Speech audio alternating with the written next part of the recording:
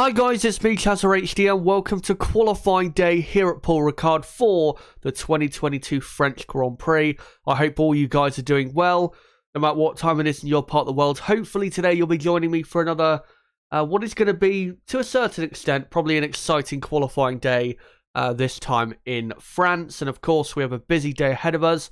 Practice 3, as you can see on your screen, starts in about 14 minutes time. Can't wait to see what the teams have for us in practice 3, whether there's any key differences between practice 2 and practice 3, and yeah, we'll see that very, very soon.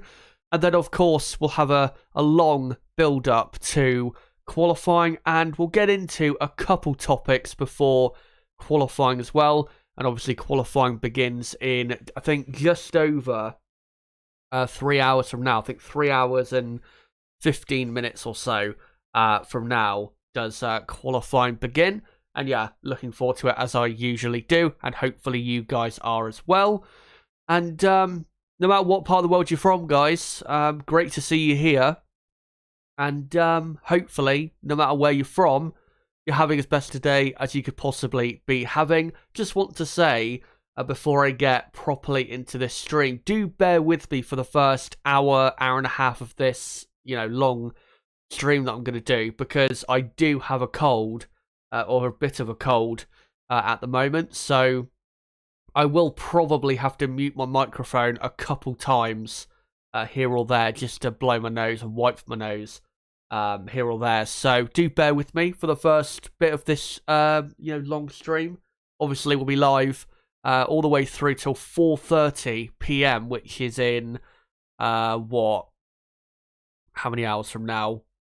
4.5 hours, 4 hours 45 minutes from now. So gonna be a very long day. But yeah, hopefully you guys can join me for all of that.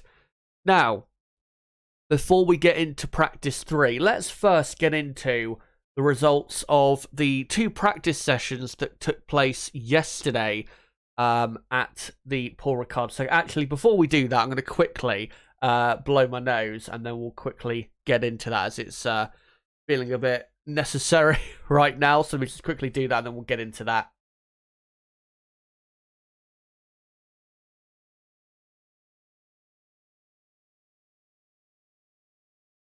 I'm probably gonna have to be doing that a lot, unfortunately, in this stream. But anyway, let's get into the FP1 and FP2 results from yesterday. So in FP1, it was Charles Leclerc just about quicker than Max Verstappen by about a tenth of a second. Carlos Sainz ended up in 3rd. And then it was George Russell 4th, Pierre Gasly 5th, Sergio Perez 6th, Lando Norris 7th, Alex Albon 8th, Nick de Vries 9th in the Mercedes, obviously replacing Lewis Hamilton for practice 1. And I think Nick did, honestly, a pretty good job in practice 1 to be as high up as he was, because normally we see most Friday practice drivers absolutely miles away from the permanent race driver alongside them in a practice session. So yeah, I thought that was a good job by Nick. And then you had Daniel Ricciardo in P10, Zhou Guanyu 11th, and then Stroll, Ocon, Vettel, Alonso, Schumacher, Magnussen, Tsunoda, Kubica also a Friday driver, and then Nicholas Latifi at the very, very back. And then in practice 2, Ferrari really did stretch out their lead over the rest of the field with a 1-2 in practice 2. Carlos Sainz quickest from Charles Leclerc in 2nd. Max Verstappen ended up 3rd, half a second though away from the quickest Ferrari. And then you've got George Russell 4th, Lewis Hamilton 5th, and then Norris 6th. McLaren looking very quick, as I'll get on to in later parts of the day. Gasly P11, Magnussen P8, Ricciardo P9, and Sergio Perez in P10. Perez struggling quite a bit in the 2nd Red Bull.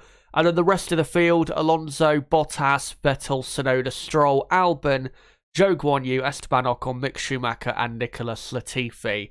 And yeah, coming away from practice 2, the things really that we can clearly see is that Ferrari clearly have the quickest car, at least in qualifying trim. When it comes to, say, race pace, I'm not entirely sure whether they have absolutely the quickest car, out there, but over a single lap, they are not just quickest for sure, but they are miles quicker by the looks of it compared to everybody else. They're looking good for Ferrari. Red Bull have a lot of work to do. That's the team I'm looking out for really in this session to see, because I do think they'll be closer today. I don't think they'll be 5.5 tenths of a second away from Ferrari like Verstappen was yesterday. And also, I think Sergio Perez will improve on what he was doing yesterday as well. So I think Red Bull will improve quite a bit today. But can they get close enough to really seriously challenge Ferrari? We'll have to see in practice 3 whether they can improve their pace enough. Mercedes, by the looks of it, they are the 3rd quickest team, and they don't look to be honest, that much quicker than McLaren, which is quite surprising, I have to say. McLaren, if they didn't have such a slow final sector, I think with Lando Norris, then McLaren probably would have been quicker than Mercedes in practice yesterday. So definitely look out for McLaren. But yeah, Mercedes and McLaren are definitely the 3rd and 4th fastest teams this weekend. There is absolutely no doubt about that. And then after that, you've got quite a close battle between AlphaTauri, Haas, Alfa Romeo, and Alpine for the, say, 5th quickest team tag, I guess you could say. Alpine are a team that I'm looking at today in terms of improvements, because they were quite slow, quite a bit slower than expected. And I do think that the reason they were a bit slower was because they weren't running their power unit as in higher engine mode as maybe others were, because in the middle sector they were very, very slow yesterday. And obviously the middle sector is the quickest sector in terms of top speed out of the all 3 sectors. So I think Alpine will show a bit more today and possibly get at least one of their cars into the top 10. But yeah, it's a very close fight between those few teams. Obviously, we'll look out for drivers like Alonso, Gasly, Magnussen, Ricciardo to a certain extent, but also, Valtteri Bottas and Esteban Ocon, obviously. It's his home Grand Prix as well as Pierre Gasly. So it's looking pretty close in that midfield fight for, say, the rest of, the final 2-3 positions, I guess you could say, in the top 10 for qualifying today, but also the race tomorrow. So, yeah, looking, nice and competitive. And then the final 2 teams, it does look as though it is Aston Martin and then Williams are the 2 slowest teams here. Sebastian Vettel was up in 13th place, but I think, to be honest, in qualifying today, that's probably the best you're going to see from Vettel, is him up in 13th, 14th place, because the Aston Martin just isn't quick enough to be up in the top 10 in not just practice, but qualifying as well. So, yeah, not great for them. And obviously Williams at the very back, no surprise there. Alex Albon, though, we will look out for, because he has been, since this new upgrade, he has been pretty fast for the Williams team. I think last Grand Prix in Austria, which was a, normal dry weekend when Silverstone, obviously, was not where they brought their upgrade at Silverstone. At Austria, Alex Albon qualified, was it 12th or 13th, I think it was, and almost ended up grabbing, grabbing a point at the end of the Grand Prix. So, was a very impressive performance from Albon, so look out for him to see what he could do today and how quick the Williams car could be. But let me move on back onto this, and I'll quickly reset the timer for you guys. And there you go. So about 6 minutes to go, 6 minutes or so to go until the session begins. And I'll move on as well to the slideshow of pictures. They'll be taking you through practice 3, but also the qualifying part of the stream later on. And yeah, the things to look out for, like I said, Red Bull being a bit quicker and closer to Ferrari. It would be great to see Mercedes also improve their pace, but I'm not expecting that to happen. Lewis Hamilton's already come out and said that they're quite a bit slower than they were at the Red Bull ring, which I expected, to be honest. I didn't think they would be that quick at Paul Ricard because it doesn't suit their car that well. But one team I'm really excited to see how they do today because of the mass amount of upgrades they have brought to this Grand Prix is McLaren, because they were very quick yesterday. Both drivers weren't too keen sounding though on how the upgrades have worked for them. They thought it was probably a decent step forward, but they didn't quite know how much of a step forward it properly would be for McLaren. But based on what I saw, McLaren made a decent step forward with the upgrades they have brought. Completely new sidepod design, new engine cover, new diffuser, I think a new rear wing as well, which might be helping with their, what we've seen this season, which is a lack of straight line speed. So I am looking out for McLaren, obviously the team on the screen at the moment, probably the most, I would say, because I'm very, if they can, be right up there with Mercedes, I think that could really make for a very exciting fight for the podium in tomorrow's Grand Prix, because obviously with Carlos Sainz taking, I think now Sainz is going to take a full engine penalty. If I just go onto Twitter, hopefully I should be able to find some news in regards to that. Let's have a look quickly.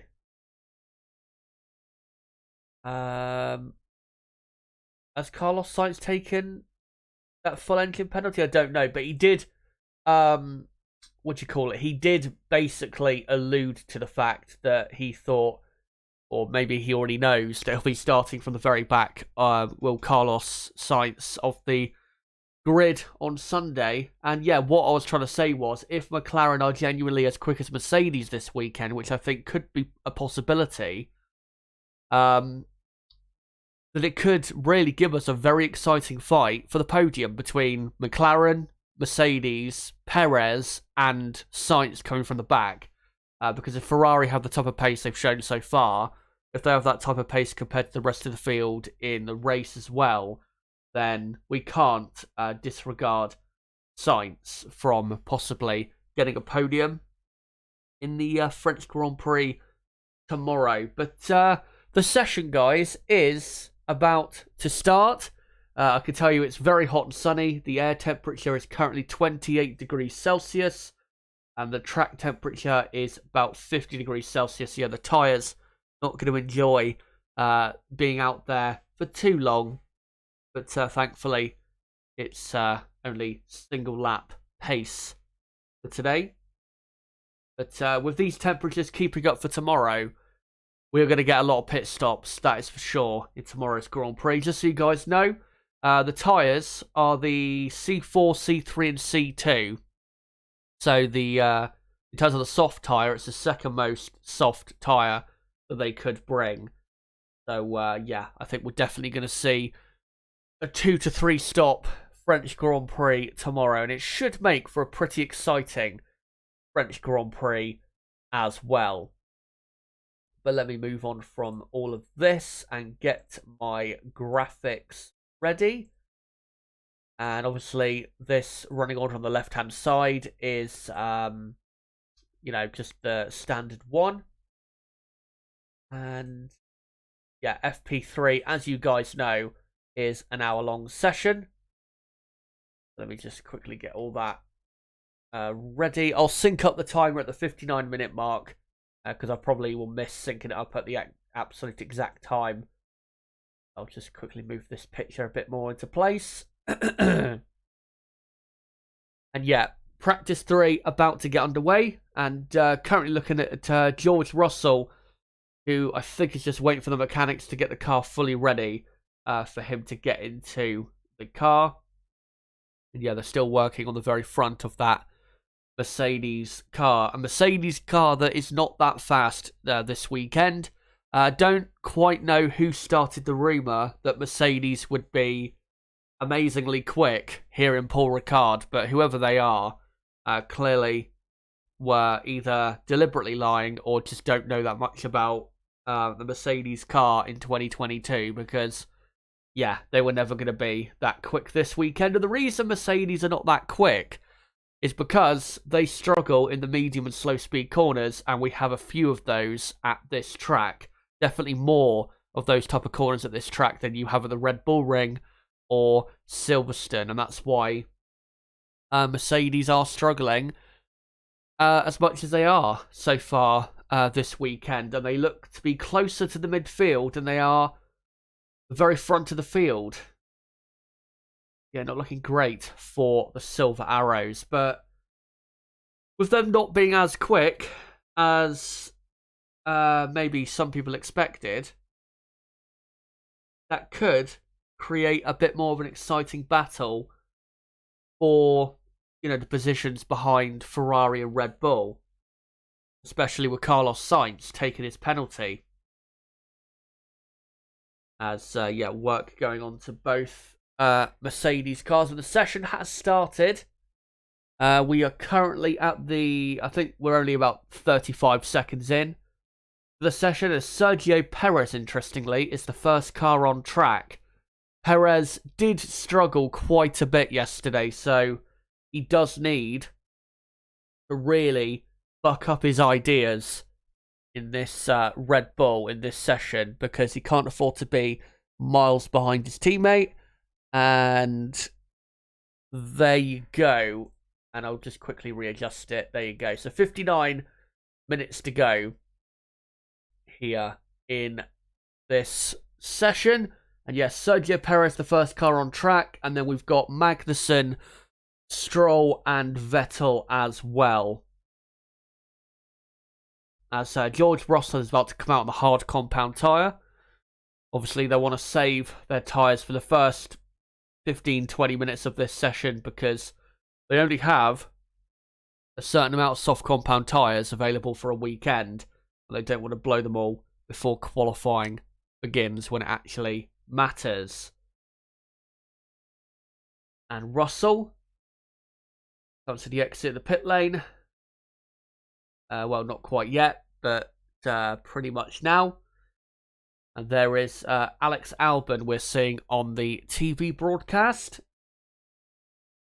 And good to see Alex looking happy.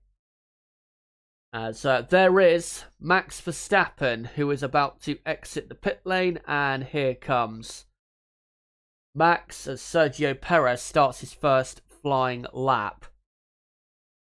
And a bit of brake dust there coming off the brakes of the Red Bull as he came into turn 1. And Max now begins his outlap. And the next car coming out is Esteban Ocon. As looks as though Lance Stroll and Sebastian Vettel have come back into the pits. But I may as well put Perez to the top of the timesheets, because he's going to set the first time of the session. And then it'll be probably Magnussen in second. Let me just quickly do that. And there you go. As we're now looking at Valtteri Bottas' Alfa Romeo that is currently going nowhere. And now we're looking at a very slow Alpine of Esteban Ocon coming out onto track. I don't quite know why FOM are not showing the drivers that are currently on a fast lap. I don't really understand why that isn't being shown, because all we're seeing is cars on slow outlaps at the moment, and so I don't quite know why they're doing that. But they're currently showing on screen that Esteban Ocon has had a good last 5 races. Not as good as it could have been, but still good. Was 6th in Canada.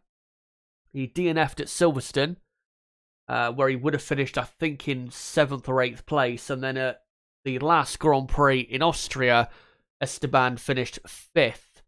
A massive result for Alpine that has now put them level in the Constructors' Championship with McLaren. But if this McLaren upgrade really has worked well for McLaren, then Alpine will have to probably, if they've got any room left with the budget cap, they'll have to try and bring one final upgrade. Because, yeah, McLaren might have just taken a big step ahead of the Alpine team. But we will see in this session, obviously qualifying, whether that is actually the case. And yeah, we're still looking at Esteban Ocon on his outlap, as Ocon is just slowly touring round. He's on the medium compound tyres, and by the looks of it, I think Ocon is going to start his lap, because I don't see why he would come into the pits going that slowly. Clearly, it's just looking after his tyres, so to not absolutely burn them out. And Ocon now starts his lap. So let's see what Esteban has. We've got, at the moment, not just Ocon on a flying lap, but also Max Verstappen, Sebastian Vettel, and Lance Stroll. As Ocon heads into turn 3 and 4, the Alpine looks good, but nothing special. And it's a pretty good first sector, half a tenth quicker than Sergio Perez. And obviously Perez did his best time on the medium as well, so a good first sector there for Esteban, as he now heads down the Mistral Straight, as Max Verstappen goes 8 tenths of a second quicker on the same tyre as Sergio Perez, and goes quickest. As Lance Stroll comes back into the pits again, and Esteban Ocon is currently 3/4 of a second slower than Verstappen after the first 2 sectors. So Ocon will probably go up to 3rd with this lap, as long as he doesn't make a big mistake. As he comes into turn 12 now. And yeah, the Alpine looks good. But how good it really will be today, I'm not quite sure. Because yeah, I think they were definitely not running as quickly yesterday as they could have on purpose, as he loses the rear end slightly on the exit of the final corner. And Esteban now comes to the line and goes indeed up to 3rd place. So Esteban Ocon up to 3rd for Alpine. Pushing Kevin Magnussen down to 4th. There's Oscar Piastri in the Alpine pits, who we hopefully will see in 2023, whether it be for Alpine or McLaren or Williams. It would be great to see Oscar on the grid. He's definitely good enough, just needs to be given the opportunity. And most likely, as I just readjust, sorry about the noise, yeah, most likely Oscar will be driving the Williams next season, because I think Alpine will probably keep on with the same lineup, and then McLaren, I think, will probably keep on with the same lineup as well. So, yeah, I think Oscar will get his chance. As here is Lewis Hamilton on his first flying lap, as Sergio Perez has improved his lap time, but not by much, only by... well, not by much, about 3 or 4 tenths of a second, but he's still quite a bit behind his teammate Max Verstappen. As Lewis Hamilton on the soft compound tyre and is really pushing hard straight away, is Hamilton. And, well, half a second down on Verstappen after the first sector. And remember, Max is on the medium and Lewis is on the soft, so that is not a good first sector at all for Lewis. As a bit of understeer through the first part of the chicane, and not a great run for the second part either. So yeah, not a quick lap really, or not a great lap at all really from Hamilton, which isn't necessarily down to him. Looks to be more the Mercedes car, as he's a second slower than Verstappen. after the first 2 sectors, and through turn 11 was losing the rear end a bit. And yeah, this Mercedes car just doesn't look to be really coping that well with the track. Hamilton now comes into the final corner of turn 15. And not the greatest exit of that corner, to be honest. And he now comes to the line, Lewis, and goes only 4th. Not quite sure why he was so slow on that lap on the soft tyre, because he was actually a 10th of a second slower than Esteban Ocon. And Ocon obviously did his time on the medium. So yeah, that's a bit of a surprise there. As Kevin Magnussen, replay of him into, I think, the Beausset corner, which is turn 11. And good, he went through the entry of that corner very well, just carried too much speed, though, through the exit and went off the track.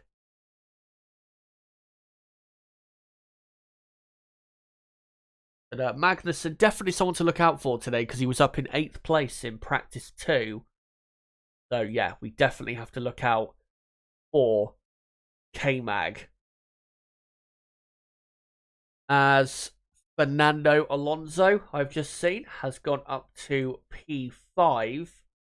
I've got to say that the lap times so far in this session have actually been very quick, considering they're the first laps of practice 3, certainly from Red Bull, because Max Verstappen is actually, I think, 0.2 of a second quicker, or 2.5 of a second quicker than he was in practice 2 already on his first flying lap in practice 3 on the medium tyres, and the medium tyres are going to be around this track, probably about 0.7 of a second. Mediums will be 0.7 of a second slower, probably, than the soft. So, yeah, that is a very good start to the session for Red Bull.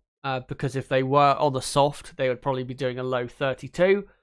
But we haven't yet seen the Ferraris on track, as Daniel Ricciardo, we're currently looking at, is on a flying lap.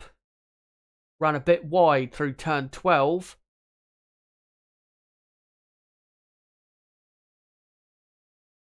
And Ricciardo exits the final corner.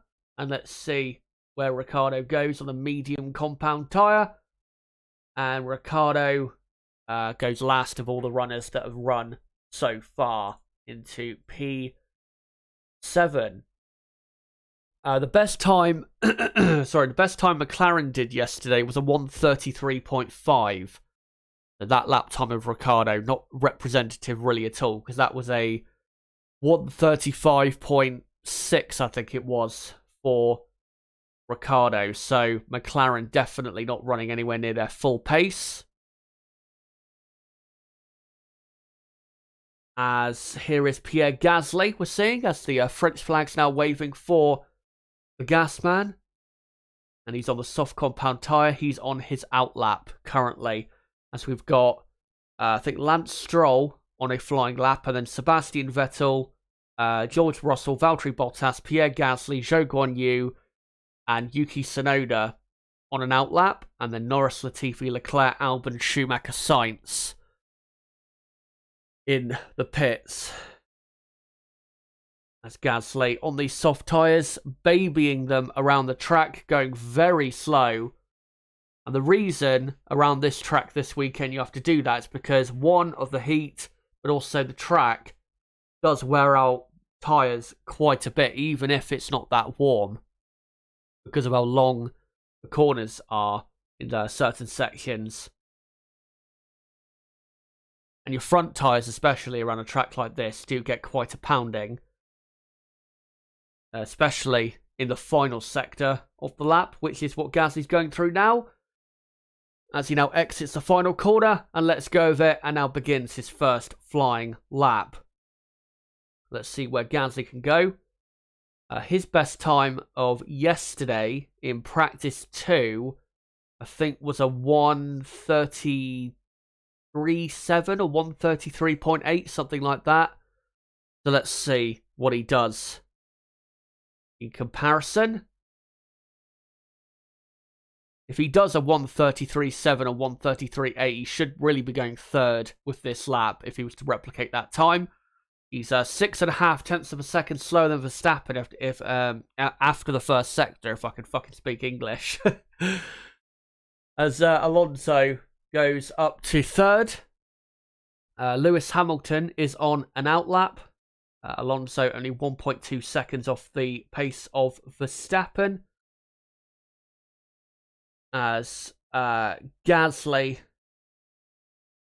is now 1.4 seconds slower than Verstappen. So yeah, this is a pretty slow time so far from Gasly, as Bottas does a very good first lap and goes third on a 1:33.9, which is not massively quicker than what he did yesterday, but it is quicker by, I think, 2 or 3 tenths of a second. As Lance Stroll, I notice, has gone, or he is 9th. George Russell is up to 5th. Let me just see, though, where Pierre Gasly goes.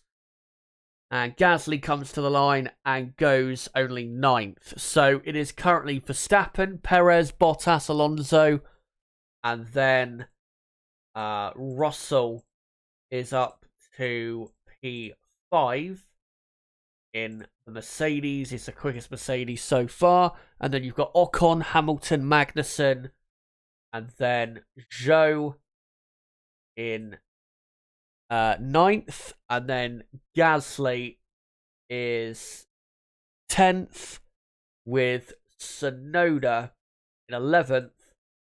And then you've got Stroll in P12, Ricciardo 13th, and then Sebastian Vettel in 14th, as Ricciardo has just improved his lap time but doesn't go any higher up the field. As Lewis Hamilton is on a new set of soft tyres, I believe, and is on a, well, I was going to say a new improved lap, but it's not really a new and improved lap. It is about a second slower than Verstappen after the first 2 sectors. So, not that quick so far. They've got to be, though, Mercedes running a bit more fuel. Because, I mean, with Red Bull quickest on a 1:32.8, Mercedes on the soft really should be doing, well, they should be going quickest, really, if they were running low fuel, or as lower fuel as Red Bull. And Hamilton comes to the line and is 1.4 seconds behind Verstappen, but goes 5th ahead of teammate Russell. But yeah, Mercedes definitely not running as quick as they could. Yeah, they're running about 1.5 seconds slower than I think they could probably go at this point of the session. But impressive start, like I said, for Red Bull. Already quicker, I think, with both cars than their practice 2 times right out of the blocks, and on a harder compound of tyres. So it will be interesting to see what Ferrari do, as Ferrari, I can announce, are now on track, and both drivers are on a quick lap. As we're currently looking at Valtteri Bottas, who is just done the middle sector, 7 tenths of a second down on Max Verstappen so far, as Carlos Sainz has gone second on the soft compound tyre on a 1:33.2, I believe, which is 4 tenths of a second off. Charles Leclerc has gone 7th on the hard compound tyre, 1.4 seconds off. So a decent first run there for Leclerc on a very hard compound compared to what we'll see later, as Valtteri Bottas comes to the line and stays in 4th, as Alex Albon has gone up to 9th for the Williams team. Albon was actually up in 8th in practice 1, I think he was, or 8th or 9th, something like that. So we will keep our eyes on him. But yes, Albon 9th, Ocon 10th, and then you've got now Lance Stroll up in P11, and then Norris in P12. And then Magnussen, Zhou, Gasly, Tsunoda, and then Vettel and Ricciardo 17th and 18th. Mick Schumacher hasn't come out onto the track as of yet, as we're seeing Mika Hakkinen there. Good to see him.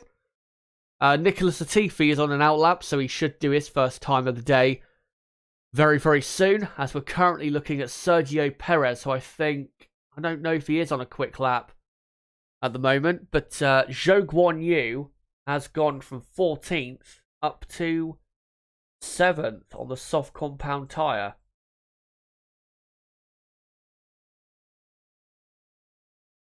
And that puts him nicely in the top 10, just like his teammate Valtteri Bottas, up in 4th place at the moment.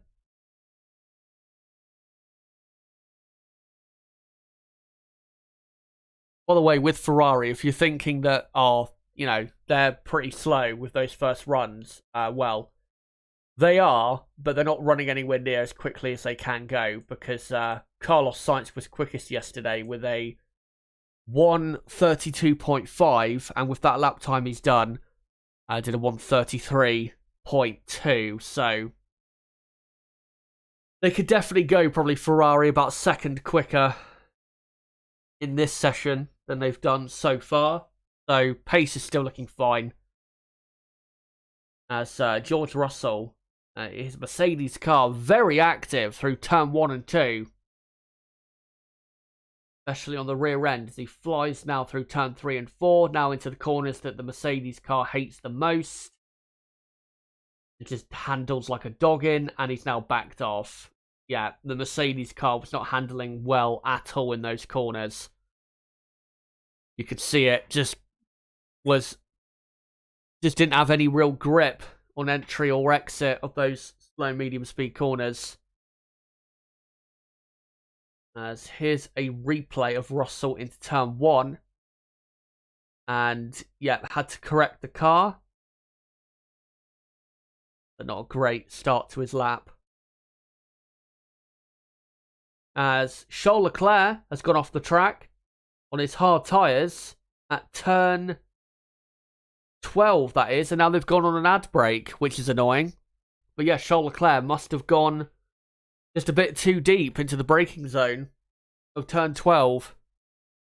But yeah, we're now on an ad break, which is obviously annoying, but obviously, practice, that's what Sky F1 do, try to fit in their ads when they can.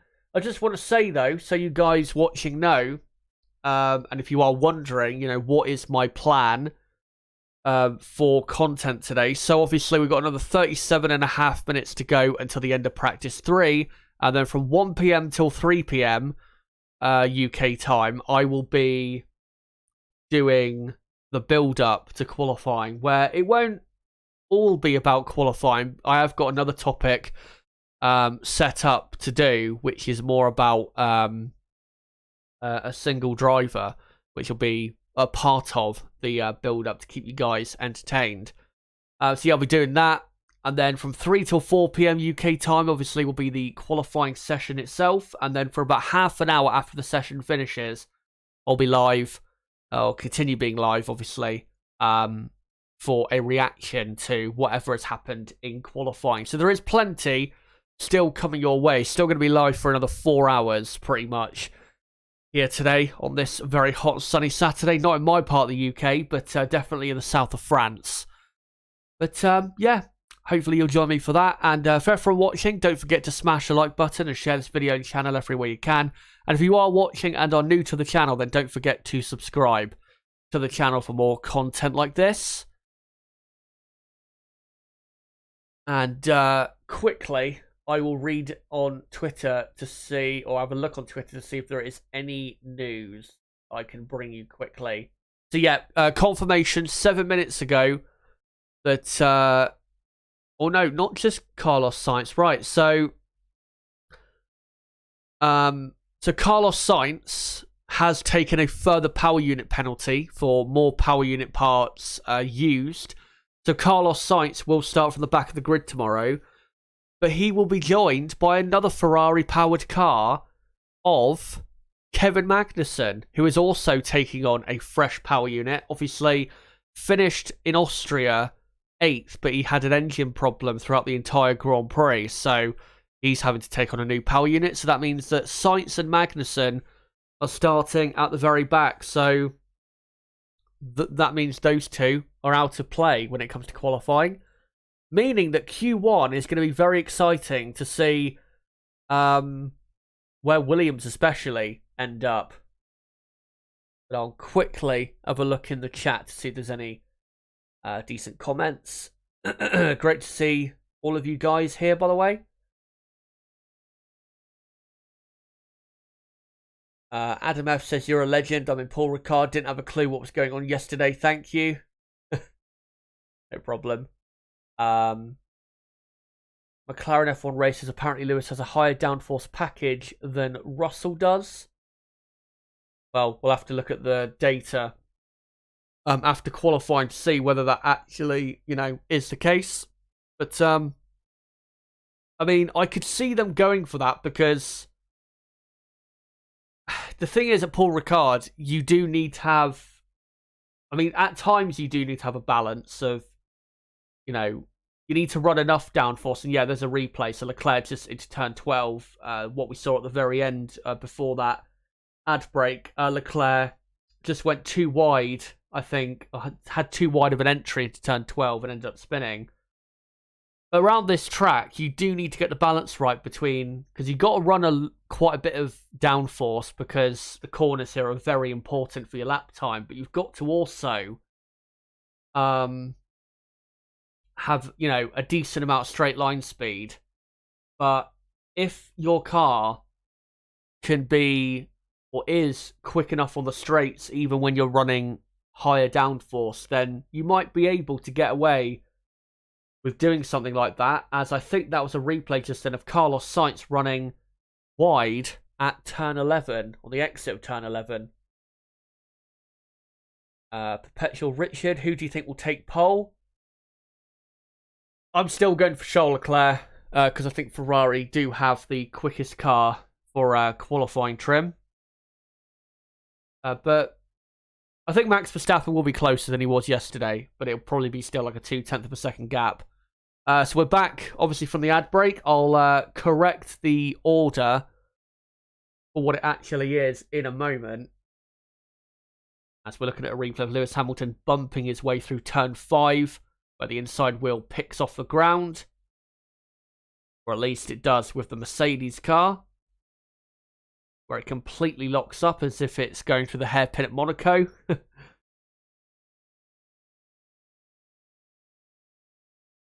And yeah, so with just over half an hour to go, it's Verstappen, Sainz, Perez, Bottas, Alonso, and then you've got Magnussen up in 6th.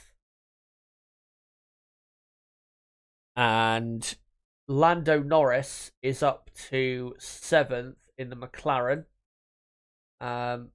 Norris, though, still isn't running anywhere near as quickly as he could, because Norris is on a, 134.1, when yesterday he did a best time of a 133.5 or 133.6, something like that. So Norris definitely nowhere near top speed. Neither is Lewis Hamilton, who's currently in P8, and then you've got Zhou 9th and Leclerc 10th. Leclerc 10th at the moment on the hard compound tyre, when everyone else is on the soft or the medium.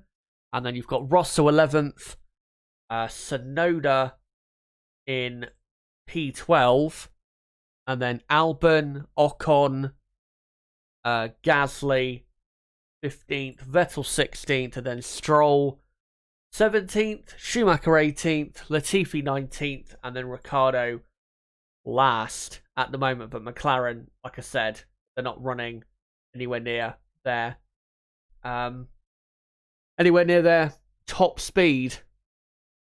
And you would imagine that McLaren will probably be able to go probably a second quicker than what they're doing now, between now and the end of the session. As we're currently looking at Daniel Ricciardo, who is on the medium compound tyre. Given that we're currently quickest, the quickest lap time is a 132.8 on the medium compound tyre, you would expect, because on the soft, I mean, Verstappen probably could do a 32-0, 32-1, something like that, at least. You'd expect pole position is probably going to be either a 1 minute 30 or a 1:29, I'd imagine. It'll probably be somewhere between a late 29 and a late 1 minute 30. I can't remember what pole position was last year. I think it might have been a 1:29.9 or something. But even though these cars are heavier and supposedly slower, they're not that much slower than last year's cars. Or even, to be honest, the 2020 cars. As we're currently looking at Daniel Ricciardo on a new flying lap on the medium compound tyre. Ricciardo's had a pretty good weekend so far. He was in the top 10 in practice 1 and practice 2. And obviously this McLaren car is definitely an improved McLaren car. So, looking good for Maka. And Ricciardo has done a very good first sector. Half a second off Verstappen, but obviously on the same tyre. And now into sector 2 they come, or he comes. And we'll be braking hard now for the chicane. And yeah, goes to the chicane nicely. And Ricciardo looking pretty good on this lap. And Daniel, he lost quite a bit of time in the middle sector. Because he's now 1.3 seconds off Max Verstappen. But this will definitely improve his lap time by quite a bit. And very nice run there for Ricciardo through turn 11. And slight hesitation on the exit of turn 12. But not too bad with this lap. And through turn 14 and 15, the final 2 corners he comes. And it looks absolutely fine. And let's see what lap time he does when he comes to the line. I think Ricciardo's quickest time yesterday was a 1:34 something. And Ricciardo, he actually, he did a 1:35.1 and has actually stayed at the back. But, yeah, Ricciardo, I think yesterday did like a 1:34.0, something like that, around that time. And at the moment it's quickest, or not quickest, but is, his lap time. His best lap time is a 1:35.1, so if Ricciardo did what he did yesterday, then he'd be up in... Where would he be? He'd be about 7th or 8th at the moment. As Pierre Gasly has gone from 15th all the way up to 4th place. Very impressive time by the Frenchman, who qualified in the top 6 in last year's qualifying session.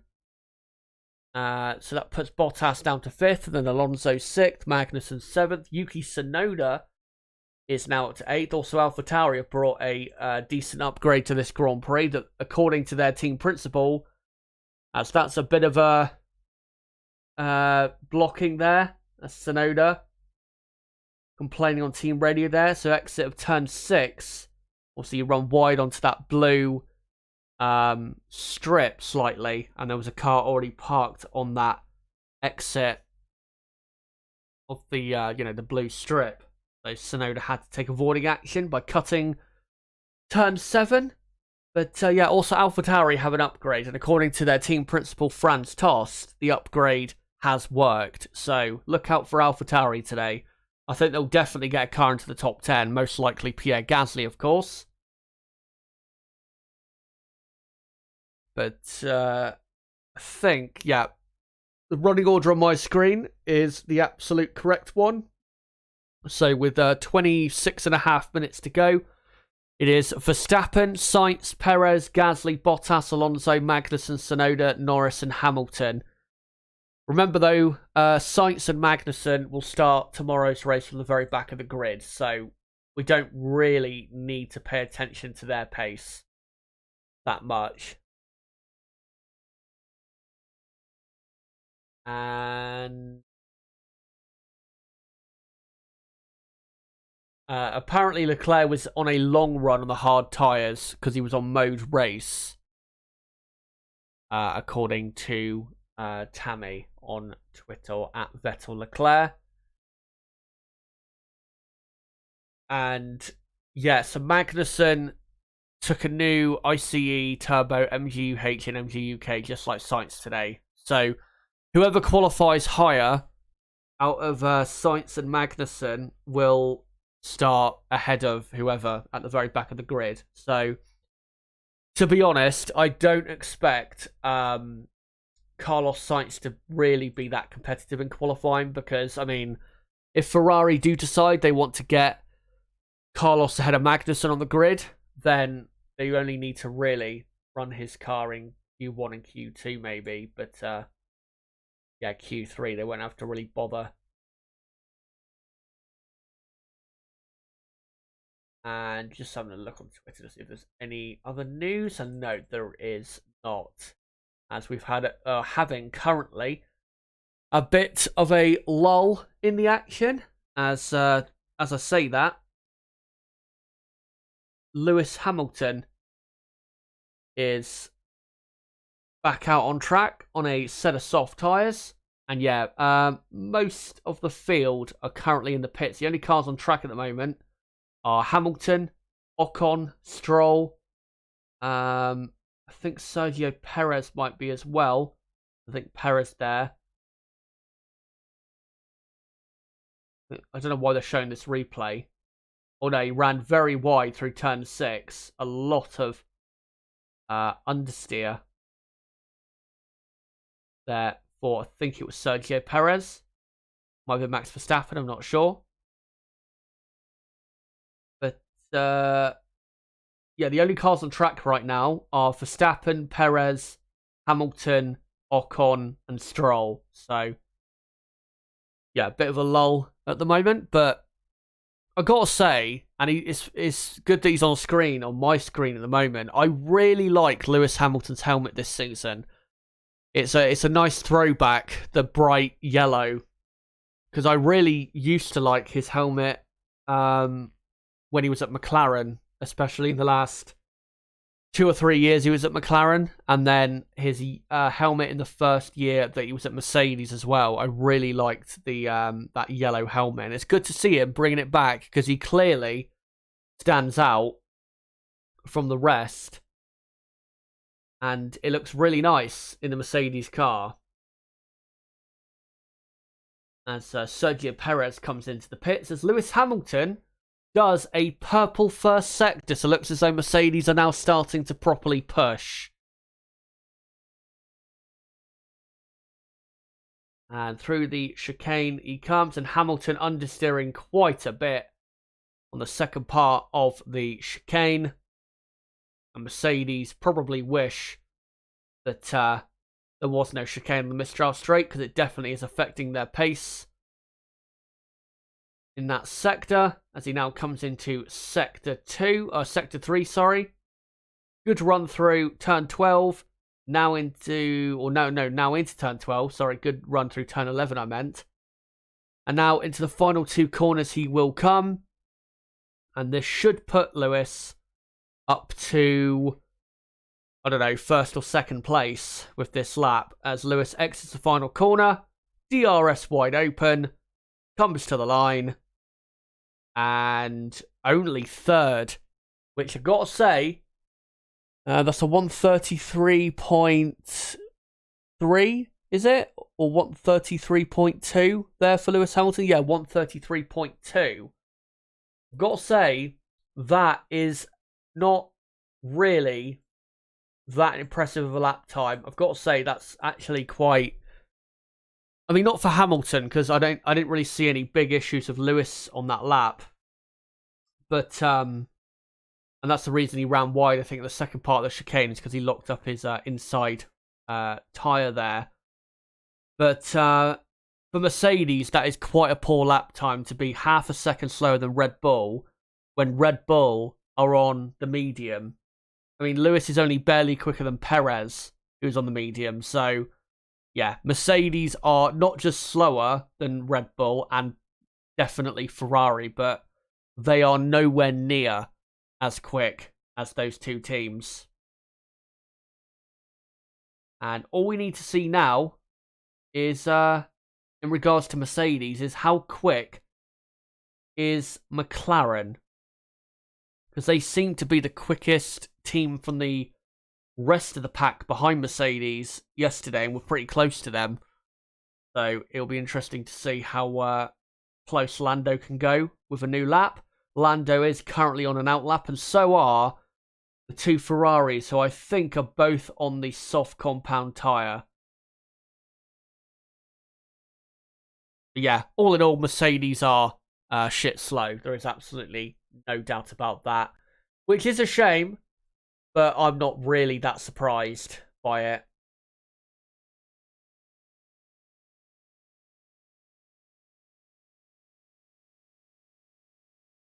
As Carlos Sainz we're currently looking at is just coming through the final corner to start his flying lap, opens the DRS, and let's see what Sainz can do. Obviously, was quickest yesterday in practice 1, or practice 2, sorry. And with his lap time so far, has not actually done a new personal best, or even equaled his personal best lap time of the weekend from yesterday of a 1:32.5. And neither has, obviously, Leclerc, as Lewis says the wind is picking up. And Sainz about 0.06 of a second quicker than Verstappen in Sector 1. Let's see what Leclerc does. Leclerc a 10th quicker than Verstappen and about half a 10th quicker than Sainz in Sector 1. So Ferrari looking very quick. As Sainz now comes through the chicane on the Mistral Straight. And let's see what his middle sector time is like. And it's not great. 0.2 of a second slower than Verstappen and not even a personal best. Leclerc, though, does do a personal best and is only half a 10th slower than Verstappen, as Latifi goes all the way up to P5. Remember, Latifi has the updated Williams car as well now. So Williams, with both drivers, should be looking stronger, but I didn't think it'd be quite that strong. Yellow flag in Sector 1 for some reason. And now green flag, as Albon now goes 5th, as Carlos Sainz now comes onto the straight to finish his lap. And Carlos does not improve his lap, surprisingly. Well, he does, but not by much. As Charles Leclerc goes 2nd, only a 10th of a second behind Verstappen. Why are Ferrari not quicker than Red Bull in this session? They must be running more fuel or something, or a lower engine mode, because, like I said, Ferrari's best time from yesterday was a 1:32.5, and the best time of the Ferrari team at the moment is a 1:32.9. So they must be running a bit more fuel or something. But yeah, your top 5 is now Verstappen, Leclerc, Sainz, Hamilton, Perez, and then it is Alex Albon in 6th for Williams, and then Nicholas Latifi in P7, and then Gasly, Bottas, Alonso completing the top 10, and then the rest of the order is as it was. I think Lando Norris is currently on a flying lap, but we're just not seeing it, or maybe he did make a mistake on his flying lap. Maybe that's what the yellow flag was for in Sector 1. As some work going on there to the suspension of the Alpine of Esteban Ocon.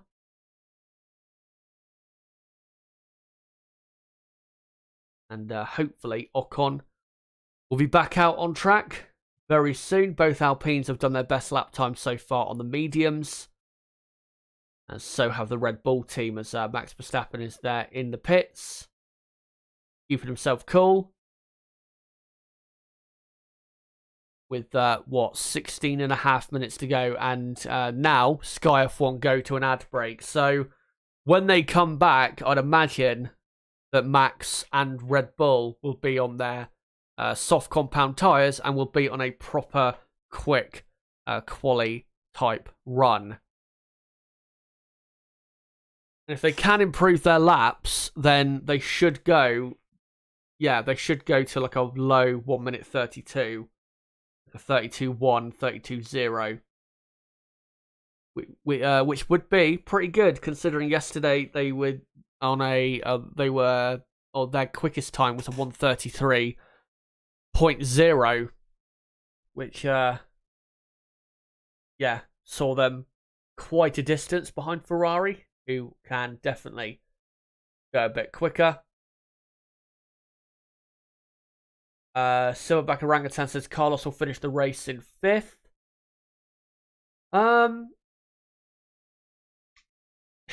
It depends a lot on the pace of the Mercedes. We've already seen, and I will actually show on screen tomorrow in my race preview, the data from practice 2 in regards to the long runs that were done by, I think, Mercedes, Red Bull, and Ferrari. Mercedes' race pace wasn't actually that bad, but the thing is, if they're not that high up the grid, or Mercedes are not that as quick as they were in the race runs on Friday, if they're not that quick on Sunday, then Sainz might be able to get up to 4th. And if Perez is not that quick today, then Carlos might be able to get on the podium. I think definitely a podium is possible for Carlos Sainz, even from the very back of the grid. And I think one thing that does help with that is the fact that we will have probably a 2 or 3 stop Grand Prix on Sunday, tomorrow, because what Ferrari will be able to do is, because a lot of people, I think, will probably be stopping in the first 10 to 15 laps.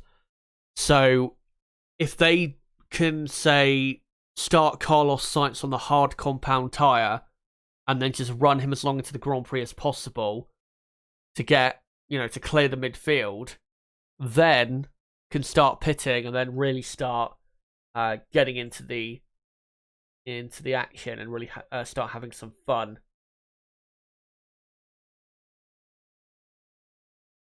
Just having a look on Twitter to see if there's any news, and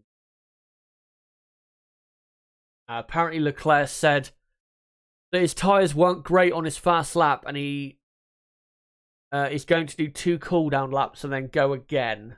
So maybe when we come back from the ad break, we'll see Leclerc on a quicker lap time.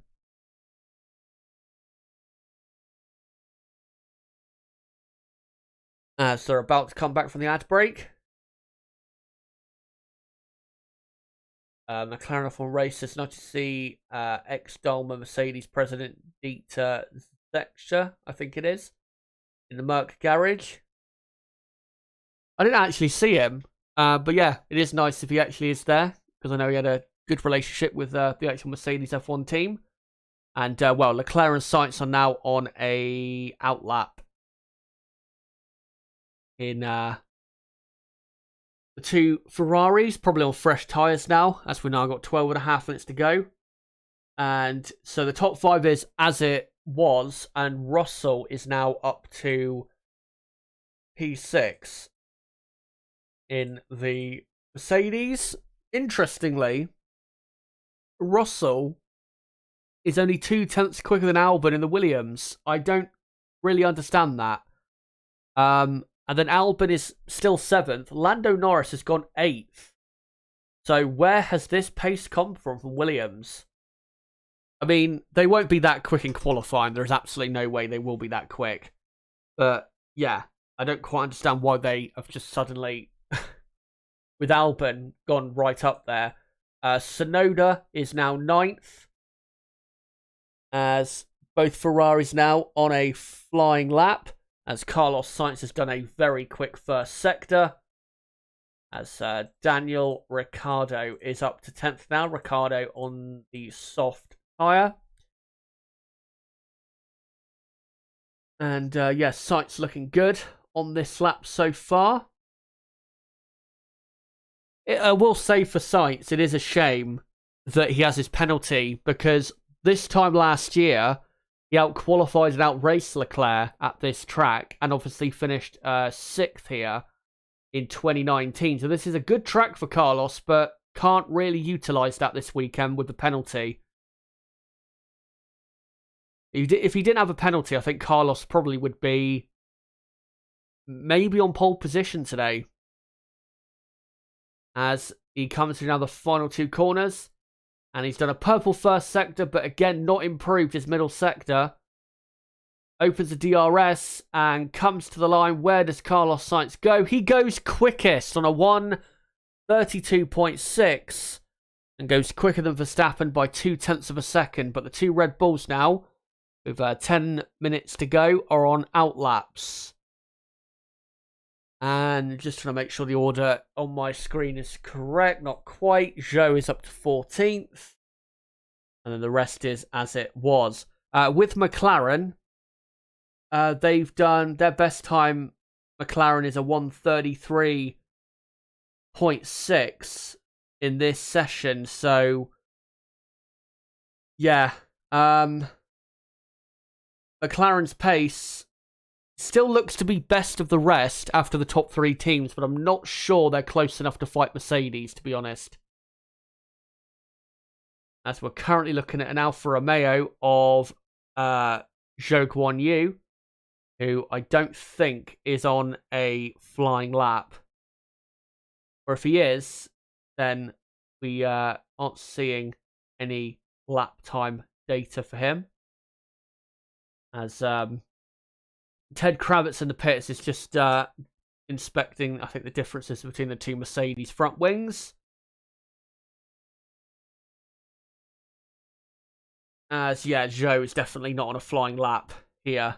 But, yeah, for McLaren, I've got to say, Ricciardo is looking pretty quick as well. He's only like a 1/10 of a second slower than Lando Norris. So, McLaren are still looking quick. They look as though in qualifying they could probably get like a 7th and an 8th. Which would be a great result for them. But, yeah, they look to be just 2-3 tenths away, really, from fighting Mercedes. But Lando Norris is on a new outlap, so maybe they can get even closer. As we're looking at Valtteri Bottas here, who is 13th. Lost the rear end a bit on the exit of turn 5, but continues on. Yeah, his first sector is not an improvement on his best first sector. But it's nothing terrible.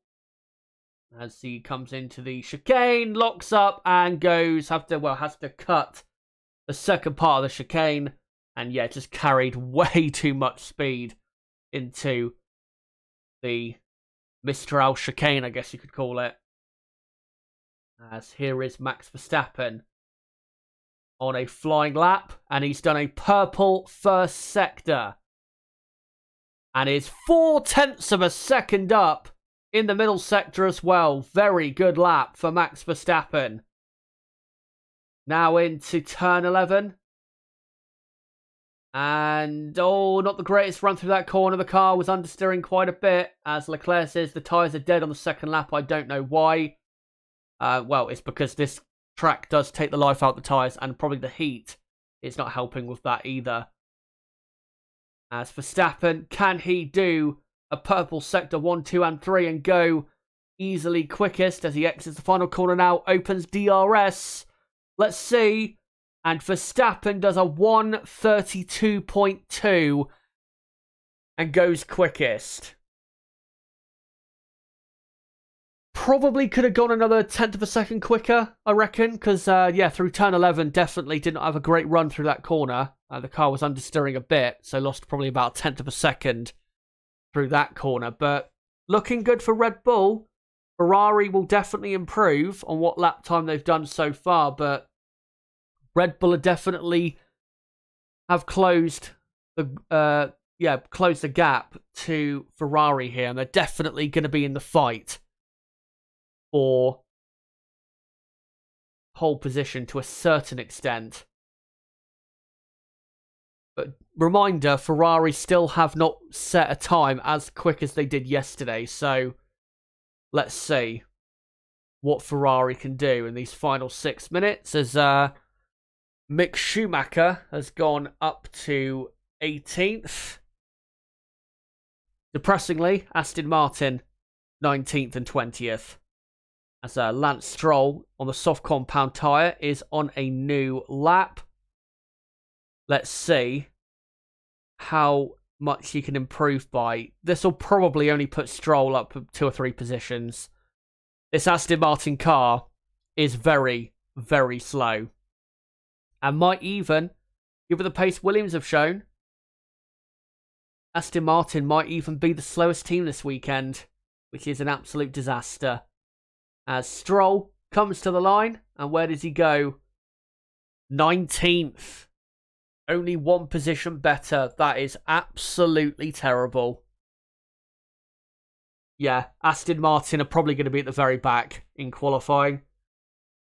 I don't know what it is, but the update they brought at Silverstone, which was a revised version of the B car that they brought to the Spanish Grand Prix, which obviously does look a lot like the Red Bull, hasn't worked. They've been so slow ever since. Even in the races where normally, you know, they have good race pace, they've not been that quick. So I don't know what they've done, but they have messed this car up with that update because it's not been as quick since then. And yeah, tough days at Aston Martin. And well, who knows if it'll get any better next year. A lot of the Mercedes and Red Bull engineers that they have hired in the last year or so, I think have finally started at the Aston Martin team. So they will hopefully have a big effect on the 2023 car. But if they don't, then I think Aston Martin are in trouble. They're in big trouble. As Fernando Alonso is on a flying lap. He's on the soft compound tyre. One of the only men left not to do a soft tyre run. The only other one is Sebastian Vettel. Sergio Perez is stayed in 5th place, interestingly. Despite doing a soft tyre run. As Alonso now comes into the Mistral chicane. And Alpine car looks pretty good through there. Let's see what he can do in comparison to McLaren. Let's see what his middle sector time is looking like. And it's a very good middle sector. Only 0.8 of a second off the pace of Max Verstappen. So this will probably put him right in that ballpark with McLaren. As Alonso, very good run through turn 12. Hit the apex nicely and got a very good exit. Now into the final 2 corners. And yeah, good, very good lap here for Fernando Alonso. And a not too bad of an exit from the final corner. Nothing great though. As he comes to the line, Fernando, and goes 7th ahead of both McLarens and puts himself firmly into the top 10. So there you go. Alpine are here to fight. And definitely will be competitive with McLaren today. As both McLarens are back into the pits as Charles Leclerc is coming back out on track. On the soft tyres, don't know if he's going to come out for one final flying lap or whether he's just going to do a quick like installation type lap to do some like systems check type run. There's also Max Verstappen on an outlap, and so is George Russell as well. But looking good for Red Bull, but I don't think if you're a Red Bull fan, you should get too overhyped. Because like I said, Ferrari, slower in this session than their best times in practice 2 with both cars. So Ferrari can go quicker, and I still think Ferrari are the favourites for pole position. But Max will definitely be closer. Quite a lot closer than he was in practice 2. As Verstappen is babying his tyres, and maybe Max is going to go for one final flying lap, and maybe Ferrari will with Carlos Sainz as well. as Verstappen exits the final corner. And yellow flag actually in sector 1, so Max's lap might be interrupted straight away. Oh no, green flag now. And yeah, into turn 1 Max comes, and let's see if he can do an improved lap. Ran a bit wide though on the entry to turn 1. So not sure if he will do an improved lap here. As the car ahead in turn 6 and 7 he's got out of the way, and they do. And yeah, he's not improved his first sector, but it's only a 1/10.5 off his best first sector, so it's not too bad. As Verstappen brakes hard now for the Mistral chicane. And very good run through the chicane. Let's see what his middle set time is like, though. It is slower. So this will be a slower lap then for Verstappen, which is a shame, but I just don't think he had a good start to the lap, which has affected him really for the rest of this flying lap. And a slight bit of understeer as well through turn 11. So yeah, not a great lap here for Max.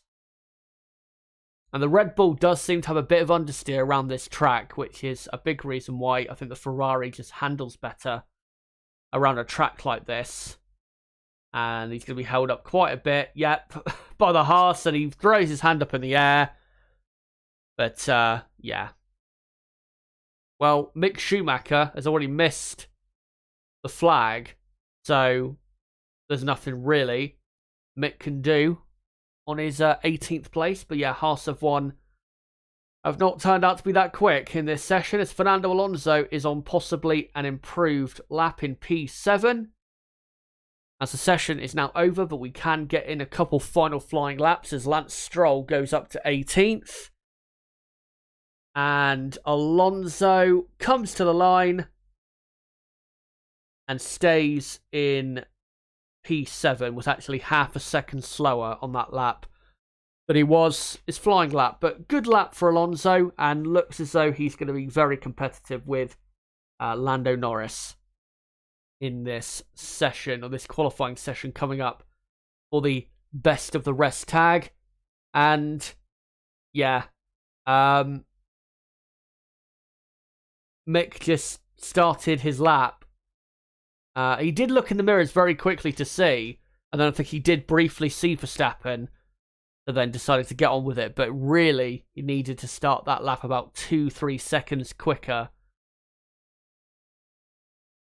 for it to not affect Verstappen. But Max was not going to improve on that lap anyway, so doesn't really matter. But the session is over, guys, and let me read out the final finishing order here in practice 3. So Max Verstappen is quickest from Carlos Sainz 2nd, Charles Leclerc 3rd, Lewis Hamilton 4th, Sergio Perez in 5th, and then in 6th place is George Russell, 7th Fernando Alonso, 8th is Alex Albon.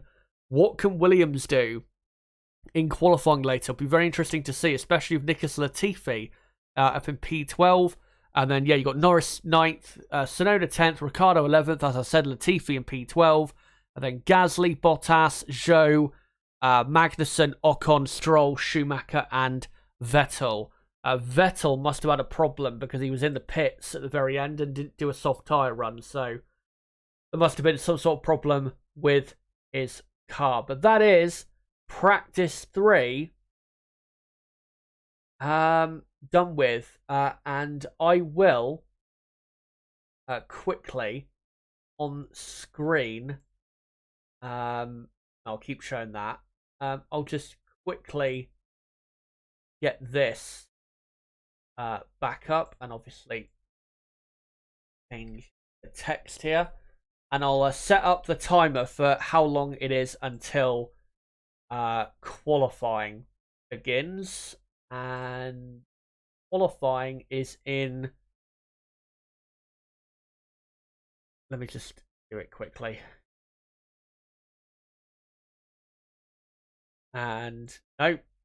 Oh no, it's because I've not set the timer to the correct source. So there you go.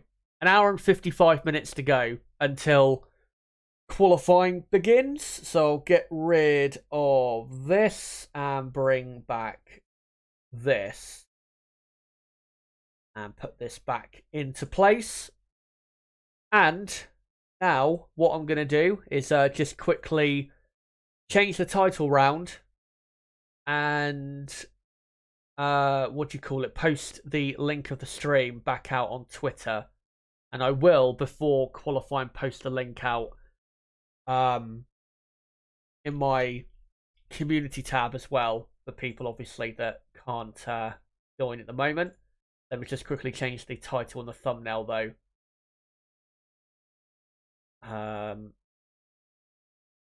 There you go. So title and thumbnail should be updated now. I'm not seeing the changes saved thing on my screen at the moment, which is annoying.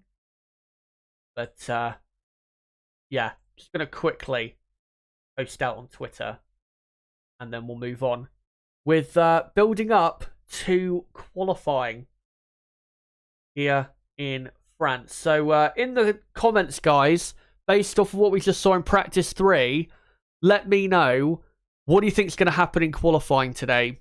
Who do you think is, looking very quick? Who do you expect to be in the fight for pole position? Who do you think will be on pole position? Let me know in the live chat. I'll make sure to get to your comments, as soon as I can throughout the stream.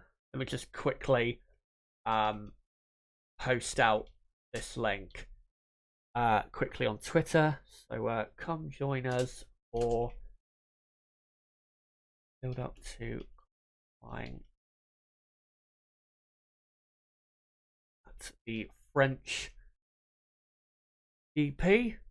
And yeah, quickly get this link posted out as well. Hold on. There you go. So, right, that is all done for now.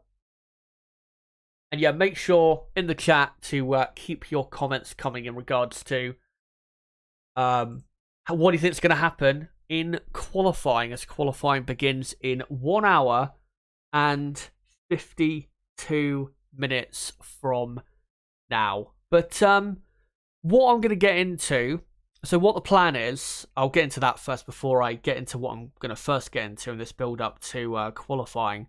So what the plan is so in this next, say, hours period, I'm going to get into a topic that isn't really to do with qualifying today, but is to do obviously with a certain Formula 1 driver. So we'll get into that in the next hour. And the driver that'll be about is Charles Leclerc. And then in the final 45 minutes to an hour of this qualifying build-up, we will get into qualifying, or properly building up to qualifying itself. We'll go through all the teams and how they're looking, and also get into, once again, the data from FP2 to look at just who was properly quicker. May even show some data from FP3 to get into, to see just who is quick and who is not coming out of practice 3. But to be honest, a lot of teams in practice 3 were not actually running as quickly as they could. So might be better to look at practice 2, to be honest. And that data, obviously we'll get into some qualifying stats before we get into the session itself, and even look at an onboard lap of Paul Ricard, and look at just what you need to do here and do well to have a good time in qualifying here at Paul Ricard. But what I am going to do is, what we're going to do is we are going to first play a video that I uploaded about Charles Leclerc. And this video I uploaded about a week ago, and you can check it out on the channel. It's called Why Charles Leclerc Must Leave Ferrari at the End of 2024. But what I'm going to do is I'm going to quickly take a break whilst this video plays, so you guys can watch it. And then whilst this video is playing, I want you guys in the chat to give me your thoughts as to what you think of what I had to say in the video. And do you agree with me, disagree? If you want to add anything, then make sure to go for that. And do you think, overall, that Leclerc should leave Ferrari at the end of 2024? And if he should leave, where should he go, or where do you think he could go if he was to leave Ferrari when his contract ends at the end of 2024? Let me know in the live chat. Just want to quickly, though, play the clip. So the reason I want to quickly play it is so I know if you guys can hear it or not. So let me just quickly do that. When Charles Leclerc joined the Ferrari Formula 1 team after his highly impressive stint at Sauber in 2018. So, and I'll just get rid of the timer for now. Could you guys hear that? Let me know in the chat. Just put yes if you could hear that clip nice and clear. Because if you could, then I'll leave it playing for, you know, the duration of the video quickly. Walker says, nice practice. Who will make pole in quali? Still for me, it'll be Ferrari. G Walker says yes. Audio good. Right. So yeah, I'm going to play the video and then I'll be back when the video is over. And then we'll get into me, you know, reacting to your comments about the video and your thoughts. And also we are going to watch another video of another F1 YouTuber that gets into Charles Leclerc and Ferrari. And it's a video that I did watch a slight bit of last night, and I do disagree with certain parts of the, I guess, opinion you could say of this F1 YouTuber. But we'll get into that after this video. So yeah, I'll play this, and I'll be back, guys, in 10 to 12 minutes' time.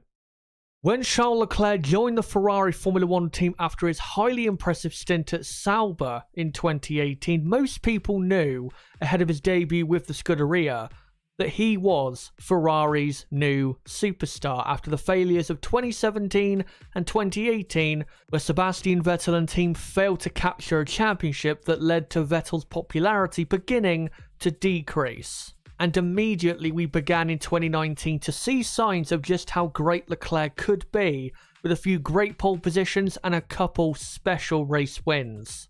The next couple years would be rough for the team, which allowed Leclerc to mature and continue his impressive development into one of the premier drivers in Formula 1.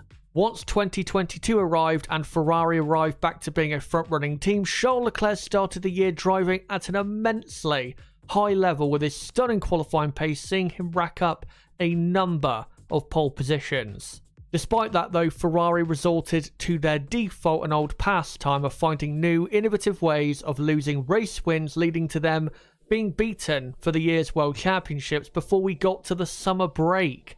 And with Ferrari continuing on with their seemingly never-ending insanity, I will in this video cover why Charles Leclerc should leave Ferrari when his contract ends at the end of 2024.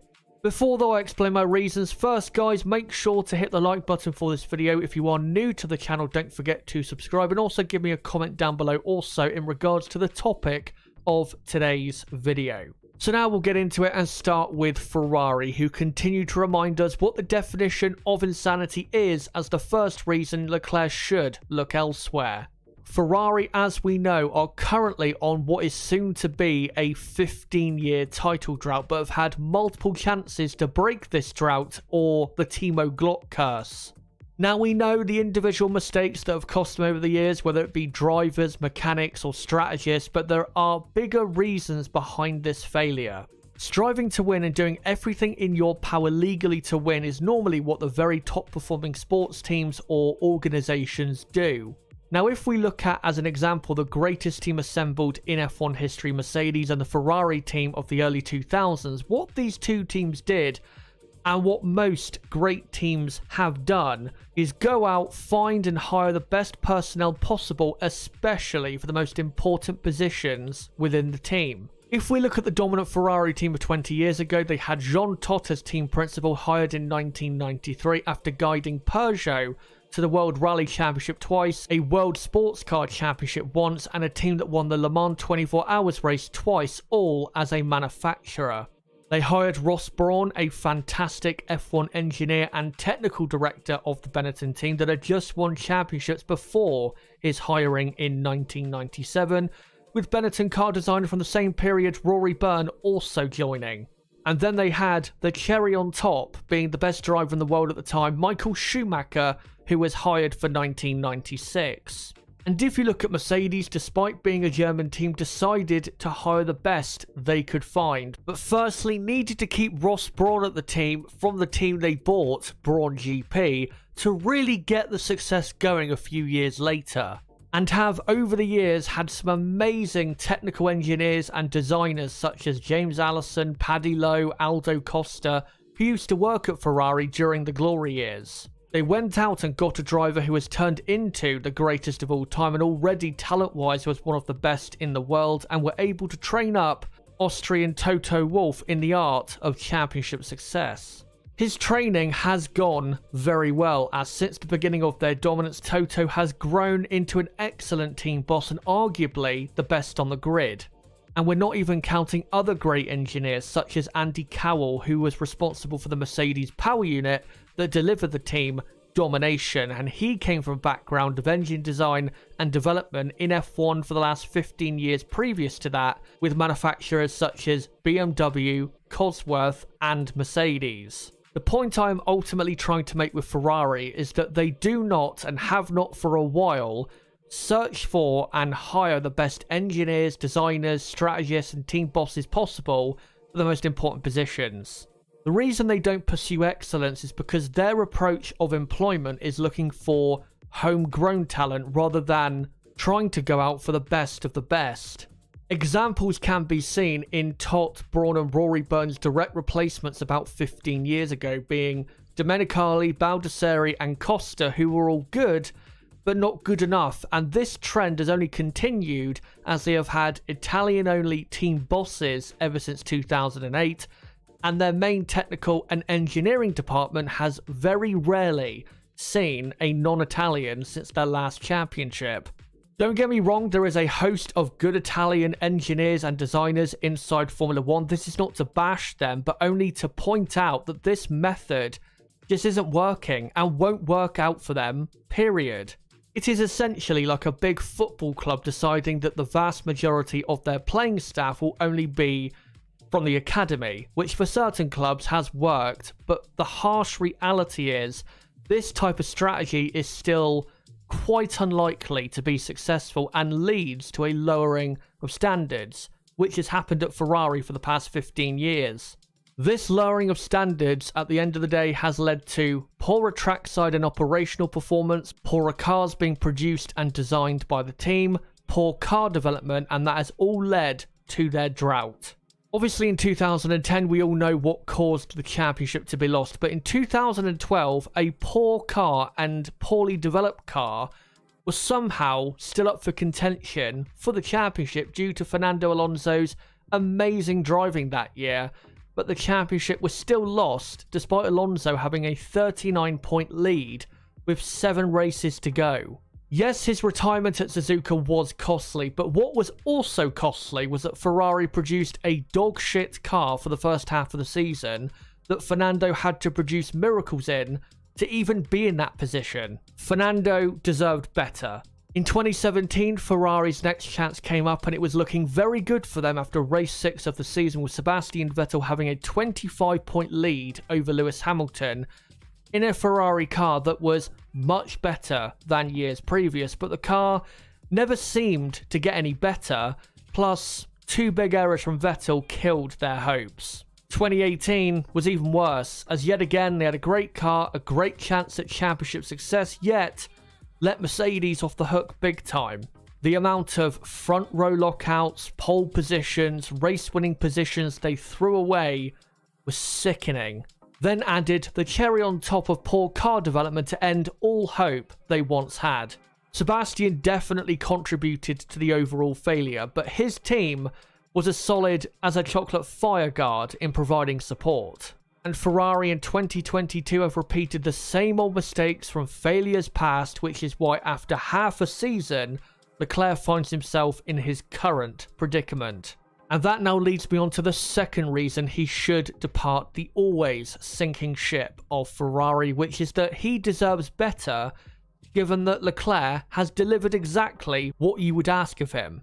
When the car has been quick enough to achieve pole position, he has almost every time delivered. When the car has been quick enough to win races, he has delivered the performance necessary almost every time, only to be robbed by his own team. And when you look at his season so far, if you take out the mistake he made at Imola, he has been flawless and has done, realistically, given that nobody is perfect, the best possible job he could have done so far this season.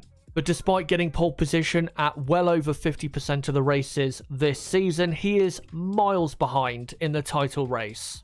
Now, if a team was performing pretty much flawlessly and giving a driver everything needed to win races and a championship, but the driver blew a few big chances to achieve the desired target and performed at a level not good enough for the top level of motorsport, we would all be, rightfully so, calling for the head of the driver. Charles Leclerc has fulfilled his end of the bargain. It's about time Ferrari do, but of course it's Ferrari. A broken clock is right twice a day in Maranello.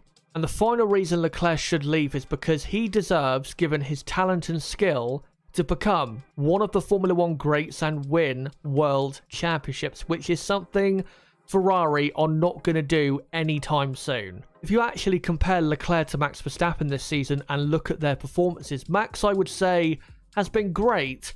But honestly, I think Leclerc has been the better driver that has just been handicapped by his team.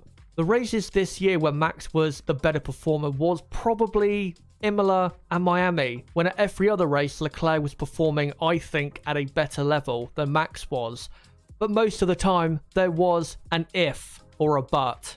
Charles Leclerc would have won the Spanish Grand Prix if his engine didn't fail. Charles Leclerc would have won the Monaco Grand Prix if Inaki Rueda learnt anything about strategy. Charles Leclerc probably would have won the Canadian Grand Prix given the race pace Ferrari had, but he had to start at the back for taking on a completely new power unit.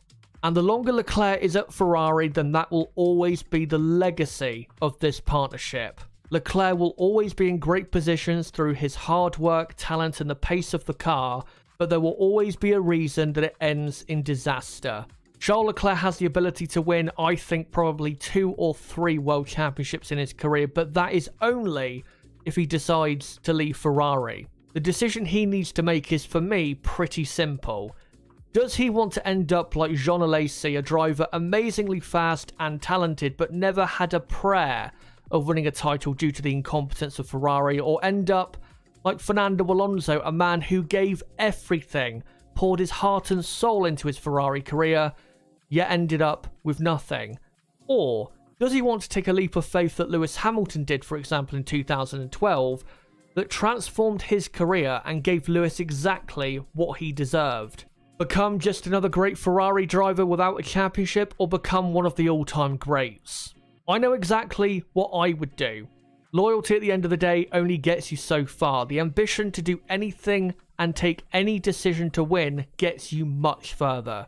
But do you guys believe Charles Leclerc should leave Ferrari or stay with the prancing horse? Let me know in the comments section down below. And until my next video or stream, guys, it has been me, Chazza HD. Goodbye.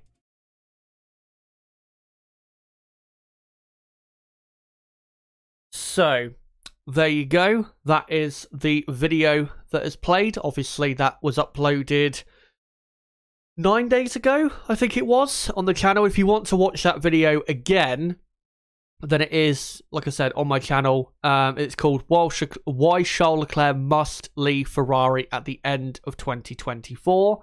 And I'll just, quickly get up the amount of time we have left until qualifying begins, you guys, so you know. And yeah, about an hour and 35 minutes to go until start qualifying. So yeah, if you want to go watch that video again, you can go watch it on the channel. It would be great, obviously, for me if you did. But let me know, guys, in the chat, based off what you just watched, what are your opinions of what I had to say? And do you think he should leave? If he should, where do you think he should go? Let me know in the chat and I'll read out a few of your comments. And then what we're going to get into is we're going to watch was it Perspective F1's video about Charles Leclerc, which he did after Silverstone, which I thought was an interesting video that we're going to react to. But we'll get onto that in like, I don't know, 10-15 minutes time. But for now, we will get into your comments. So let's see what you guys have to say, and make sure to keep your comments coming in chat, whether it be about that Charles Leclerc video that I just showed, or let me know in the chat what you think is going to happen for qualifying today, because obviously we are building up to that as well. And yeah, let me know what do you think is going to happen in qualifying. Who do you think will get pole position, finishing second, third, fourth, and fifth? If you want to predict your top 10, you can go for that. But yeah, try and give me a top 5 if you can, and I'll make sure to read those out in the next hour and a half as well.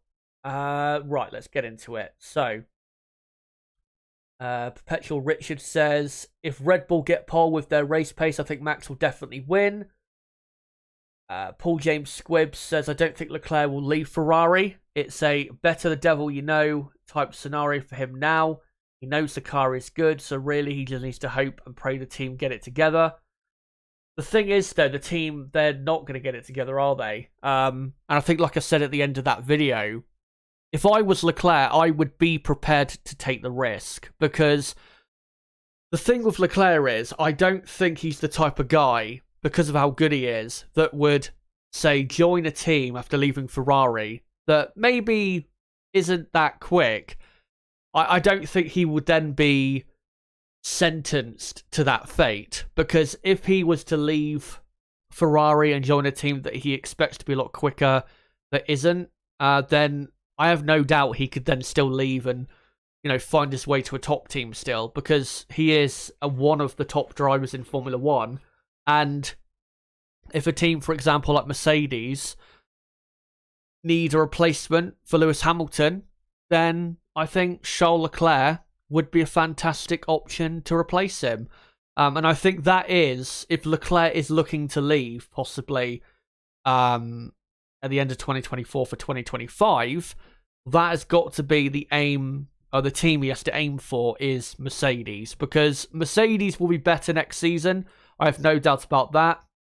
And I think Mercedes will be back to being a front-running, race-winning team at the very least after this season. I don't think they'll be in this position, say, next year. So if Lewis Hamilton can retire at the latest by the end of 2024, then that would be perfect for Leclerc. I mean, even if Hamilton was to retire at the end of next season, yes, Leclerc would still have to do a year after that with Ferrari, but Mercedes wouldn't have for 2024, if Hamilton was to retire at the end of 2023, they wouldn't have a replacement for 2024 that would be quite adequate enough. I mean, yeah, they could put an Esteban Ocon in the car, but Esteban, even though he's had a very, very good season, Esteban is nowhere near the level of Lewis Hamilton, nor is he anywhere near the level of Charles Leclerc. So Ocon would probably only be a temporary driver in that team before Mercedes go and put either a new young kid in their car that is a superstar, that they have definitely one of those, a guy called or a kid called Kimi Antonelli, who's only 15, and trust me guys, he is going to be a superstar in Formula 1 if he continues his results at the moment. But that's, you know, him coming to Formula 1 is not going to be for another probably 3 or 4 years at the very least. So, yeah, if Hamilton was to retire at the end of 2023, then Mercedes would probably look at either Leclerc or Norris as Lewis's replacement rather than an Esteban Ocon.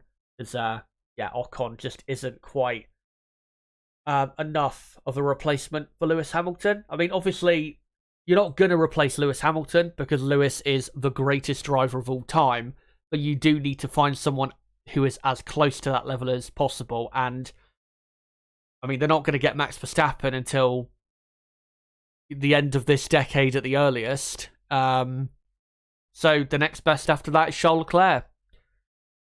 So, may as well go for him. Ferrari, a lot of engine trouble with nearly every race. If they want to challenge for the championship, they need to win today or tomorrow.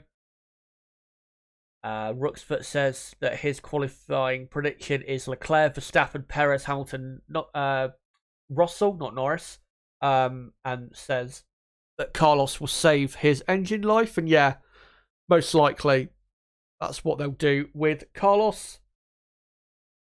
Let's find some other comments quickly in regards to this Leclerc video.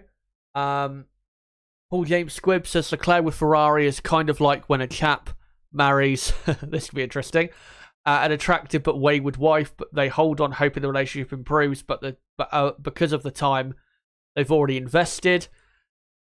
Yeah, I see your point, and you are right to a certain extent. They're basically hoping that the partnership just gets better over time, but I don't think that's going to happen. I think it's wishful thinking. I just don't think it'll ultimately work out. I mean, when I made that video, a big inspiration behind me pointing out that it's just never going to be good enough for Leclerc was Kimi Raikkonen's time at McLaren back in the mid-2000s. A very similar period Raikkonen had at McLaren to what Leclerc's having now, where with Raikkonen, he was brilliant with McLaren. That was the peak of his F1 career, especially 2005. That was when Kimi was at his absolute best. But no matter how well he drove, how well he did, there was always something that would prevent him from reaching the very top, being the championship. Kimi would have won the championship in 2003 and 2005 had it not been for reliability problems from the Mercedes V10 at the time. It feels the exact same way with Leclerc. He will, put in great performances. He'll always be stunningly quick, but there'll always be some sort of fuck up on Ferrari's end that will cause it to be a failure.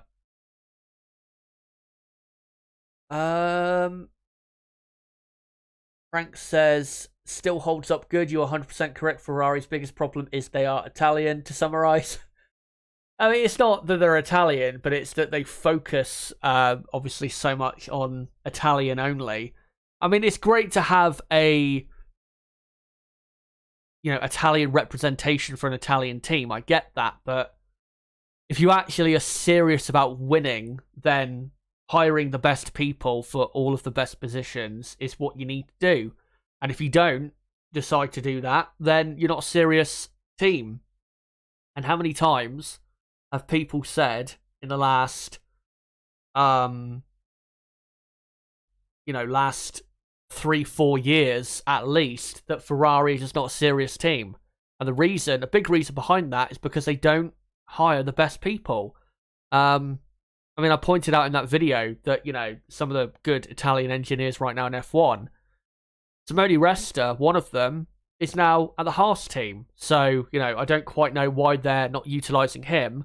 But, in the last few years, they have missed out on a few designers who are of, they do have quite a bit of talent, and could definitely add quite a bit to Ferrari and, to what they have. Obviously, Dan Fallows is going to Aston Martin, but, why couldn't Ferrari have tried and persuaded him to join them? He definitely would have been a good addition. Obviously, James Key went from Toro Rosso to McLaren.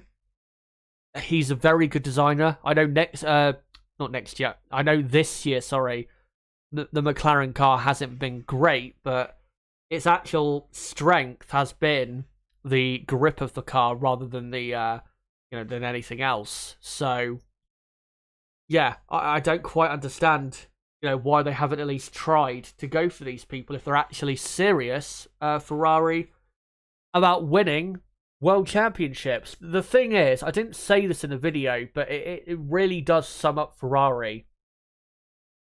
They want to win the championship, but they only want to win it their way. They want to have their cake and they want to eat it too.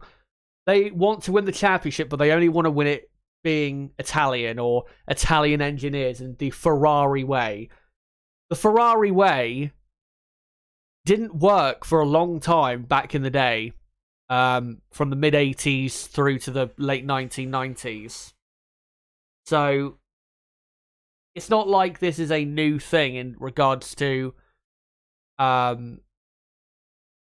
Italian engineers, or only having a base of Italian engineers at Ferrari not working. It's not as though that's a new thing. They used to do that, and it didn't work for them back in the day.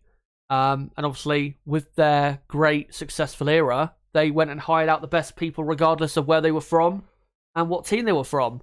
They just went out and got the best, and that's why they became the best team easily in Formula 1. And until Ferrari actually start going out there and searching for the best people in Formula 1 to make their team better, Ferrari will not win a championship. Because the engineers they have right now are not just going to suddenly turn into Ross Brawn, Jean Todt, Rory Byrne. It's not going to happen. Just not going to happen. Nello Angelo says the video is spot on, needs a consistent team, and also says it's just a shame that Ferrari can't seem to make reliable cars or the right calls on track. It's bad when the drivers are calling for a decision and making them on track race after race. It's because I honestly believe. I mean, Leclerc and Sainz won't say this because it will destroy the team from a PR point of view. But I can guarantee you, deep down, those two drivers do not trust their team to make the all-important strategy decisions and stuff like that. I can guarantee you they don't trust them. I mean, I think Charles Leclerc after Silverstone definitely doesn't trust his team 100%. Lab Gorilla says, I think Leclerc will get pole, but Max will win the race. Sainz is a goner as he has got a significant penalty. What's the weather prediction? Only rain, I think, could make an interesting race. It's only going to be hot and sunny. I don't think there's been any rain in the south of France for like 2 months. So, yeah, that's not going to happen.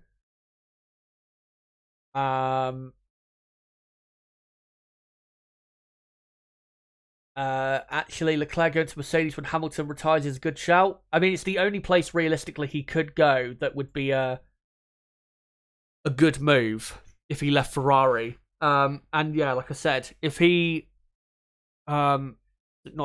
Hamilton leaves Mercedes by the end of 2024, then I think that's a great opening for Leclerc. And Mercedes would be stupid not to negotiate with Leclerc if Leclerc's contract is coming up to the end. Alex asks, when will Lewis win a race? Who knows? You never know. Next weekend, there's a possibility. I mean, Lewis, the Hungaroring is his best track in F1. I know people will say Silverstone, but the Hungaroring is definitely Lewis Hamilton's best track in Formula 1. I think he has the most wins and pole positions there. So, yeah, Lewis is going to be very competitive next weekend. And the Mercedes car will be a lot stronger next weekend because the Hungaroring track is shorter, so they'll be closer to whoever's quickest. And the corners at the Hungaroring are a lot faster than the ones here at Paul Ricard. So I think next weekend is a possibility for them. Vinster says their prediction for the top 5 in qualifying is Leclerc, Verstappen, Hamilton, Russell, Perez. Lab Gorilla says Anarchy must go for sure. Jesus, he's a joke. And also says, I'm Italian. And I have to say, we can be brilliant, but we can also be absolutely the worst. There's no consistency, hence I can't think of anything worse than a team made of Italians in F1. Well, yeah. I mean, obviously, I don't know what it's like to be Italian because I'm not Italian, but I think even if you were to hire a team of only British people or only German people, it would end up kind of in the same way. I mean, most of the best engineers in Formula 1 are British. That's always been the case since like the 1960s, really. So if you're going to go for a certain country-only strategy, you'd have to go for the British engineers because they are the best Formula 1. But even if you went British only for a team, it wouldn't work out totally in the best way. So, yeah. I mean, if you look at Red Bull, Obviously, Adrian Newey is British, but their technical director, Pierre, I can't remember his last name. Well, I do remember his last name, but I just can't say it, actually, because it's too hard to pronounce. But he's, French, and then I think they've got another European guy in their, upper technical department. So, most teams out there do have, some very good British engineers, but they don't have it all the same way. Sean says, did you forget about us Americans? Well, in terms of Formula One, I'm not, when I said engineers, I'm talking about Formula One only. I'm not talking about in general for motorsport or, just life in general. Yeah, for Formula One, I'd say the best engineers are British, normally. And have been since the 60s. Yeah, Lambiase. There you go. Butterfly, blue shorts. Make sure to remind me of, Lambiase. Lambiase, I think, has a dual citizenship of British and Italian. I think his actual nationality is Italian. But I think he might have maybe just moved to England quite young. Davo says, you really think the hamster is the best driver ever? Really? You need to either educate yourself more about past drivers or get some therapy? Constructive criticism is all this is. I'm not sure saying get some therapy if you think this driver is better than another is really that constructive. Sounds like you're calling me mental, to be honest. I mean, the evidence is pretty clear. I mean, yeah, he has, what do you call it? Equal amount of championships of Michael Schumacher, agreed, but he has more wins, more pole positions, and still could very well have more championships than Michael Schumacher. And the thing is with Lewis, if you look at his career and every season he's been competing for the championship for, if you look at all of those years and determine how many titles he deserves based on year per year, you'd have to say that he deserves not all of the titles that he won in all of the years that he won. Like, for example, 2008, I don't think he deserved that one, but I do think he deserved to win the championship in 2007 because he was amazing that season. But then, 2014 clearly deserved that, and then did in 2015. For me, deserved the title in 2016, but had too many reliability problems, which was none of his fault, none of his problem. And then obviously deserved the title in 2017, 18, 19, and 20. So, in terms of how many championships Lewis deserves for his entire career, you're looking at, 8 in total that I'd say he deserved based on all the title fights he had. And you could even argue 2012 as well. I wouldn't quite say 2012 he deserved it. I think Alonso was the deserving champion that year, but I think if you look at Lewis Hamilton's career, look at who he's beaten and how he's performed, I think you'd have to say that he is the best driver of all time.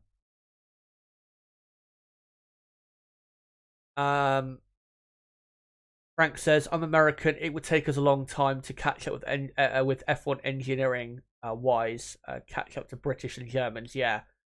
Well, maybe that can happen in the future, because we do possibly have the Andretti F1 team coming to Formula One maybe in a couple of years' time. Paul James Squibb says, you're a nutter is probably considered constructive criticism in 2022. Yeah.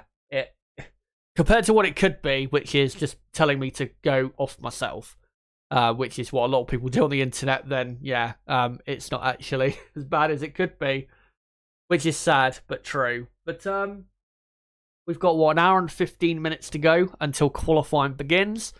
Currently, at Paul Ricard, the W Series about to have a race. I think race 1 of the weekend for them. So, yeah. We'll see how they get on. I think Jamie Chadwick is on pole position. obviously the Williams reserve driver. But yeah, with an hour and 15 to go in or before qualifying gets underway, let me know, guys, in the chat what you think of what I've had to say about this Leclerc topic so far. And also, let me know what do you think is going to happen in qualifying? Who do you think will be on pole position today? Let me know in the chat and try and give me your top 5 predictions for the race today. But I'm going to quickly just get my headphones because I want to get into this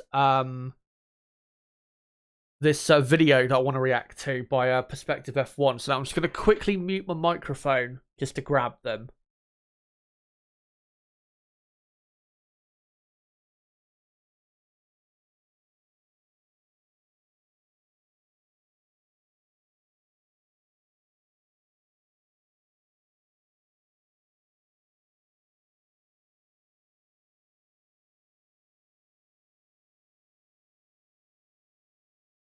The reason I had to mute my microphone there is because they were so tangled up. I didn't want you guys to hear, you know, all the effing and blinding, trying to get them untangled. But, right, let me just get these plugged in quickly. And then we'll get reacting to this video.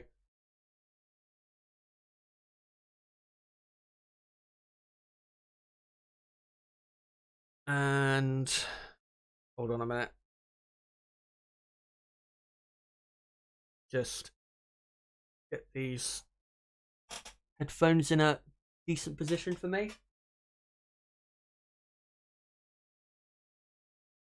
I still need to get new headphones, honestly, for myself, because these the headphone cable doesn't go or stretch long enough, which is really annoying. But let me just quickly what do you call that? Right, that should work when I get the video up. Let me quickly, though, read out some comments in chat before I get onto this video. Vince just says, W Series is looking pretty good. A bit of action and a couple of exciting moments every race. Davo says, why not constructive criticism? I'm surely a trained monkey. Could have been taught to drive the Merc. Wins he's had and favoritism because his face fitted. By the way, don't off yourself, mate.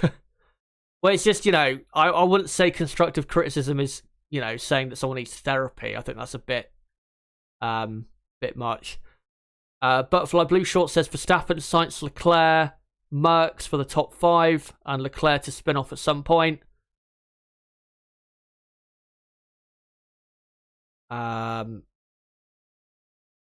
Sean says, not much. I was commenting on a full team of Italians being a bad idea. Willy Wonka.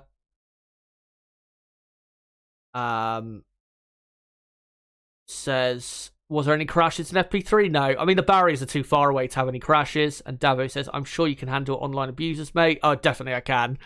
At this point, it's actually funny because, and this is why I'm actually looking forward to getting back into properly recorded videos that I used to do that did garner some criticism at times because of the viewpoints that I would put across and how strongly I put them across, which is the way I am. Because of I'm so used to, you know, accusations of me being this, that, and the other, and being called names. At this point, I just not relish it. I mean, I'm not like deliberately being a contrarian, but at this point, I just don't care if people, you know, like violently disagree.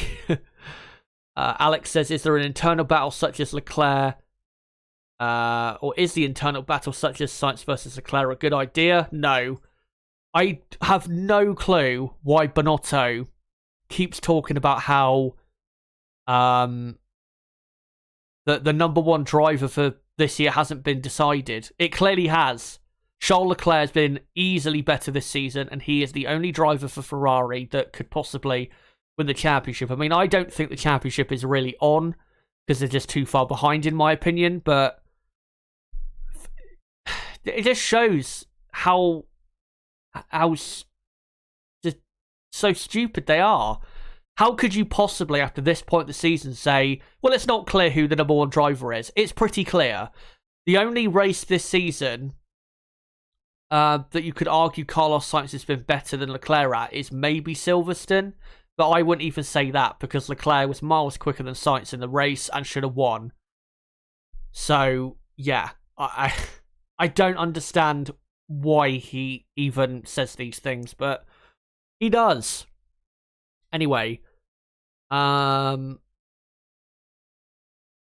and yeah, Rook has answered your comment there, Vince, as to what the upgrades are for the Mercedes team. But let me just now get this video up that we're going to react to.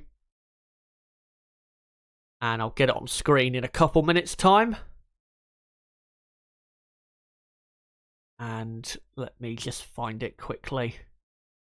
My history tab. And I'll try and get it up in a studio mode as well, so you guys can clearly see it. Or theatre mode it's called, rather.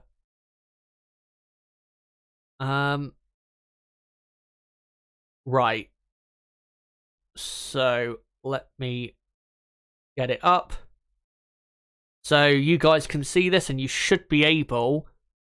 Race week that goes by. You should be able to hear that. I'll up the sound a slight bit more to like this level so you guys can hear that. So we're going to react to this video by Perspective called the Charles Leclerc Struggle. Just want to say quickly, if Perspective somehow is watching this video or stream, which I doubt, one, don't worry, I'm not going to violate copyright. I will add to the video that you've done. I'm not just going to watch it the whole way through. I am going to stop it at a few points and give my take. And secondly, you know, I don't have any hate or anything towards you. You seem an absolutely, you know, fine person. So, yeah, I don't want anyone to think that because I might disagree with some of his points here that I have a, you know, a personal disagreement with him or something. So, yeah, he seems a fine guy to me. So, yeah, we'll react to this video about what he thinks about, I think, Charles Leclerc. And this was uploaded just after, I think, the British Grand Prix. So let's get into it. Lately, seems like Ferrari are in the headlines by the end of it. And I thought that I would chat about it today because, well, I am a Ferrari fan and I know how much you love my Ferrari opinions.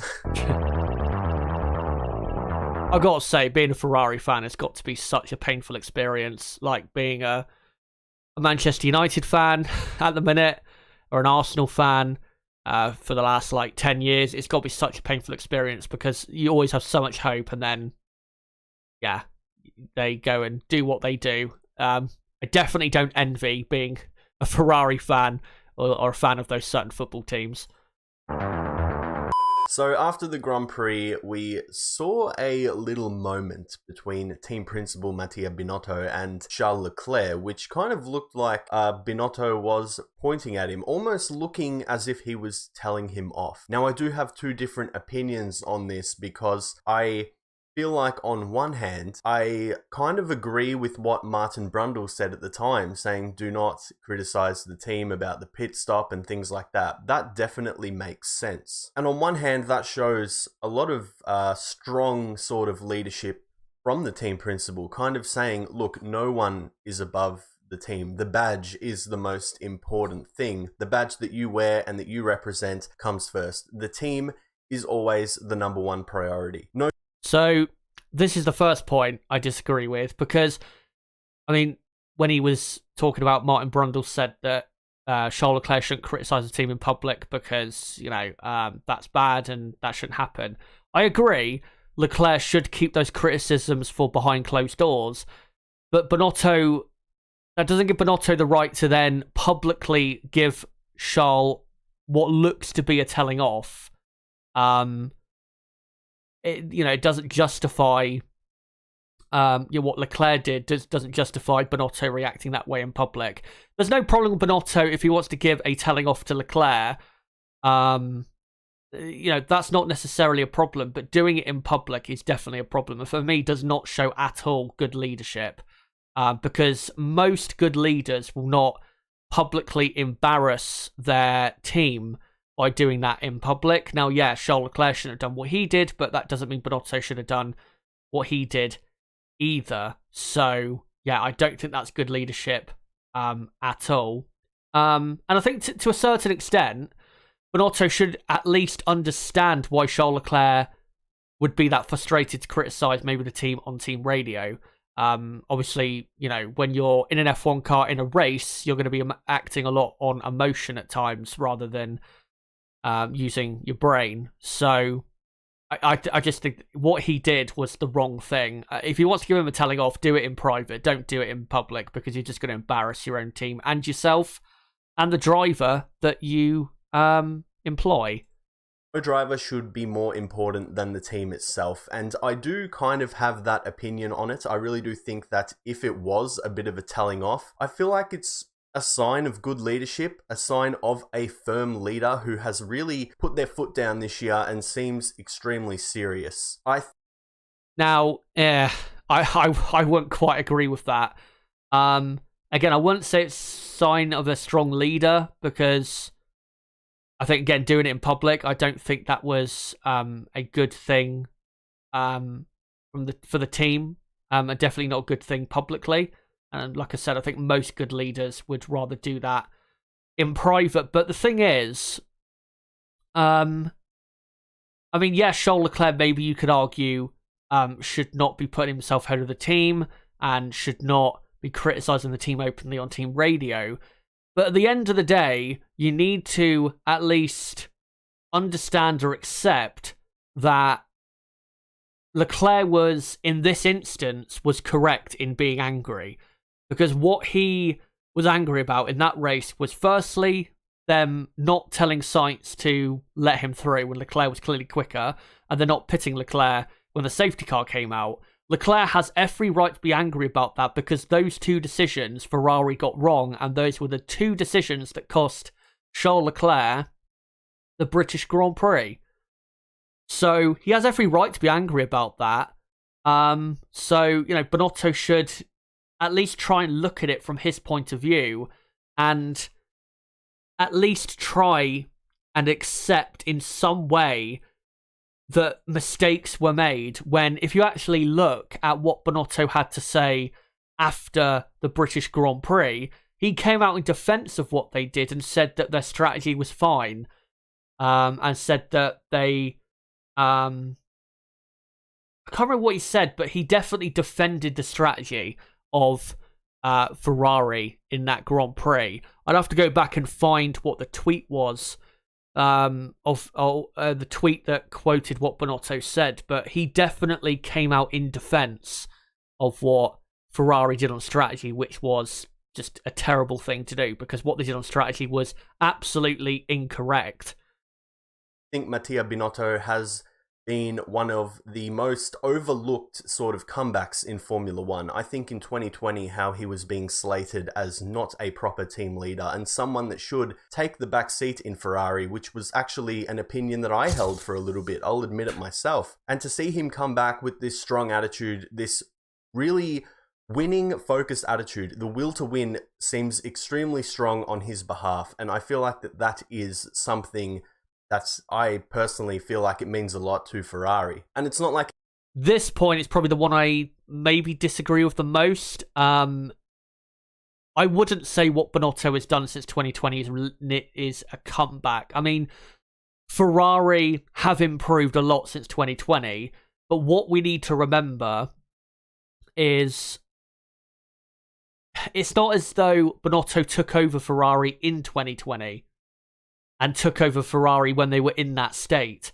He took over the Ferrari team as team principal when they were the second quickest team and finished second in the Constructors in 2019. And then they became what they were in 2020. And Binotto has to have a lot of responsibility for that, for the reason they became so bad in 2020. So I don't see how it's necessarily a good comeback, because it's essentially all he's done, Binotto, is bring this team back to where they were pretty much when he started at Ferrari as team principal. So I wouldn't say that's necessarily a comeback. It's more of a or bringing the team back to a good level. It's more just going round in a full circle. I mean, if he had took over in Ferrari in 2020, with them being in that state, and then brought them back to where they are now, then I would give an absolute ton of credit to him. But we need to remember the big reason why Ferrari was so poor in 2020 was because of the engine being a lot weaker in power, because their illegal 2019 power unit, they couldn't run anymore. And Binotto has to take a lot of responsibility for that illegal power unit, because he was technical director in 2018 all the way up until the very end of 2018, so would have had absolutely oversight on that power unit and would have known about it through 2019. So, at the end of the day, Binotto put them in that position.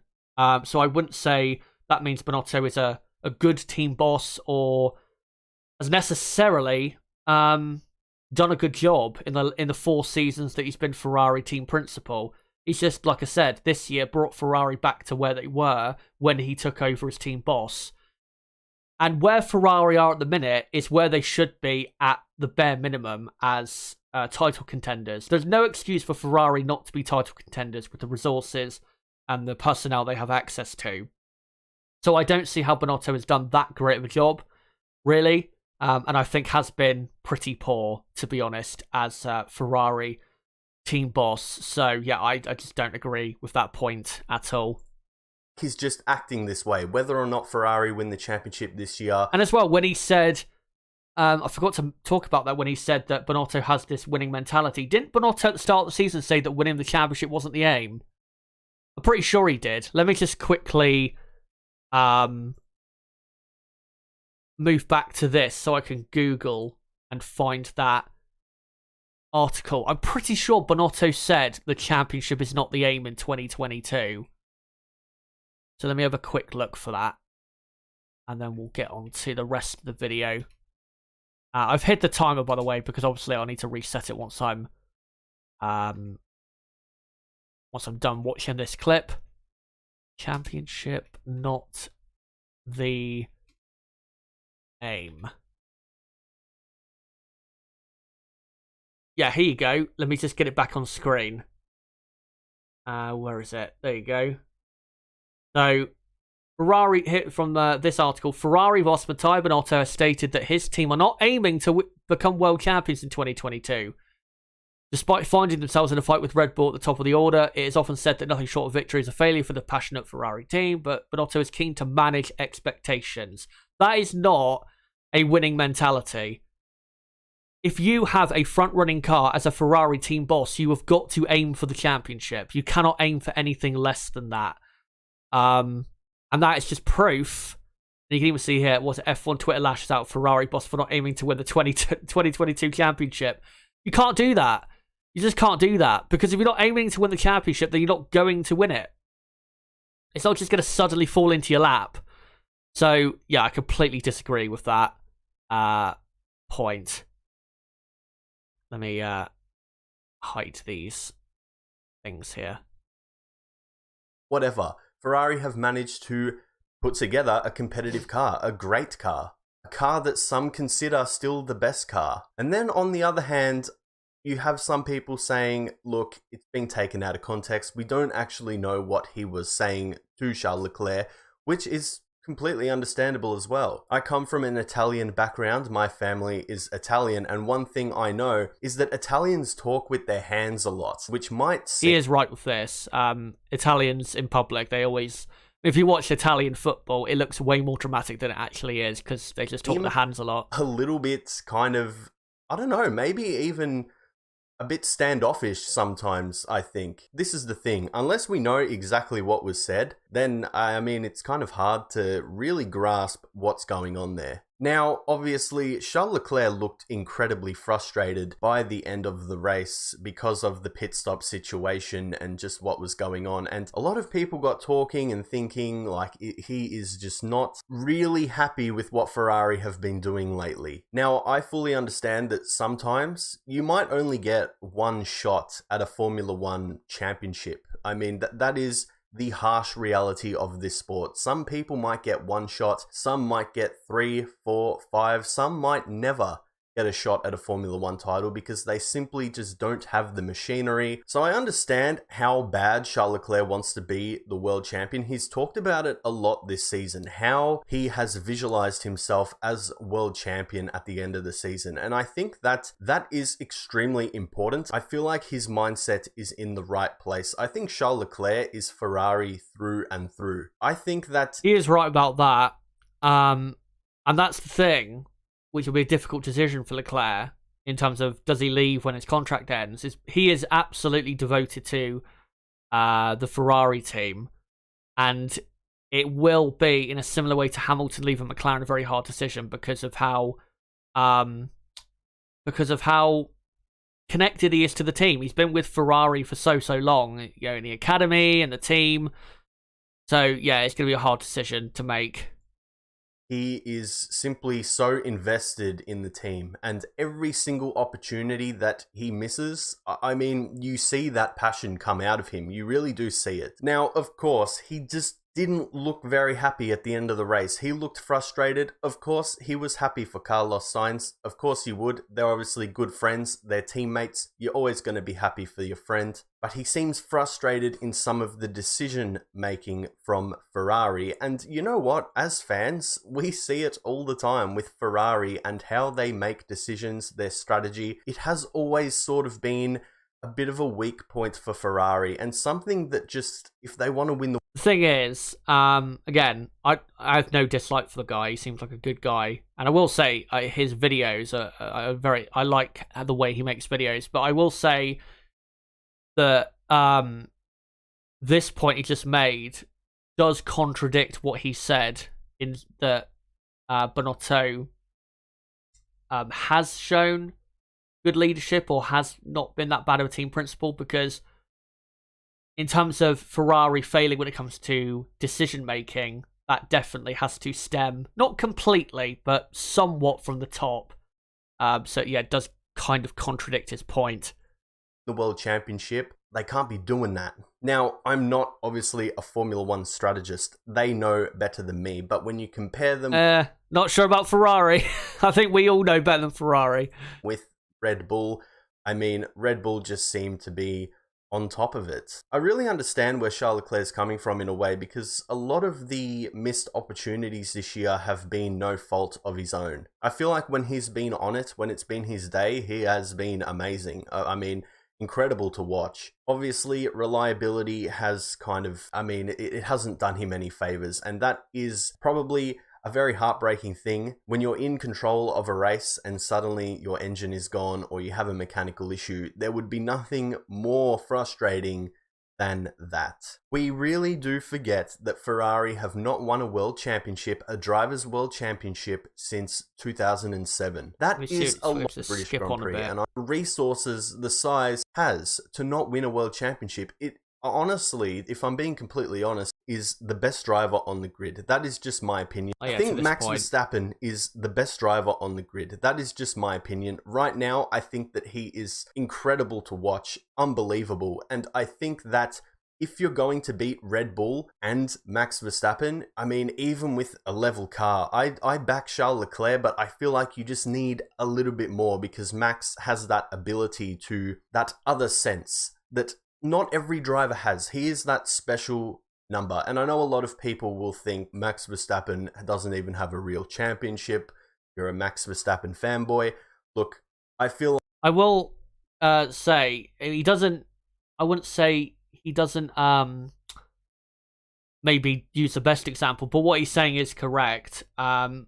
With Max, I mean, yeah, the car Max is driving is very quick, but because of the way Max is as a driver, you're not just having to beat the Red Bull car, you're having to beat Max Verstappen, who always is able to pull out a bit extra than what you think is possible from the Red Bull or from him. So he is correct in that. Like, I know talent when I see it, and Max Verstappen he's different. He is just built different, and I think the same thing applies with Lewis Hamilton. I said last year, if you're going to beat Hamilton and Mercedes, you need something extra because they are just an incredible unit. And Hamilton, when it matters, he is simply unbelievable. You get drivers like that here and there. I feel like Charles Leclerc can be at that level. I mean, he is such a talent and he is so good to watch. And I feel like it just frustrates me that Ferrari might be the thing that is just currently holding him back just a little bit. Now, I don't put all the blame on Ferrari. I think the Ferrari-Leclerc partnership is very good. I think it's great. I want to see it continue in the long term. But right now, Charles Leclerc, clearly a bit frustrated, but Ferrari need to get on top of this. And Charles Leclerc hopefully will pick up a Ferrari. Please, just enjoy this video. Please. Yeah, so that's the end of the video. But, yeah, like I said, I have no problem with the guy. Obviously, never met him. Nice video, but I would have to disagree with probably the first, like, 2.5 minutes of this video. Yeah. I just disagree with some of the points he made here. But, yeah, just the reason I wanted to play this video is obviously want to get a different, no pun intended, perspective on, you know, the whole Charles Leclerc Ferrari thing. But, yeah, there you go. So, guys, let me know in the chat, you know, what do you think of what perspective said in this video? Do you disagree with what I disagreed with him with? Do you agree with him? Let me know in the chat, and we'll get into that in the next, next 10 to 15 minutes or something like that. And I'll go back to this, and let me just quickly get the timer back up on screen.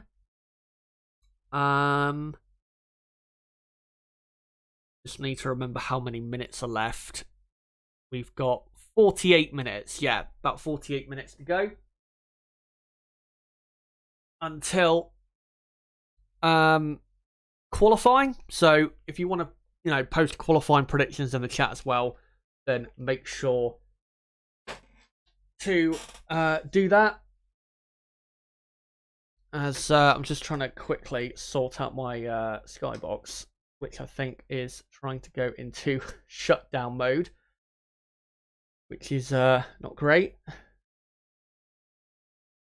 But I'll get that sorted out soon. But yeah, let me know, guys, in the chat, what did you think of that video? And what did you think of my disagreements, I guess? When it came to Charles Leclerc, again, I want to point out that, you know, if I disagree with another F1 YouTuber or whatever, that it's no, you know, hate or anything towards them. It's just a mild disagreement over something in Formula 1, which is nothing, really, at the end of the day.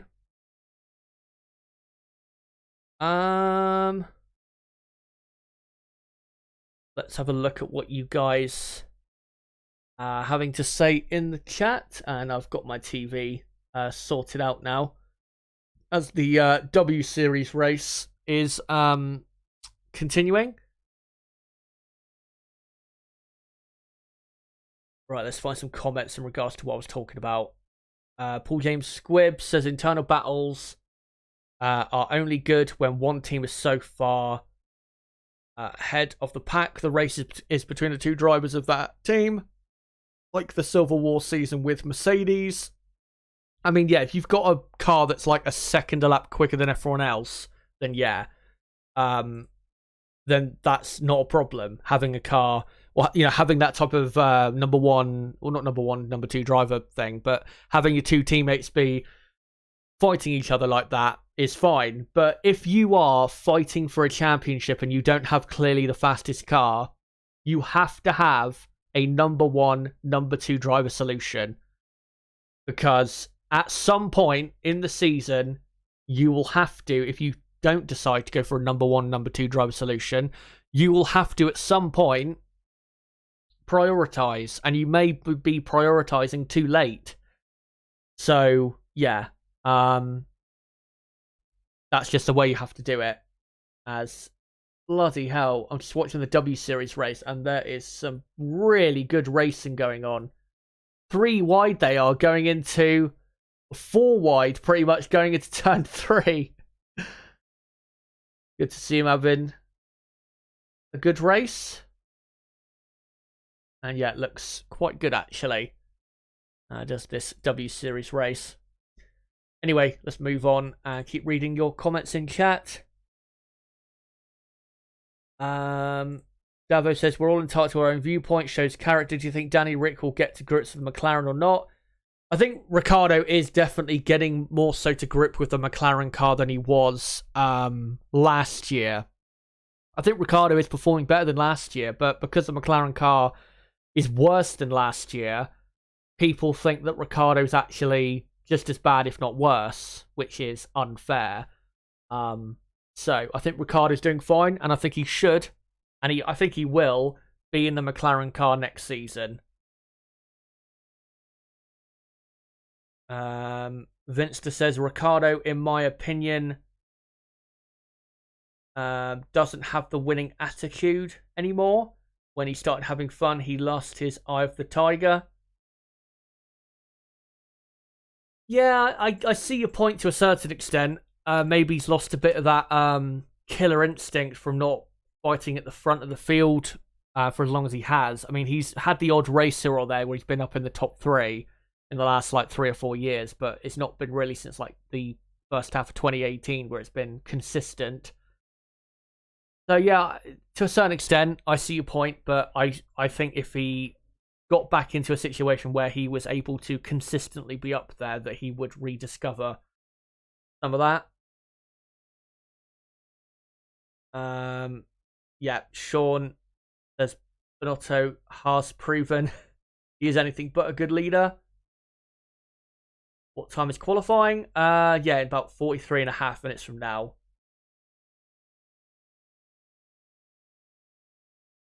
Frank says, if Charles and the Ferrari car was at McLaren, do they have more points? Yes. If McLaren had the car Ferrari do, and Leclerc was there, McLaren would be leading probably the Constructors' Championship and would have Leclerc leading the Drivers' Championship. Not by much. It would still be very close, but it would be a proper title fight as opposed to a maybe title fight, which it kind of is at the moment. But even for me, I don't think there is a title fight. I think it's pretty clearly going to be Max Verstappen winning the championship, because I still think Red Bull are just too good compared to the Ferrari team.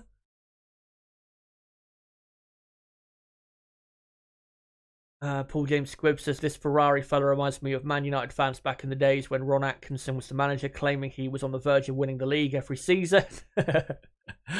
I think I remember some of that from back then. Obviously, I'm not old enough to actually be there in person and remember it, but I think there was a notion back then with Man United that they were always on the verge of winning the league, but just were missing something, when ultimately they just weren't actually good enough to compete with Liverpool at the time. But I think if you were to compare Ferrari and Manchester United, there are some similarities, especially in the dropping of standards that has gone on for a while. Not as long as it has at Ferrari, though.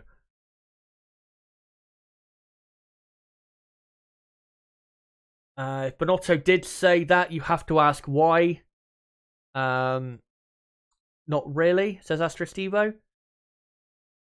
Paul James Squibbs says, we can all be prone to engage in a bit of wishful thinking as fans. I'm still hoping Seb and Aston Martin are going to come good somehow. I mean, I'm not a fan of any particular team or driver, but there are definitely teams or drivers that I hope can do a bit better than, say, they're doing now. Vettel at Aston Martin, and thankfully he's on screen right now, would be great if Vettel could, benefit from a much better Aston Martin car, but at the end of the day, you just got to wait and see. We can't sit here and just claim that it is possible with teams like Aston Martin or other F1 teams. And talking about Aston Martin quickly, I think they will improve in maybe not next season, but going forward, they will start to improve. But I don't think it'll be. I still don't think it'll be anywhere near the level that they need to be at, considering what they have going for them financially, and also how resource-wise they've got a lot more now than they had when they were Racing Point or Force India. Carlos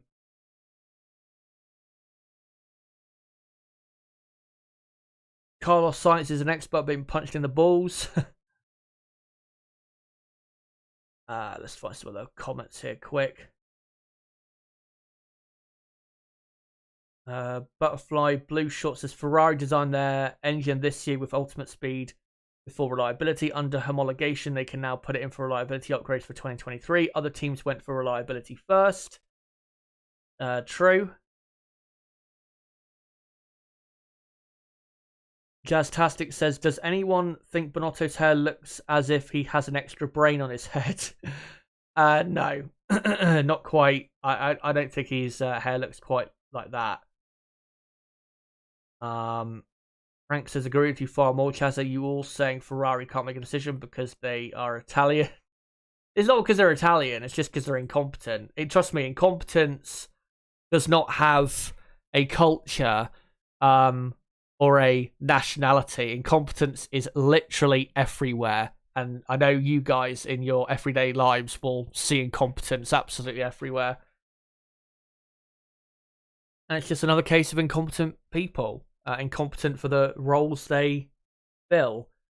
Sean says, if you can't stack a 2-car pit stop, you might not be able to plan ahead for what comes in F1. Yeah, I still don't get why they were so scared of doing that, Ferrari. In France. PC asks, what's your view on Nico Rosberg being banned from the F1 paddock? Yeah, if you guys don't know, Nico is not allowed in the paddock because he's not vaccinated, which is his choice. He says he has antibodies and he does antibody tests regularly, so doesn't feel the need to have a vaccine, which is his decision. But obviously, if you don't get vaccinated, there will be consequences with that. I mean, we've had these type of consequences for not being vaccinated for decades. People want to act like, not being vaccinated and there being consequences for that in terms of where you can and can't go is a new thing because of COVID. It's not. You've needed certain vaccines to enter certain African countries or countries in poor areas for decades. It's not a new thing. So, Nico hasn't got vaccinated, and yeah, that's the consequence. If he wants to go to F1 races, then just get vaccinated. Simple as. I mean, yeah, I know there are unfortunately a lot of anti-vaxxers out there, but the benefit outweighs the risk. So, yeah.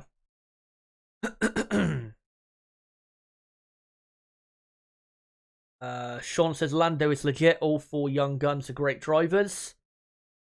It's funny you say that because I actually do have a video coming up on Lando Norris, which will either come out next week or the week after. So I think you'll be very interested to hear about or watch that video, because I wouldn't necessarily say I agree with you totally.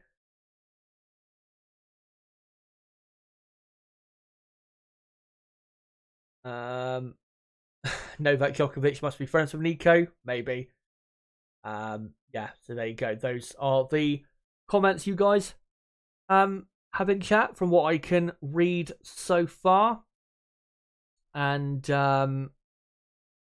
right, I think and there is the porn bot coming just in time. No pun intended. Benbot's Chicken says, my parents had to get typhoid vaccines before going to Nepal. COVID's vax, the same sort of thing. Yeah. I mean, people just want to act like it's a new thing when it's been the case for decades. And it's been the case with if you want to attend school, I think in America you have to be vaccinated for certain things. So yeah, I don't really see how it's that terrible of a thing. But anyway, enough of politics and vaccines and all of that shit. Let's now get into the build up to qualifying, because obviously qualifying begins in 35 minutes time. Before I do that though, I'm just going to quickly post the link out again before we properly get into the build-up here. So, in the chat, guys, what I want you to do for the next 30 minutes, if you haven't already let me know, comment in the chat letting me know what your predictions for qualifying are today. Who do you think will get pole position at Paul Ricard? I'd love to hear from you in the live chat. And remember, I'll be live for about half an hour from now until about half an hour after qualifying finishes. So another 2 hours. And for anyone new watching who is new to the channel and, is thinking about subscribing, make sure to subscribe because I'll be live for a while tomorrow as well to cover race day at Paul Ricard for the French Grand Prix. So yeah, make sure to subscribe to the channel. And for everyone watching, don't forget to smash the like button and share this video and channel everywhere you can. Yeah, let me just quickly post this link back out again.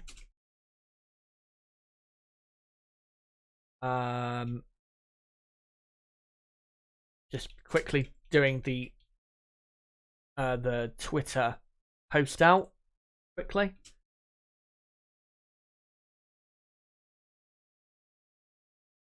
And hold on, almost there. The hashtag for some reason isn't popping up. And there you go. And that tweet gone out. Right, so let's get into the build-up to qualifying here in France. And let's get into the teams and how they are looking going into this. Actually, no, wait, before we get into the teams, let's quickly get on to what does it take to really have a good lap around Paul Ricard, a circuit that is very important when it comes to qualifying. In the 3 races we've had here for Formula 1 before this weekend, the man on pole position has been the victor. So it is very important qualifying here. So what does it take to have a good qualifying lap? Well, here is the track map. The first sector, quite twisty and windy at times and can get a bit slow and pedestrian towards the end of the first sector. Sector 2 is pretty much flat out.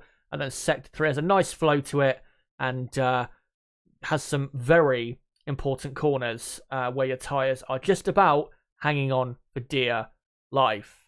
And let's now get into the onboard lap. This is Tatiana Calderon in a 2012 Sauber. I found this on YouTube and she is going to take us through the lap here at Paul Ricard. You're heading now down the pit straight into turn 1.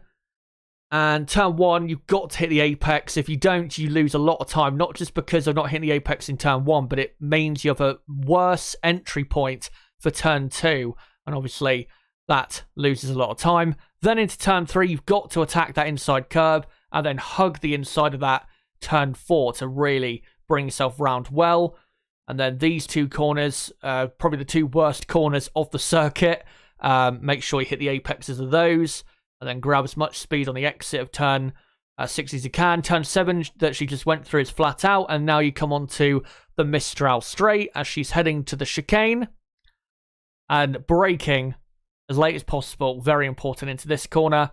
Don't necessarily have to smash the apex of the 2 parts of the chicane. But as long as you have a smooth run through, that is absolutely fine. She goes through that and now comes up to turn 10. The flat out right-hander. Would be very interesting to see how the cars would perform in that corner in the wet. And now comes into turn 11, a right-hander that just keeps going on forever and ever. And hitting the apex of that corner, very important, because if you don't, you will most likely run off the track. Braking very late and hitting the apex of turn 12, also very important, because you can also run quite a bit wide and lose a lot of time through that corner. Then into turn 14, you have to really try and hug that left-hand curb. Then into the final corner of turn 15. And as long as you get good traction out of that corner, doesn't really matter about hitting an apex. And then it brings you back on to the start-finish straight. And that is what it takes to have a good lap at Paul Ricard. And I'll just get the new timer up on screen. There you go, about 31 minutes to go here before qualifying begins in France. And we'll now get into the teams and how I believe, based on what they've done so far, how I believe they will do.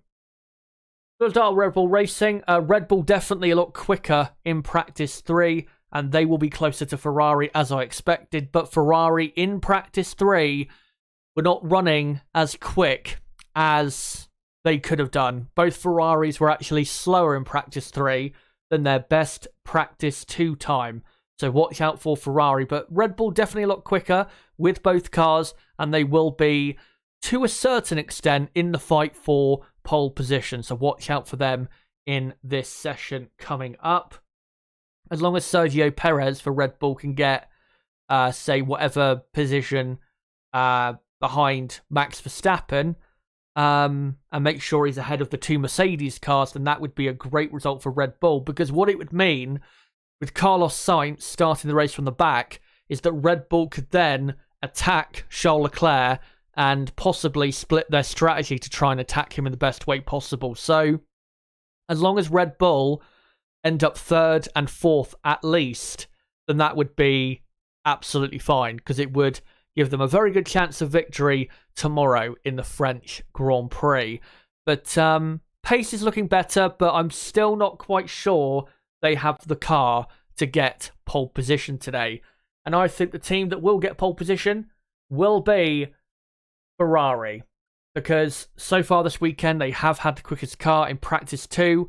They were half a second quicker than Red Bull, and like I said, in practice 3 with both cars they did not run as quick as they did in practice 2. So they can definitely go a lot quicker, probably by a second per lap, in just practice 3, I guess, trim you would call it. So Ferrari definitely have a lot more pace, and I think, given how Charles Leclerc has been this season and how amazingly quick he's been in qualifying in 2022, I think he will get pole position. It'd actually be, even though he's been so quick and so good in qualifying this season, it would actually be his first pole position since Baku, which was, 6 weeks ago? And obviously that weekend, it did not turn out great for the Ferrari team in the result that they, not only got, but didn't get that weekend. But we've seen so many times this season that Leclerc has been stunning over a single lap. And with this Ferrari car being so quick this weekend, I just don't think Max Verstappen will have enough to get pole position from Charles Leclerc. So for me, Leclerc will be on pole. Carlos Sainz is starting the race tomorrow from the back, so it doesn't really matter what he does.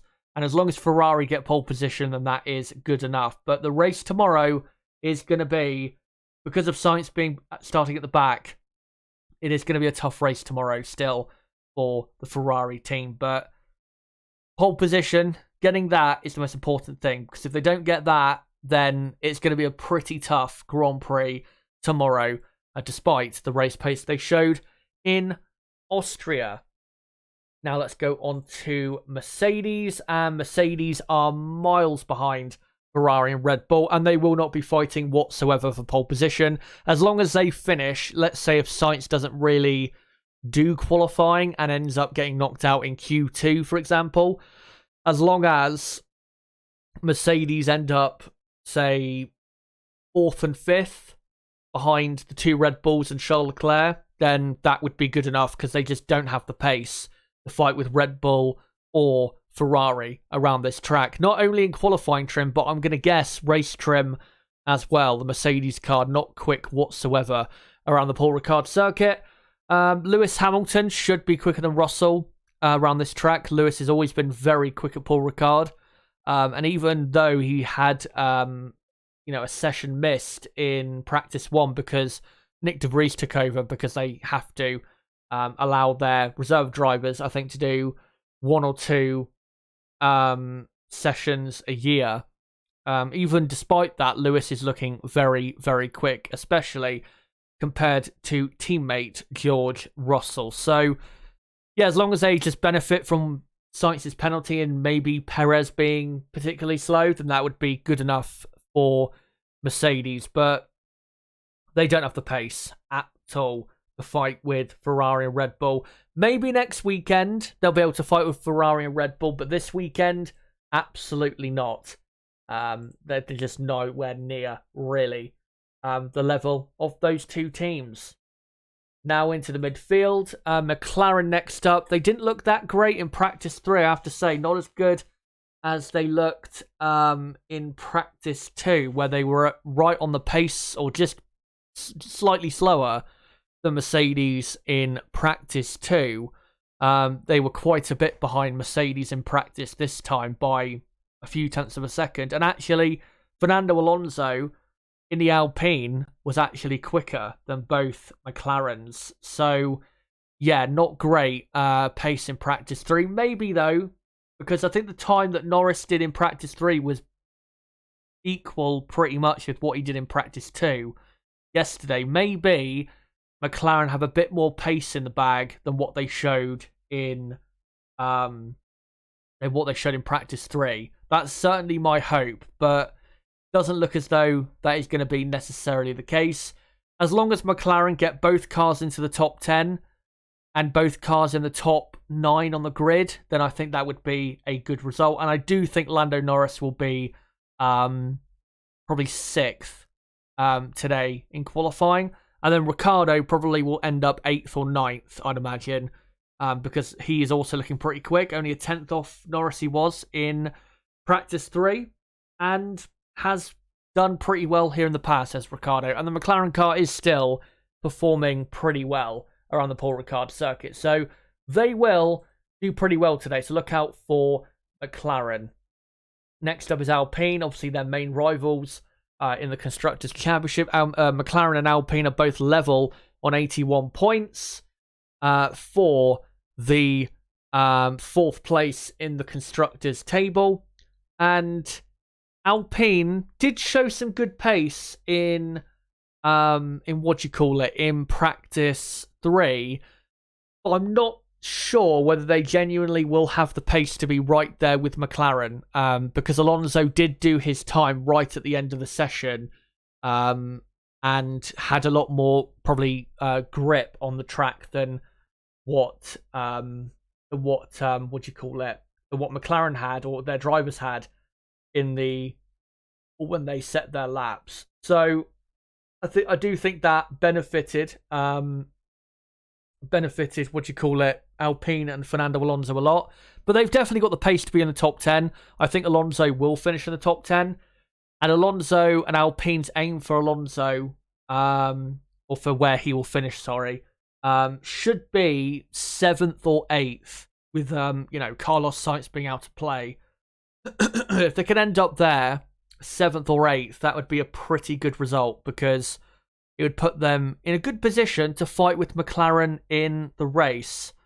It would be pretty tough to fight with McLaren in the race, because I think McLaren are looking pretty quick overall, whether it be qualifying pace, race pace, and around this track. But yeah, Alpine still competitive, just not as competitive, I think, as McLaren will be in this session. Hopefully this man on screen, Esteban Ocon, can be in the top 10 for the home crowd. Does look as though, given the competition, that is going to be a bit difficult, though, because you've got Gasly, the other Frenchman, who is looking very quick, and also I think Alfa Romeo's looking pretty decent on pace as well. So Esteban might have a tricky fight to get into the top 10. Talking to Alfa Romeo, let's get on to them now. And yeah, they've got decent pace, Alfa Romeo, and I think they'll probably end up, at worst, with both cars just outside the top 10. But I think they could definitely get a Valtteri Bottas into the top 10 in 9th or 10th place. And if they were to get that, that would be a very good result for Alfa Romeo. Because, lately they've not had that many great qualifying results, have Alfa Romeo. I mean, they have with Zhou a couple times, but as a team, it's not been as great as it was earlier in the season. But even if they qualify, say, 11th and 12th, or 12th and 13th, something like that, that's still a decent qualifying, because we know that Alfa Romeo will have very good race pace, as they normally do, and they always look after their tyres very well, and that will be a very important factor in tomorrow's French Grand Prix. So they will be definitely a team to look out for today. And if they can get that good qualifying result, then it should result for them in a pretty strong points finish on the Sunday. And hopefully they can get that. For Haas F1, it's a shame for them because Kevin Magnussen at times has been looking very, very quick this weekend. But Kevin also, just like Carlos Sainz, is taking on a completely new power unit, the third power unit for Magnussen of the season. And that has incurred a penalty, and Magnussen will be starting from the very back with Carlos Sainz. And again, such a shame because Kevin has been quite clearly, so far this weekend, the quickest Haas driver. And Haas, at times, have not had too bad a pace with their car. But with Magnussen pretty much out of play, Mick Schumacher hasn't been quick at all this weekend. I don't know why he's been so slow, because he performed well here last year, where he got into Q2, I think. Even though he crashed out, I think, in Q1, he got into Q2 in like 15th with that with last year's Haas car that was so bad. I don't quite understand why this year he's really far down the order and quite a bit behind his teammate. I just don't really understand why that's happening. But if he can improve a bit on what he's been doing and get a decent, say, Q2 result, then that would be, I think, good enough for the Haas team. I mean, they didn't expect to be that quicker on a track like this. Doesn't really suit their car that well.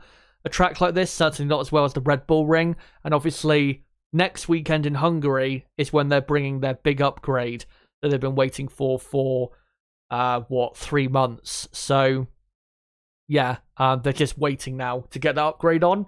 And hopefully with that upgrade, we'll see a massive step up from the Haas F1 team. But yeah, not looking great for qualifying. And it's very likely that both cars could be knocked out in Q1. For AlphaTauri, looking good. Franz Tost has proclaimed that their new upgrade has worked very, very well for them, which is great to see. And it does seem to be working well because Pierre Gasly, I mean, practice 3 wasn't that quick, but he didn't do a fast run towards the end of the session, which is why he ended up, I think, in P12 or P13. But so far this weekend, he has been very, very quick. He was in the top 10 in practice 1 and practice 2, and looked just very quick compared to the rest of the midfield throughout the weekend so far. So I think Gasly will be in the top 10 and will be one of the 2 or 3 top drivers in that midfield pack out of, Norris, Alonso, Gasly, Ricciardo, Ocon, Bottas. I think Gasly will be in the top 2 or 3 of that pack. Yuki Tsunoda, though, if he could get into the top 10, that would represent a massive improvement from him. Because a year ago at this track, he was absolutely terrible in this AlphaTauri car. Crashed in qualifying, spun on the exit of turn 1 and then put it in the barriers and caused a red flag straight away with such a simple mistake. And then in the race, obviously had a pretty, didn't really do much in the race as well. So if he was to get a decent qualifying result of a P11, P12 at worst, and have a decent session, then that would be, I think, pretty good for him to show the improvement, the clear improvement that Yuki has made in the last year or so. But AlphaTauri will get a car into the top 10, but getting 2 cars into the top 10 might be a bit of a struggle. So, yeah, we'll see how they do in regards to that. Aston Martin are utter shit. They might even be the absolute worst and slowest team today. They were definitely the slowest team in practice 3. It's really between them and Williams as to who the shittest team is around this track. And they are looking as though they could take that award. Aston Martin, such a shame. I didn't think they would be that quick this weekend. And they're definitely not going to be quick next weekend in Hungary. But yeah, they're very, very poor. Are Aston Martin, and they will definitely have both cars knocked out in Q1. This car just has no pace in qualifying trim. And even in race trim, I mean, it has better pace, but not that much better. So, yeah, a shame, but this is just the way Aston Martin, or just where they are. They're a very poor team, and the car they have produced for 2022 is very, very bad. That is unfortunately just the way it is. And finally, it is the Williams team, and they were up in, I think, 8th and 12th in practice 3. Now, if they got that in qualifying, I would be screaming to the point of losing my voice. But yeah, that is incredible, the pace we saw there in practice 3. If they can get both cars, because Sainz and Magnussen are going to start at the back anyway, let's say Sainz and Magnussen don't really do a qualifying lap and they end up both going out in Q1, Williams have enough pace to get both cars into Q2. It's definitely possible. I mean, they're looking as though they could be quicker than Aston Martin. So, I mean, if let's say they can get both cars ahead of the 2 Aston Martins, that would be probably them getting one car into Q2, and then they've just got to beat one of the Haas's probably to get into Q2 of both cars. So it's definitely possible with the Williams team. So look out for them in this session, because they have, took a massive step forward of Williams. Great to see, because I was getting a bit afraid for them that they were going to be left behind for the rest of the year, but thankfully I've made a big step up, have the Williams team, and they're looking pretty good around the Paul Ricard circuit. But with 14 minutes to go, let me know, guys, in the chat what your top 5 predictions are for qualifying here at Paul Ricard, and I'll make sure to read out your predictions in the next few minutes, and then we'll get on to quickly the last few little bits of data and stats and that before we get into qualifying itself. So let's hear a few of your predictions in chat. And if you are new to the channel, by the way, don't forget to subscribe for more content like this, because tomorrow on race day, I'll be live throughout race day from 12 p.m. UK time until 1:30 with my race preview. And then from 1:30 till 4 p.m. UK time for the race watch-along. The race itself starts at 2 p.m. UK time. And then I'll be live for probably an hour after the race with a race reaction to the French Grand Prix. So if you are new to the channel, don't forget to subscribe for more content like this. And for everyone watching, don't forget to smash the like button as well, as there is some work going on, I've noticed, to the rear of Carlos Sainz's car. Hopefully no further issues for him, and they're actually looking towards the rear end of Leclerc's car as well, so hopefully there's no issues there for Ferrari. But yeah, I'll wait for you guys to post your predictions in chat, and then I'll get to them very, very soon. Let me get into some final few things before we get into qualifying itself, starting in 12.5 minutes time. Let me just quickly look on Twitter though to see if there is any news in regards to whatever was happening there at Ferrari. And no, don't know what Ferrari were looking at there. Anyway, let's get into these final few things before we get into qualifying itself. So let's quickly get into the FP2 data. Most of the teams in practice 3 were either going slower or lapping at about the same speed as their practice 2 time. So may as well look at this. And obviously practice 2 yesterday held in more representative conditions. By the way, credit to Lights Out F1 blog for the graphic they make. Obviously, I grabbed this from Twitter, and make sure to check out their blog. You can see that on the bottom there. So, looking at the sectors, Ferrari definitely quicker in Sector 1 and Sector 2. Or Sector 1 and Sector 3, sorry. Sector 2, Red Bull are quicker, and definitely seem to be a bit quicker in Practice 3 in Sector 2, with them running a bit more power than they were yesterday. So, that's where Red Bull have closed the gap a bit, is by just running, I think, with more power in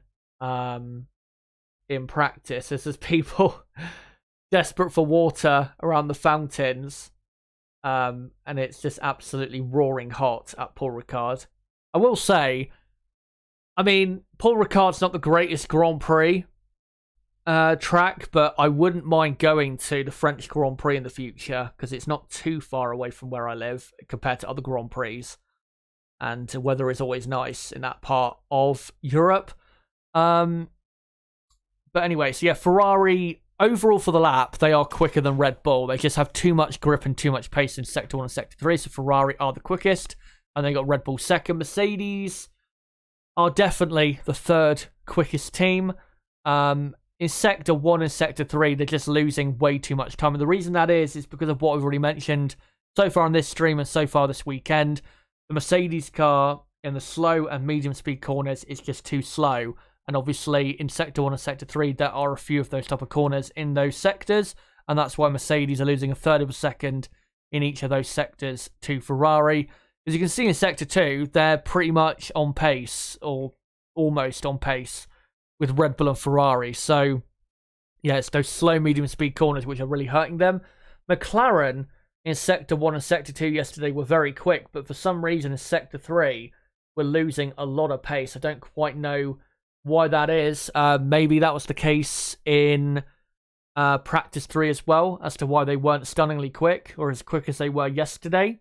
But McLaren definitely quicker with their new upgrades than they were previously. So yeah, the front four teams are definitely, I think, Ferrari, then Red Bull, then Mercedes, then McLaren. And then, I mean, yesterday it did look as though Haas were the fifth quickest team possibly, but with Magnussen's penalty, I think they're going to drop down quite a bit. So the fifth quickest team is either between AlphaTauri, Alfa Romeo, and Alpine. Alpine, you can see in Sector 2 yesterday, were quite slow, and I think that's because they were running their car in a lower power mode, because normally they're a lot quicker than that in a high-speed sector.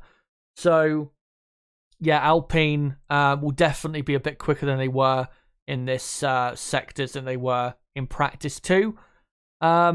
Alfa Romeo looking overall good for the lap, except you could say for Sector 2, maybe just running a bit too much downforce. Haas, like I said, will drop down, and then it'll be Aston Martin and Williams at the very back. But it's looking nice and competitive still through the field. But I would say that it's probably Ferrari, Red Bull, Mercedes, McLaren, and then probably Alpine fifth, then AlphaTauri, Alfa Romeo, Haas, Aston Martin, Williams. That's probably the pecking order going into qualifying. So remember that when we get into this session for proper.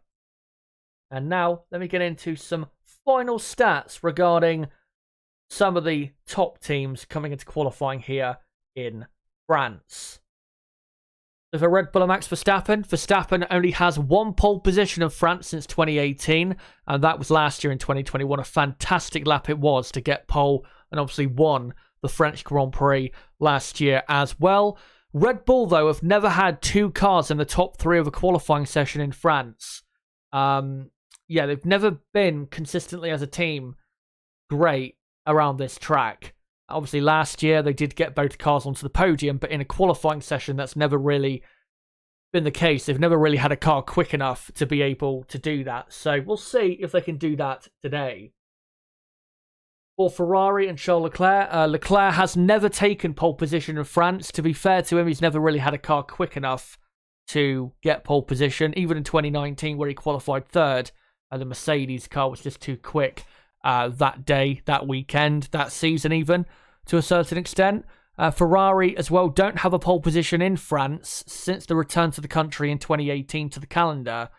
2018, 2019, where they had a competitive car, those particular weekends, they just didn't have a car good enough for this circuit. Obviously now, that is quite a bit different, and last year, there was no way they were going to get pole because they were just nowhere near quick enough, and we're in a completely different fight to Red Bull And Mercedes and Ferrari's last pole position in France was in 2008 with Kimi Raikkonen.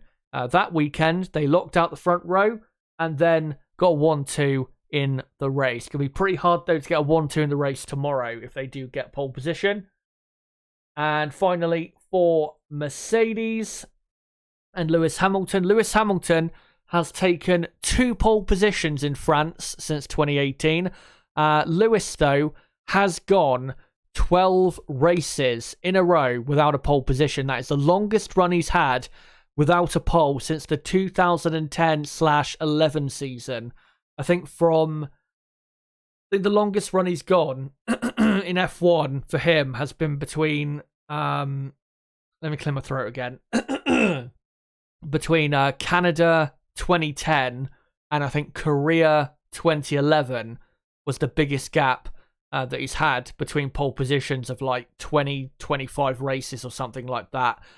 So he's not quite at record-breaking levels of races that he's gone without a pole position, but it is the longest run since then, almost. So yeah, those are the stats regarding the top teams. And let me quickly get into the championship standings that you'll need to remember going into the qualifying session beginning in a few minutes' time. So in the Drivers' Championship, Max Verstappen is leading by 38 points from Charles Leclerc. If Leclerc does believe that he can win the championship, then he does have to get pole position, because pole position very important at Paul Ricard.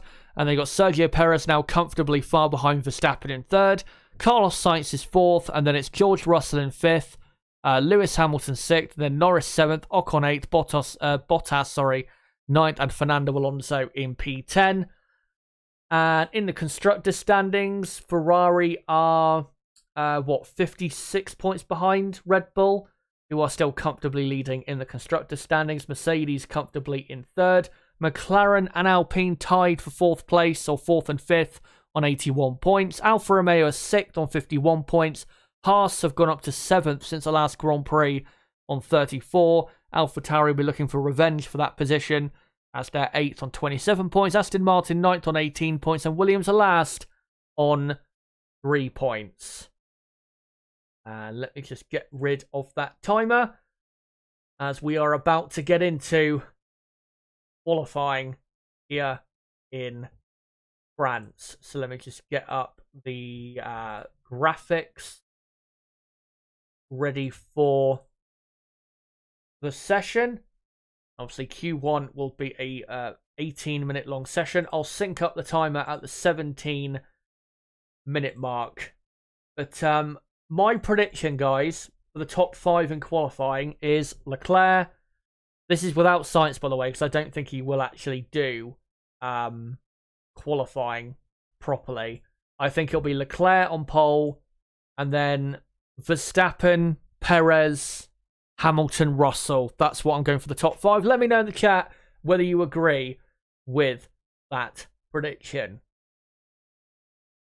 But yeah, we are not far away.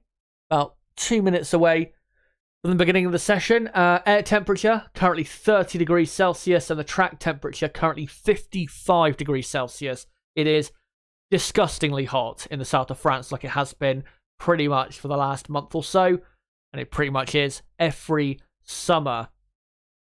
And all the fans desperate to keep themselves cool in this incredible heat. And obviously, in that area of France, there's been a lot of wildfires. Thousands, even tens of thousands of people have been evacuated due to it. So, yeah, it's been incredibly hot in that part of the world. Not as hot as it got on Monday, where it was up to like 43, 44 degrees Celsius, but it is still incredibly hot. And those fans there in the grandstand with the thing over them in the shade, that will help them quite a bit in this searing heat.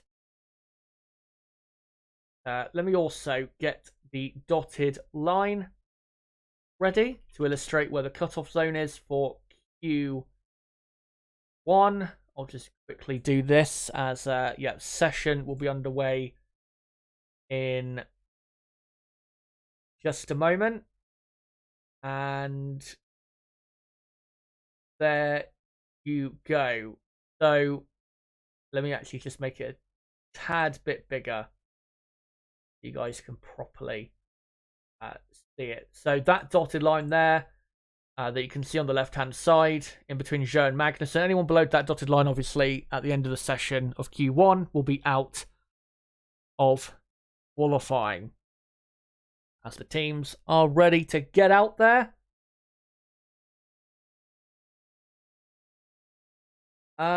Timothy says, I'm going for Ferrari with Leclerc. Why was Vettel last in FP3? His time that he did was only on the medium compound tyre. Don't actually know why he didn't come out to do another lap. Let me have a quick look. So Seb was in the pits because they were trying to fix his car because it had car damage for some reason. Maybe just running over a curb too hard or something. Yep, Sainz, by the way, to confirm for Timothy there. Sainz will start at the back of the grid.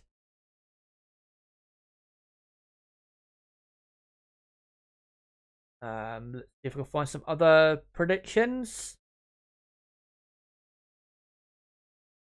in the chat. Don't think I can. But, yeah, just make sure to keep up with me, guys, in this qualifying session. And if you want to update your predictions for Pole at any time, then you can obviously do that. But the session, I think has started, but they just haven't shown the green light or the cars that maybe possibly are on track. But we're currently looking at Max Verstappen in the garage, who isn't going anywhere at the moment. And yet, there are cars now coming out onto track. Are there? Yep, there's an Aston Martin there coming out onto track. So the session has begun. Qualifying begins in France. And I'll sync the timer up in about 30 seconds time. As we've also got a Ferrari out on track, probably of Carlos Sainz, I would imagine. They've probably just now fitted his new power unit, and they just want to give it a systems check, just to make sure there's no issues. And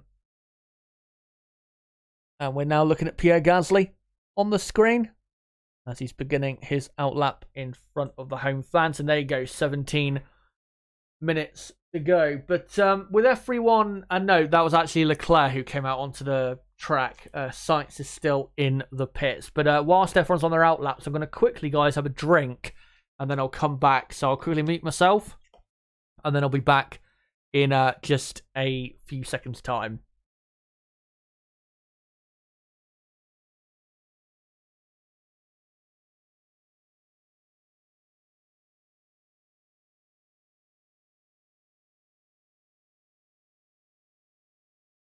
Right, that's a lot better. And yeah, the laps of the drivers that have come out so far haven't, I don't think, yet been started.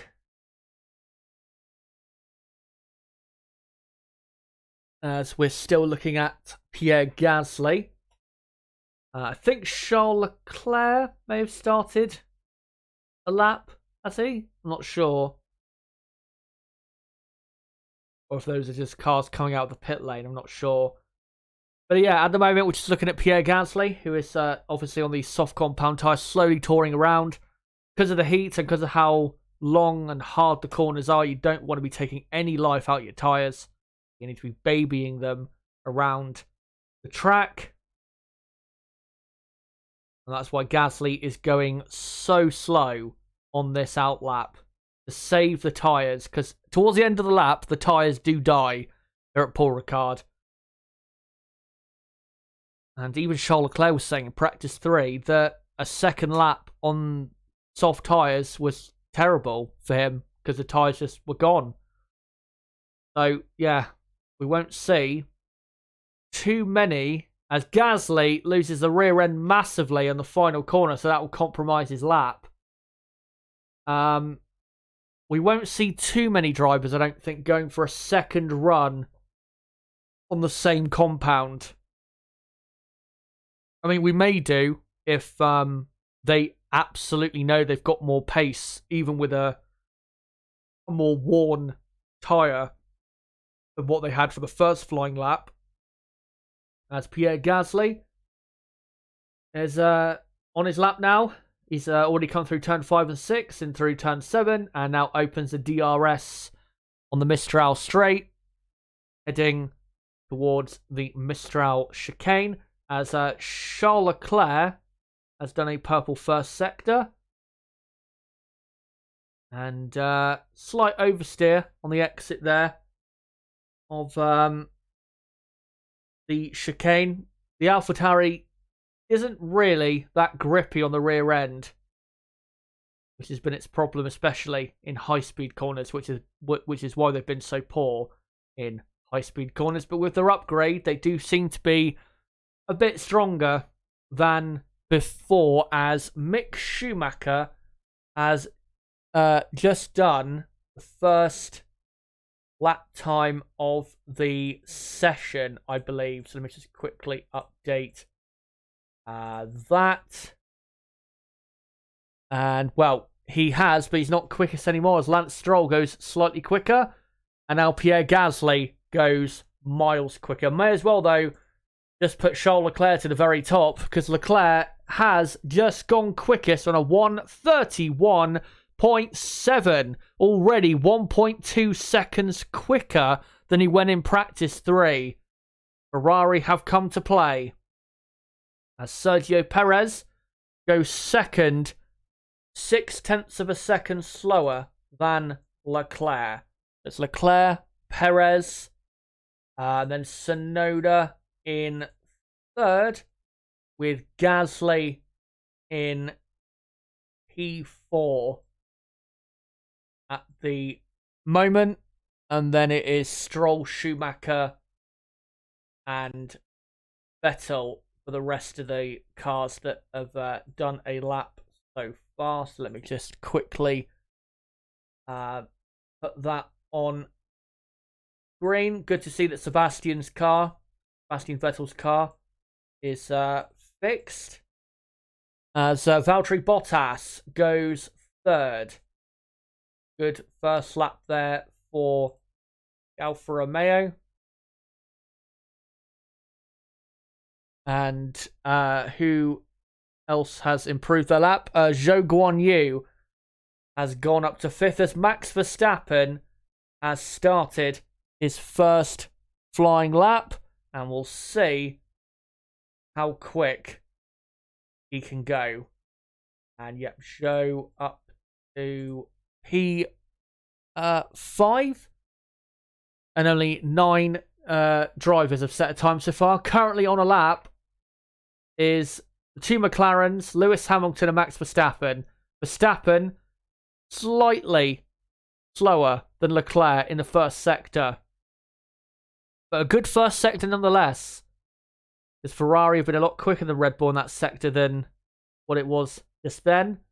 And yeah, maybe went a bit too quick into the corner there, into the chicane there, and didn't have maybe a great exit. But he has had a purple middle sector, and he is 0.06 of a second quicker than Leclerc so far on this lap. As Lando Norris has done a good lap so far. He's only 4.5 of a second slower than Leclerc after the first 2 sectors. Very good there for Norris, as Perez now gets out of the way for Max Verstappen. And Norris is actually 0.2 of a second quicker than Hamilton on his first run, as Max Verstappen exits the final corner, opens the DRS. Can he just about go quickest? No, he cannot. He lost too much time. About 0.2 of a second he lost in the final sector. So Verstappen is second. Norris goes fourth on a 1:32.6. That's a second quicker than Lando went in practice 2 and practice 3. As Ricciardo goes 6th. Lewis Hamilton only goes 6th and is yeah, 0.4 of a second slower than Lando Norris. So maybe McLaren, right out the blocks, have got some good pace. So Hamilton 6th. Russell is 7th. Ricciardo is 8th. So good laps, or early laps there for McLaren. And then it's Tsunoda and Zhou completing the top 10. And then Gasly, Stroll, Schumacher, Vettel, the rest of the drivers that have done a time. Carlos Sainz is currently on an outlap. Kevin Magnussen is in the pit still. Not sure Magnussen is actually going to go out and do a lap time. As Alonso and Ocon we're currently looking at. The home team, Alpine, on their flying laps. As Pierre Gasly goes up to 9th. And Alonso, as Tsunoda, goes 8th now for AlphaTauri. Alonso into the final corner he comes and will get a very nice slipstream to the start-finish line. Let's see where Alonso goes with this compared to McLaren. And it's pretty good. He goes P5, only 0.2 slower than Norris. So a good early lap time there for Alpine. As Ocon goes 9th, which is okay at the minute. Nothing special. Ocon up to 9th. And some other drivers have set some lap times, but I haven't quite seen who yet, so I'll get onto that later or in a moment. As Verstappen complaining, what was Checo doing there on the line? I don't think he really affected Max that much, to be honest. And then Lewis, yeah. Those guys were in the way last two corners, and yeah, definitely had a couple drivers distracting him quite a bit. But, right, so the top 10 is currently Leclerc, Verstappen, Perez, Norris, Alonso, Bottas, Hamilton, Russell, Ocon, and then Tsunoda. And then you got Ricciardo 11th. Albon is 12th. And then it's Gasly 13th, Zhou 14th, Stroll 15th. And then in the drop zone, at the minute, Carlos Sainz has just started his first flying lap, so we'll see what he can do. And then in the drop zone, it is Latifi 16th, Schumacher 17th, and Vettel in 18th. So not looking good for Sebastian, as Carlos Sainz has done a good first sector. And I think what they'll do here, Ferrari, is just run Sainz into Q2 and then he'll park it, because I don't think Magnussen is actually coming out on track. Light corrections there through the chicane. As Leclerc says, I don't understand why we did this second push, to be honest. Well, he did say earlier that the tyres were just dead on the second lap, so yeah. Don't quite understand why Ferrari did that, but Ferrari do many things that we don't quite understand why. As Schumacher is up to 16th. I'm very curious to see, by the way, if, like, what Mercedes' real pace is now, because Norris has done a very good lap time, gone a second quicker than his personal best of the weekend before qualifying. Mercedes' personal best, as Carlos Sainz comes to the line, and where does Sainz go? 3rd. I'll just quickly update that. The personal best lap time for Mercedes was for the weekend was a 132 or 133 point was it 133.3 or something like that. So, and they're currently Mercedes on a 133.0. So they are quicker than their personal best times of the weekend so far, but they're not that quick.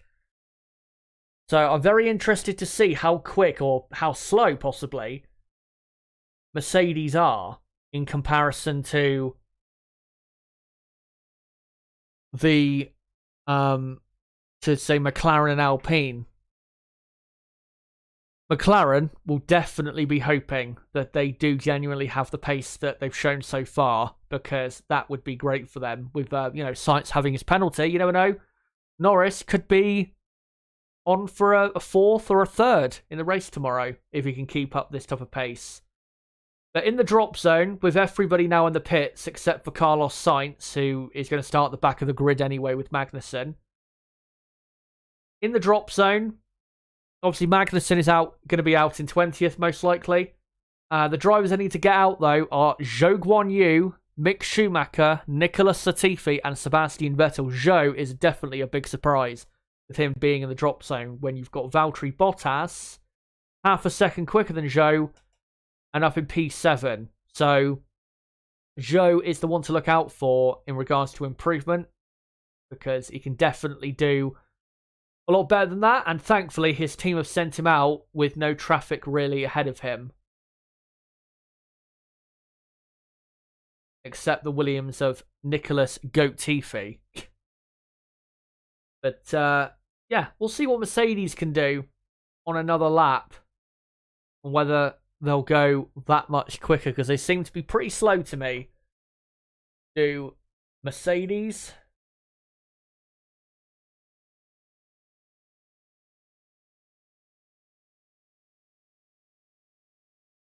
And Vettel, we're seeing, currently 19th.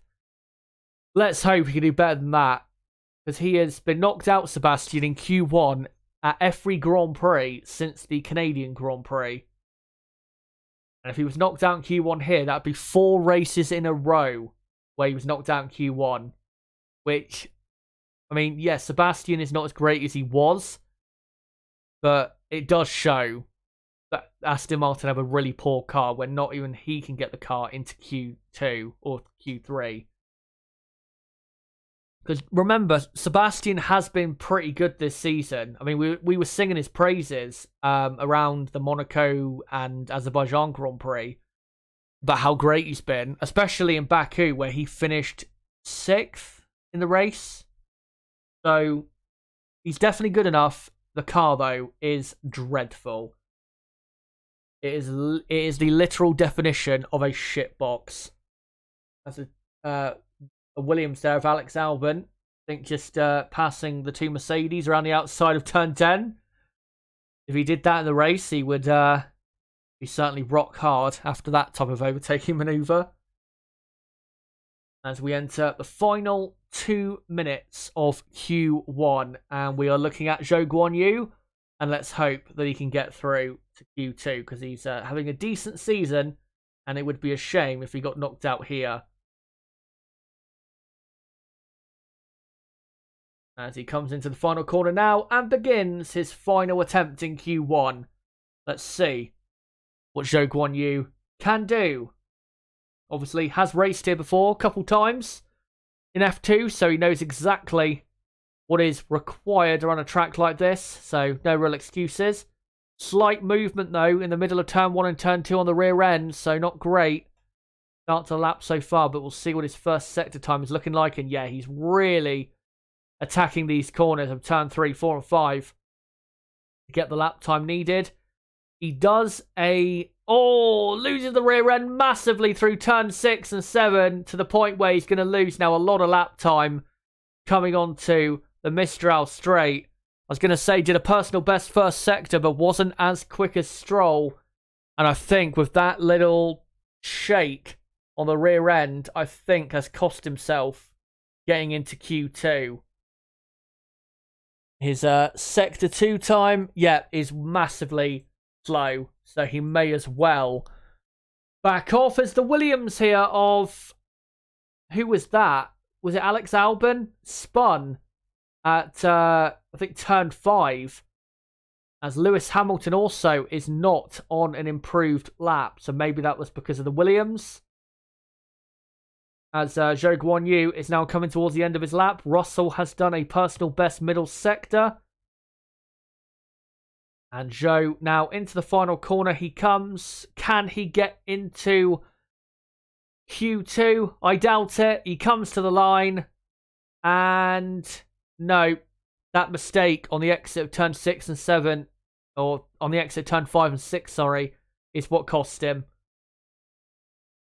As George Russell, currently in P9, is now coming through the final corner. And let's see where he goes on this lap. Currently on a 1:33.0 or 33.1. Improves to a 33. Well, he does improve his lap time, but he stays on a 1:33.1. As now the session is over. Who will get knocked out in Q1? Yuki Tsunoda completes a lap but stays in P11. As Mick Schumacher here and Lance Stroll are coming to the end of their laps. Can Stroll get his way up the order?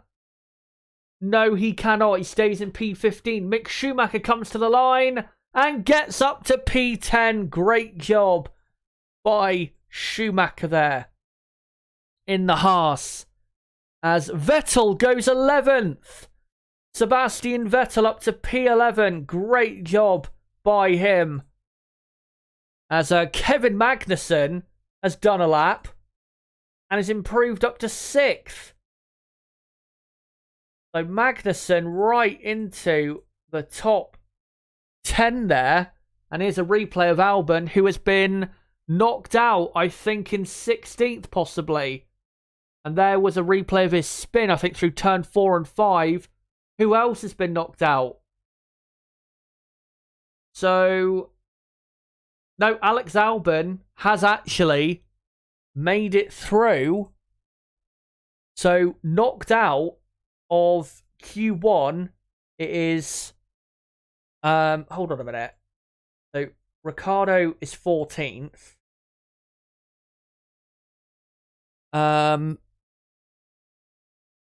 So you got Vettel 11th, and then Ocon. Also, Mick Schumacher's time's been deleted, so that's why Mick Schumacher's dropped down. There's Vettel 11th, Ocon 12th, and then Tsunoda has finished 13th, Ricciardo 14th, Albon 15th, and then knocked out in Q1, guys, Pierre Gasly. What a surprise that is for Gasly to be out in 16th place. And also Lance Stroll, Zhou Guanyu, Mick Schumacher, and Nicholas Latifi. And that means that through to Q2 is Leclerc, Verstappen, Sainz, Perez, Norris, Magnussen, Alonso, Bottas, Hamilton, Russell, Vettel, Ocon, Tsunoda, Ricciardo, and Alex Albon. Good job by Albon, despite the spin, to get into Q2. How does time get deleted? Mick's time was deleted for track limits, so he obviously went too wide at a certain corner. And that obviously is not allowed. But let me quickly get the a couple things ready for Q2. Obviously, Q2 is 15 minutes long. I'll sync up the timer at the 14-minute mark when that comes. And also get another dotted line out ready. But yeah, interesting session. The most interesting thing, I would say, is what do you call it? Is Mercedes' lack of pace. That's got to be the most interesting part for me of the session so far. Maybe they'll show more pace. Who knows? In what do you call it? In Q2 and Q3, but it does not look very good for the Mercedes team right here. Let's see if I can just move the... There you go. Drive us up slightly. So, yeah. Anyone on the end of Q2, obviously, between those two dotted lines will be out of Q2. And, yeah, very curious to see where Mercedes end up and whether McLaren, with Lando Norris, can keep up their good pace. Let me know, though, guys, in the chat. How do you think Mercedes will get on compared to McLaren? because it's not looking as though Mercedes are the third quickest team for certain. I mean, they may still be, but it doesn't look to be certain right now. They don't seem to have really that much grip out there. As they've come back now from their ad break of Sky F1. And Mick Schumacher probably won't even know for sure where he went over the white line.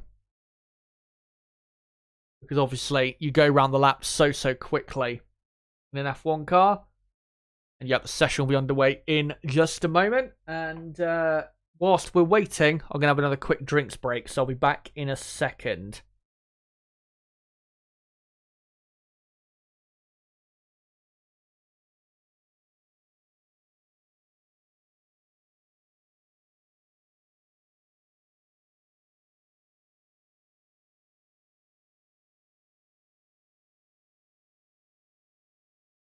And now I'm back. It appears that Haas are keeping Mick Schumacher in the pits because they're trying to find out what the track limit violation was to see if they can maybe protest to the FIA about it. But it looks as though, I think they showed it on one of the mini screens in their garage, it looks as though Mick has gone right over the curb on the entry to turn 3 and cut it a bit too much for the steward's liking. So, yeah. And actually, Anthony Davidson is about to show it on Sky F1 on the Sky Pad. So here he comes into turn 3. And, yeah. I think he's going to... Yeah, he does. He pretty clearly cuts the corner there. I mean, he's close to the white line, but he's not on it. So it's a pretty clear-cut corner cut by Mick Schumacher as Q2 is underway. And we're just looking at Charles Leclerc, is it? Coming out of the pits. And yet Mick Schumacher now out of the car. And his session is over. And I'll get the timer on screen in about 10 seconds time, as also Fernando Alonso is coming out. And obviously they'll all be on soft compound tyres. And there you go. 14 minutes to go in Q2.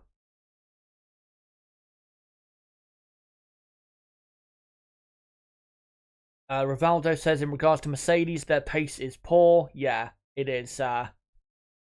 It's not good. It's a lot worse than we expected. I mean, I didn't think they would be as quick as Ferrari and Red Bull this weekend. I don't know why people thought that would be the case, but I definitely didn't think they'd be this slow. But it shows you that this car fundamentally is a bad car for them. It's not something that can just be improved upon through developments. It is fundamentally a poor car.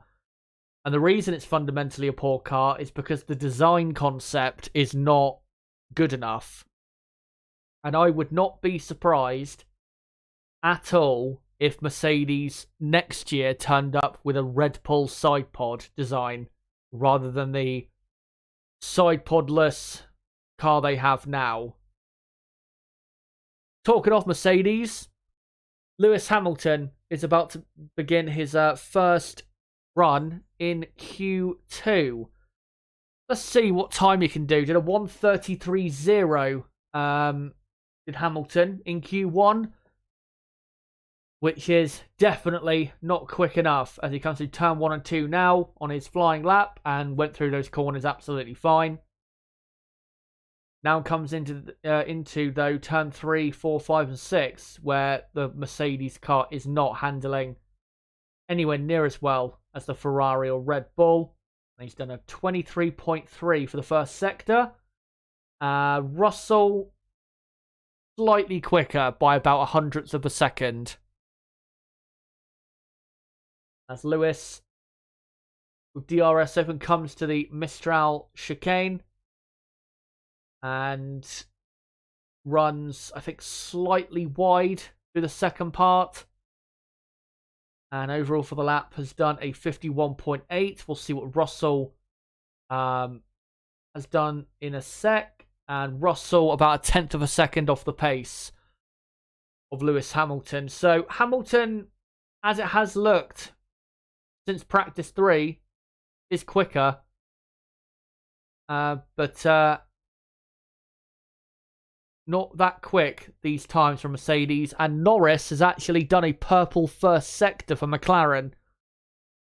And a purple middle sector. So Norris is quicker than the Mercedes on this lap. So this pace is genuine from McLaren. They have the pace to fight with Mercedes. As Hamilton only does a 1:33.3. That is a poor lap time for Mercedes. They need to be a lot quicker than that if they want to get a good qualifying result. Russell is up to second. Alex Albon has gone third. Let me just quickly update that as Lando Norris comes to the line and goes quickest and is quicker, guys, listen to this, he's quicker than Hamilton by 5.5 tenths of a second. Mercedes are in serious trouble, without a doubt, as Sebastian Vettel goes third. Aston Martin splitting the two Mercedes, as Norris is now quickest. Well, not anymore, because Charles Leclerc only goes a couple tenths of a second quicker. That's a lot slower than his best Q1 time of a 31.7, as Alonso goes third for Alpine. As Max Verstappen comes to the line. Oh no, Sergio Perez, who goes half a second quicker than Leclerc. And now Verstappen will come to the line in a moment. Ricciardo goes fourth, quicker than both Mercedes. And Max Verstappen goes quickest on a 1:31.9, but Ferrari can go quicker than that by quite a bit. There's a Red Bull 1-2, and then it's Leclerc, Norris, and Ricciardo in fifth. McLaren looking very good. These upgrades have definitely worked for McLaren, which is great to see. As Magnussen goes fifth for Haas. Such a shame that he has to start the Grand Prix from the back, because his pace is very good. There's now Norris. The top 10 is now Verstappen, Perez, Leclerc, Norris, Magnussen, Ricciardo, Alonso, Hamilton, and then Bottas 9th, Vettel 10th, surprisingly. And then in the drop zone, it is Russell in 11th. And then Ocon, Albon, Tsunoda, and Sainz. Carlos Sainz, though, is about to come out onto track. Well, no, he is out on track. What I was going to say is he's about to do a flying lap. But Mercedes are in big trouble and are at risk of being knocked out here in Q2.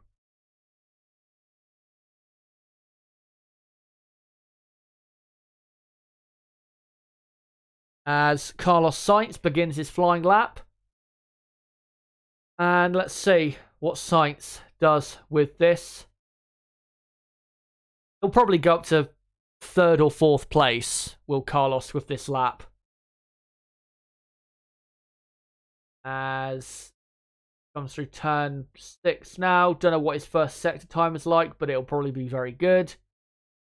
Oh, he actually does a purple first sector, does Carlos. So, yeah, very good there. As he comes to the Mistral chicane. And, yeah, very good. The Ferrari car is through that chicane. And let's see what his middle sector time is like. It is, wow, 3.5 tenths almost up on Verstappen. Proof that Ferrari definitely have the best car over a single lap. As he now comes into the final sector. And he's now coming into turn 12 as George Russell has done another flying lap, but has stayed 11th. He improved his lap time, but it was still only good enough for P11. As Carlos Sainz comes to the final corner. And let's see where Sainz goes. Probably will go P1 with this lap. And he does by 9/10 of a second. Jesus Christ, what a lap time that was. A 1:31.0 for Carlos Sainz. So let me just quickly put him up to the very top of the order. So in the drop zone, with 6 minutes to go, Vettel, Russell, Ocon, Albon, Tsunoda. Those are the drivers that desperately need to get into Q3, especially probably Russell and Ocon, you'd have to say, will be desperate more so to get into Q3. As we're currently looking at Lewis Hamilton, who is on and also George Russell, who are both on a new set of tyres. Let's see if they can improve. And can they? Oh no, Hamilton has pitted.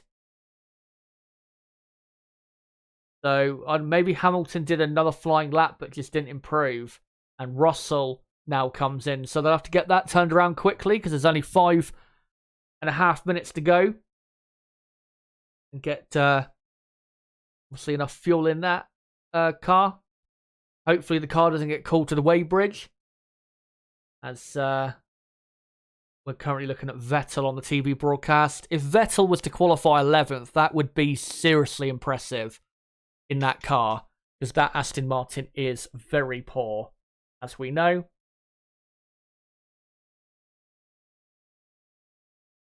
Spectre says, how the Mercedes upgrade this bad? Well, clearly it's not worked for them, but also this track layout. I mean, I knew it wouldn't suit their car, but I didn't think it would be this bad. They're 2.1 seconds off of Carlos Sainz's time. 2.1 seconds.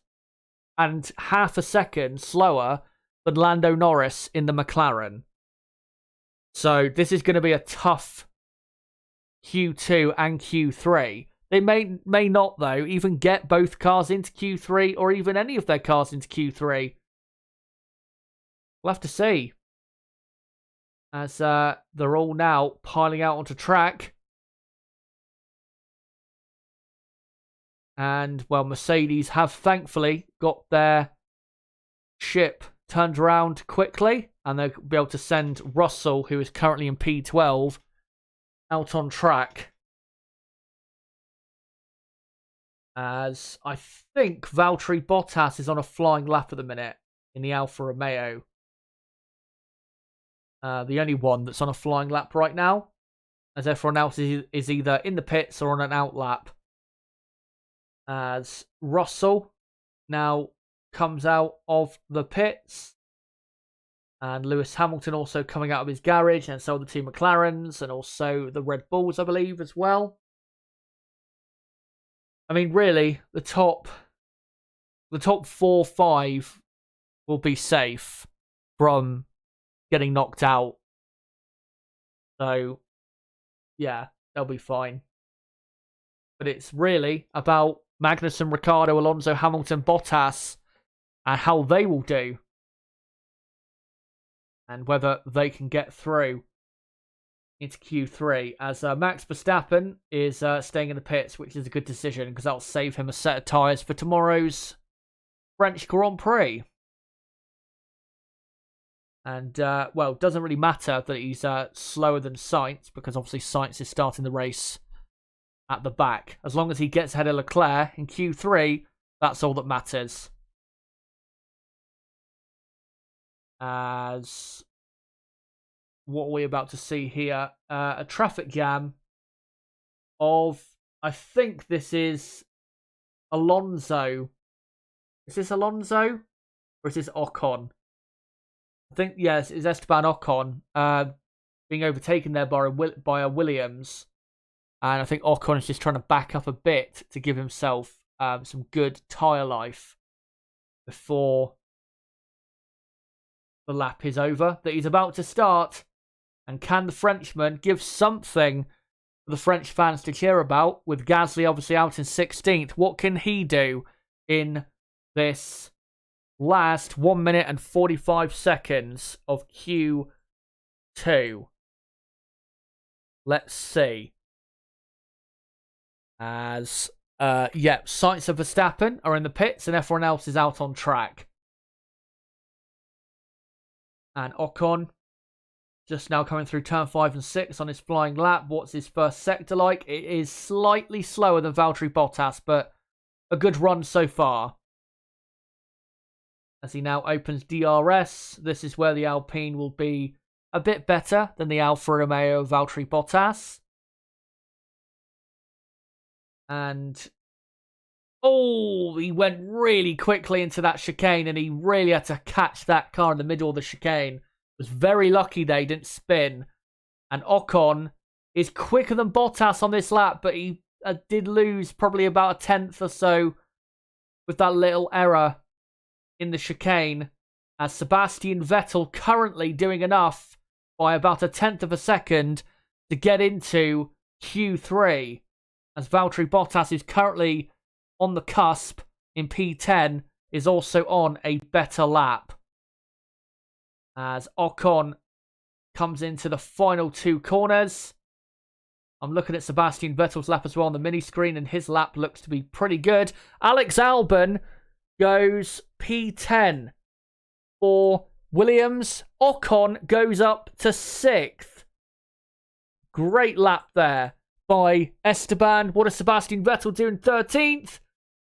Vettel only 11th. He's had a very poor end to the lap. Such a shame. As Valtteri Bottas goes up to P7. Tsunoda goes up to 6th. The track really improving in terms of grip, as Fernando Alonso goes 5th. Both Mercedes have dropped into the drop zone. And it's currently Ricciardo, Hamilton, Vettel, Albon, Russell. Vettel and Albon are done. Let's see what Russell does as he comes to the line. Russell goes 6th. That should be good enough. As now we're looking at Daniel Ricciardo goes up to 9th. That should be... not sure if it will be good enough as Kevin Magnussen comes to the line. And Magnussen goes P7 for Haas. And here comes now Lewis Hamilton, who goes up to P5. So there you go. That is Q2 over and done with. And knocked out, guys, in qualifying 2. Daniel Ricciardo, who ended up...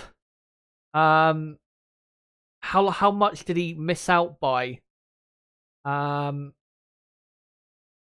He wasn't far off his teammate. He was only about 0.08 of a second, Ricciardo, from getting into Q3, and was only about 2 or 3 tenths of a second slower than Norris. So not a bad qualifying effort for Ricciardo, but definitely could have been better. But guys, knocked out in Q2, Daniel Ricciardo, Esteban Ocon, Valtteri Bottas, Sebastian Vettel, and Alexander Albon.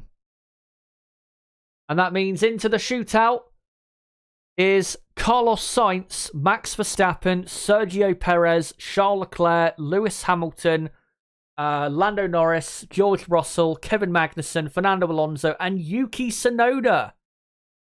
Great to see Tsunoda in the top 10. Proof that the AlphaTauri is definitely a quick car, and quick enough. And yeah, we'll see what happens in Q3. Let me know, guys, who do you think is getting pole position? I'm still going to go with Leclerc, because Leclerc's lap time in Q2 was way slower than his best lap time of the qualifying so far. I'm still going with Charles Leclerc, but let me know in the chat who you are going to go for. Will it be Sainz, even though he won't start on pole? Will it be Verstappen? Will it be Leclerc? Let me know in the chat. And yeah, Q3 will be starting in a couple minutes' time. As Rivaldo says, Charles Leclerc to get pole. And let's see if we can find some other comments here quick.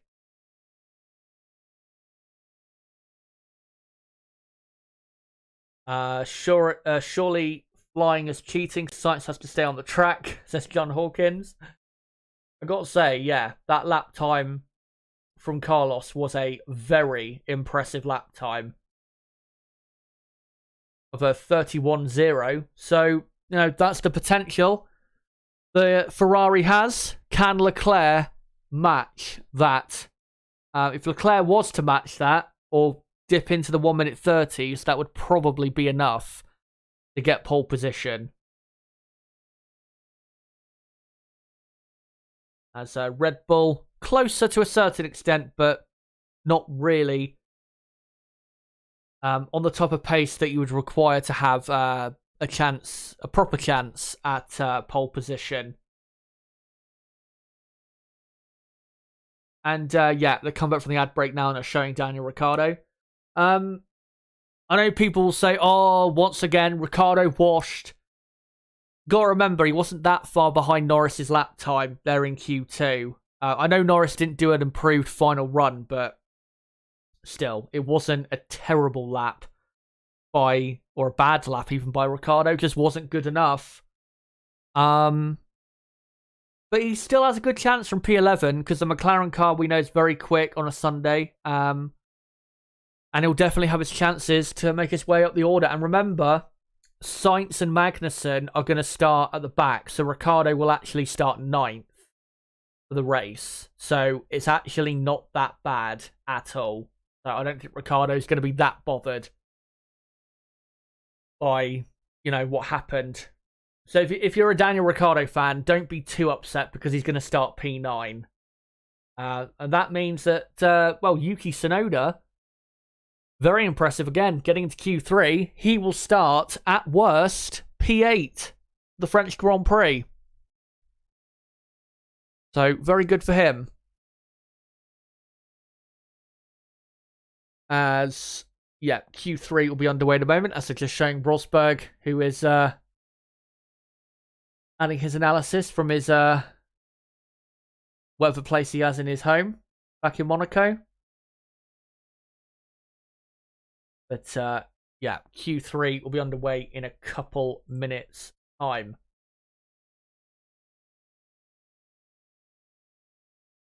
Anders Ericsson says, on race day, 2 fast cars attacking from the back of the grid equals Sainz Magnussen with Mick Schumacher, Nicholas Latifi in front. Astro Stevo, in terms of who he wants to get on pole, says hope for Leclerc, but knowing Ferrari's luck, Sainz will over Max. Yeah, that would be pretty bad if it was Sainz to get pole, despite him starting from the back with with Leclerc ending up behind Max. And that's what Leclerc has to do at the end of the day. All Leclerc has to do is beat Max, and he'll be on pole for the race tomorrow. But will he do so? He should. He's got the pace. Ferrari car definitely has the pace, but when it matters, he needs to obviously produce. As Kevin Magnussen's having a fun time in this session. He's got such amazing pace, yet he's starting from the back of the race tomorrow. Such a shame, because with the pace he has in this session, he'd be on for a few points tomorrow, possibly. As the cars now come out of their garages, and the session, I think, has started. Or is about to. Has it started? Not sure. Can't see if the red light is on. At the exit of the pit lane. There is a red light, so they're all queuing up on the exit. Don't quite know why they're so desperate to get out on track first. Not like there's rain coming or anything. As Mercedes, I think sensibly, keeping their cars in the pits or in the garage at the minute because there's no real point to release them. And yet the session is now officially underway. And I'll show the timer on screen, on my screen, in about 35 seconds from now. As now, Hamilton and Russell come out on track. Can Mercedes even be best of the rest after Ferrari and Red Bull? I'm not sure they can. I'm really not sure they can. But we'll see. In Q3, and certainly if we got Norris and Alonso up there with the two Mercedes cars, that would make things very interesting for tomorrow's Grand Prix. As the Ferrari and Red Bull cars at the head of the pack. And there you go, 11 minutes to go in qualifying. Let me know in the chat who you think is getting pole position. Is it Leclerc? Is it Verstappen? Is it Sainz, even though he won't be starting on pole? Let me know in the chat. Sainz, by the way, is doing Q3. He's currently on the track. As I think there a Ferrari, maybe off Sainz, was just letting through the Alpine of Fernando Alonso. Alonso, so far this weekend, having better luck than what he had at the Red Bull ring. And yeah, they're now all of them babying their tyres around the lap. Kevin Magnussen is still in the pit, so maybe they'll just do one run with him about halfway through the session or at the very end. We'll have to see.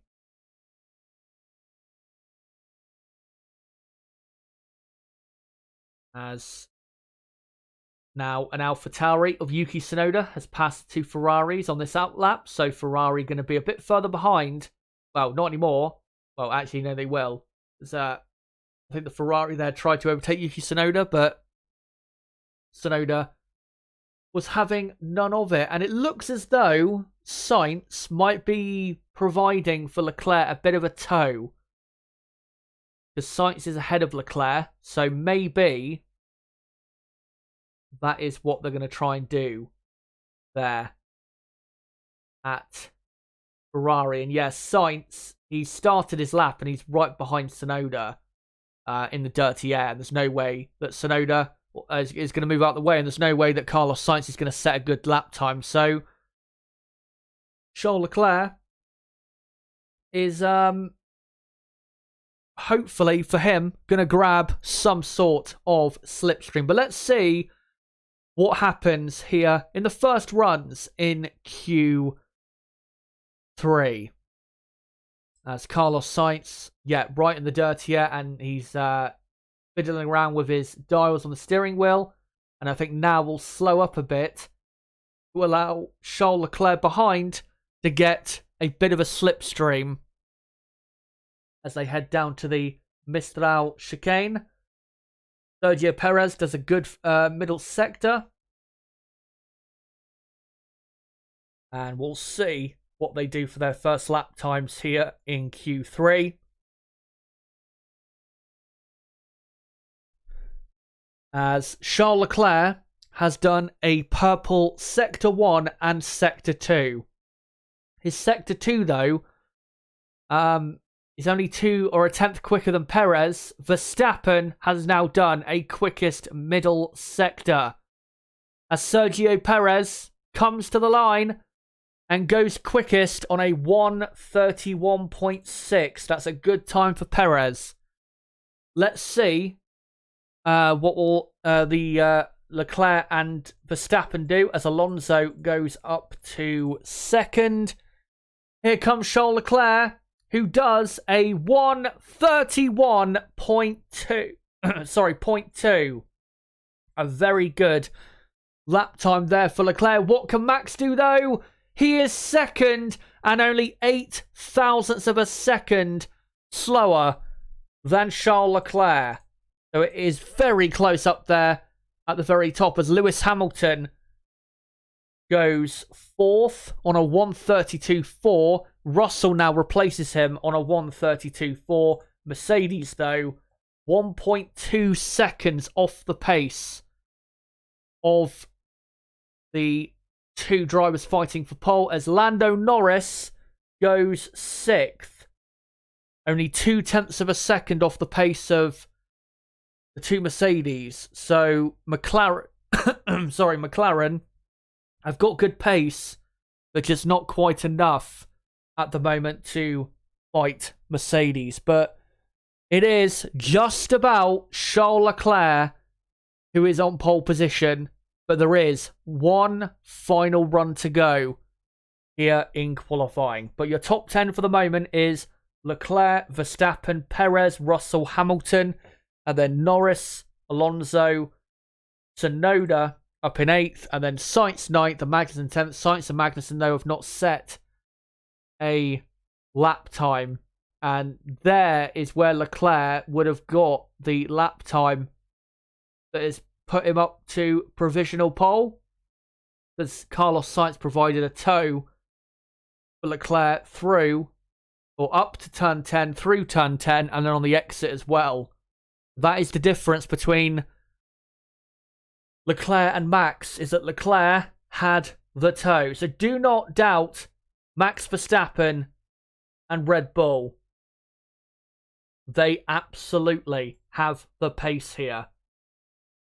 But now they're wheeling all the cars back into the pits. As you can hear, my throat is almost giving out, so I'm going to quickly have another drink, and then we'll get on to the final 5 minutes of qualifying.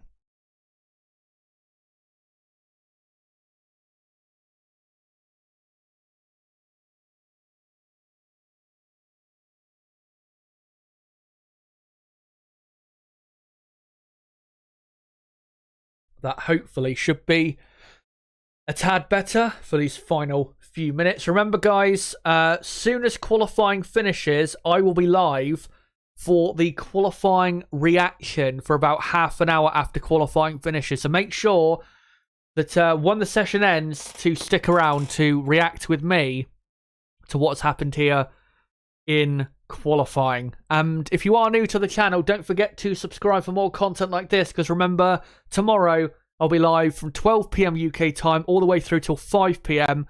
From 12 to 1:30 we're live for the race preview, then 1:30 till 4 p.m. UK time we'll be live for the race watch-along, the race obviously starting at 2 p.m. UK time, and then for about an hour after the race finishes I'll be live for the reaction to what happened in the French Grand Prix. And make sure, if you are new to the channel, to join me for that. And if you are, if you want to subscribe, then bottom right of the screen, you can do it right there. And for everyone watching, don't forget to smash the like button as we enter now the final 4 minutes of qualifying.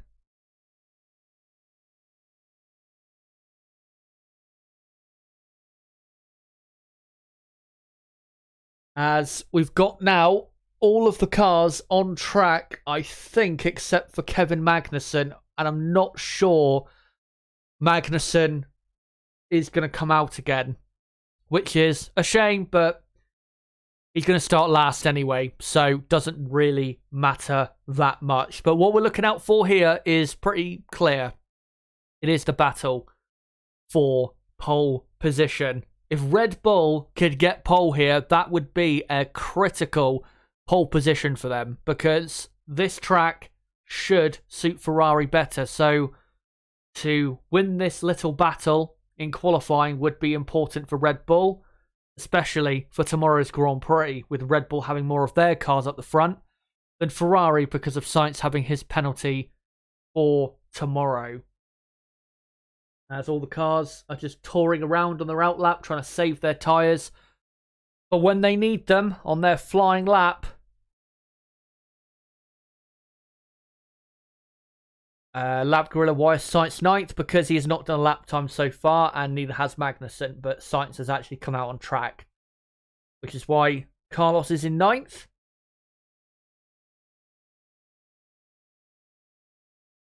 And now most of the field come to the end of their outlaps and will now begin their final attempts in Q3 and in qualifying in general. As yet, 2 minutes to go now in qualifying, as we're looking at, who is this? This is, I think, Charles Leclerc, who is just tucked up behind behind the Alpine there, Fernando Alonso. And obviously, we'll now let Alonso go. And now Leclerc will start his final flying lap here in France. Can Charles Leclerc, for the first time in his F1 career, get pole position in France? And can Ferrari get their first pole position for the first time in this country since 2008? Let's see. As actually, no, it's Carlos Sainz who this driver is. And Leclerc is now on his lap, and he's just going through turn 1 and turn 2. So, yeah, they didn't quite show it well enough there. But Leclerc has begun his lap. Can Ferrari get pole here? As Sainz is backing off again, I think, to wait for Leclerc to give him a tow. Let's see what Leclerc's first sector is like. It is very good. It's a purple first sector. Only 100th quicker, though, than his personal best. So it's not a massive amount of time he's gained on that first sector. Max Verstappen has not done a personal best first sector, and he's a 10th off Leclerc after the first sector. So Verstappen needs something special in the next 2 sectors to get pole position. As now Sainz does the exact same thing as he did before, as Leclerc now 2/10 up on his personal best lap. And now Sainz moves out the way, and Leclerc continues on with his lap. And Verstappen has done a decent middle sector, but it's still not a personal best. So I do fear that Verstappen has blown his opportunity here. And surely Charles Leclerc is going to get pole position as he comes round the final corner now. As Alonso goes 6th in the Alpine. And Charles Leclerc now coming to the line and does a 1:30.8. And surely that is pole position for the Monegasque in Paul Ricard. Max Verstappen now comes to the line, not improved his first or middle sector. He does improve his time, but he stays in second. Ferrari just too quick today, and Verstappen didn't have a good final run. Lewis Hamilton does a very good final lap for a 1:31.7 and goes up to P4. George Russell ends up 5th on a 1:32.1. Here comes Lando Norris. Norris goes 5th. He splits the 2 Mercedes. A great job there by Norris in the McLaren. And then the rest of the top 10 is as it says on screen. So it's finished. Charles Leclerc on pole position. Max Verstappen 2nd. Sergio Perez 3rd. And then Lewis Hamilton 4th. Lando Norris 5th. George Russell 6th. And then Alonso, Tsunoda, Sainz and Magnussen complete your top 10. And then the rest of the field, Ricciardo, Ocon, Bottas, Vettel, Albon, Gasly, Stroll, Zhou, Schumacher, and Latifi. But because of Sainz and Magnussen's penalties, what the grid will be is the same top 8, and then it will be Ricciardo 9th, Ocon 10th, Bottas 11th, Vettel 12th, Albon 13th, Gasly 14th, Stroll 15th, Zhou 16th, Schumacher 17th, Latifi 18th, and then it'll be Carlos Sainz in 19th, and then Kevin Magnussen in 20th. But congratulations to Charles Leclerc there for getting pole position, and Ferrari were just too good today, as I expected. But it's going to be a tough race tomorrow, because Red Bull are definitely going to be quick in the race tomorrow, as we've seen plenty of times this season. But now, guys, I'm going to get into the qualifying reaction. So let me know in the chat, guys, what you thought of qualifying. Who was your driver of the day today? Was it Charles Leclerc? Was it Lando Norris? Was it Yuki Tsunoda? Let me know in the chat, and I will make sure to get to your comments as soon as I can. Just want to post the link out quickly in a couple places for this reaction. So just hold on a sec.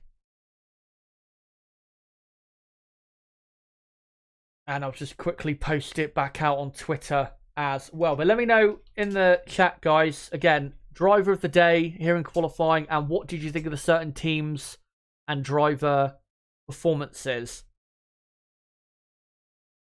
And I will get to your comments straight away as we react to what's happened here in France. Let me just quickly do this tweet. Then we'll get started.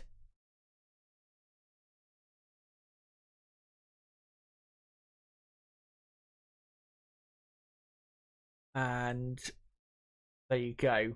So, let me know in the chat, guys. Yeah, I have. Don't worry, Rook. I've reposted it again.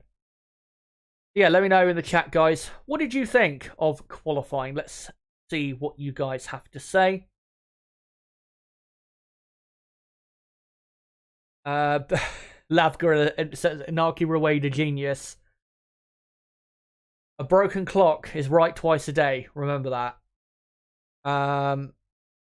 Timothy Estep says great job on your live, sir. Thank you very much for that. Astro Steva says Leclerc seems to be the real Mr. Saturday this year. If only he could convert more poles to wins. Of course, Ferrari strategy and reliability. Well, that's the thing. He's done a great job today. And I have no doubt he'll do a great job tomorrow. But tomorrow is going to be a tough race on strategy because we're going to have probably 2 or 3 stops tomorrow. The teams. And it's going to be very tricky to know when to pit. And the right strategy to have, I think, for tomorrow. And obviously in this heat, with the Ferrari power unit being as unreliable as it is, reliability will be very important. G. Walker says, congratulations, Lando. Star says, how does Sainz 8/10 faster than Leclerc's pole in Q2? Sainz was not quicker. Sainz's time in Q2 was not quicker than Leclerc's in Q3. Leclerc and Verstappen went quicker than Sainz in Q3. But if Sainz did that time in Q3 that he did in Q2, he would have ended up 3rd on the grid. I'm sure, though, if he knew he could actually fight for pole position to actually start the race on pole, he would have been very quick as well. Because he is pretty quick, is Carlos, around this track. Prank says, not surprising. Great job, Lando.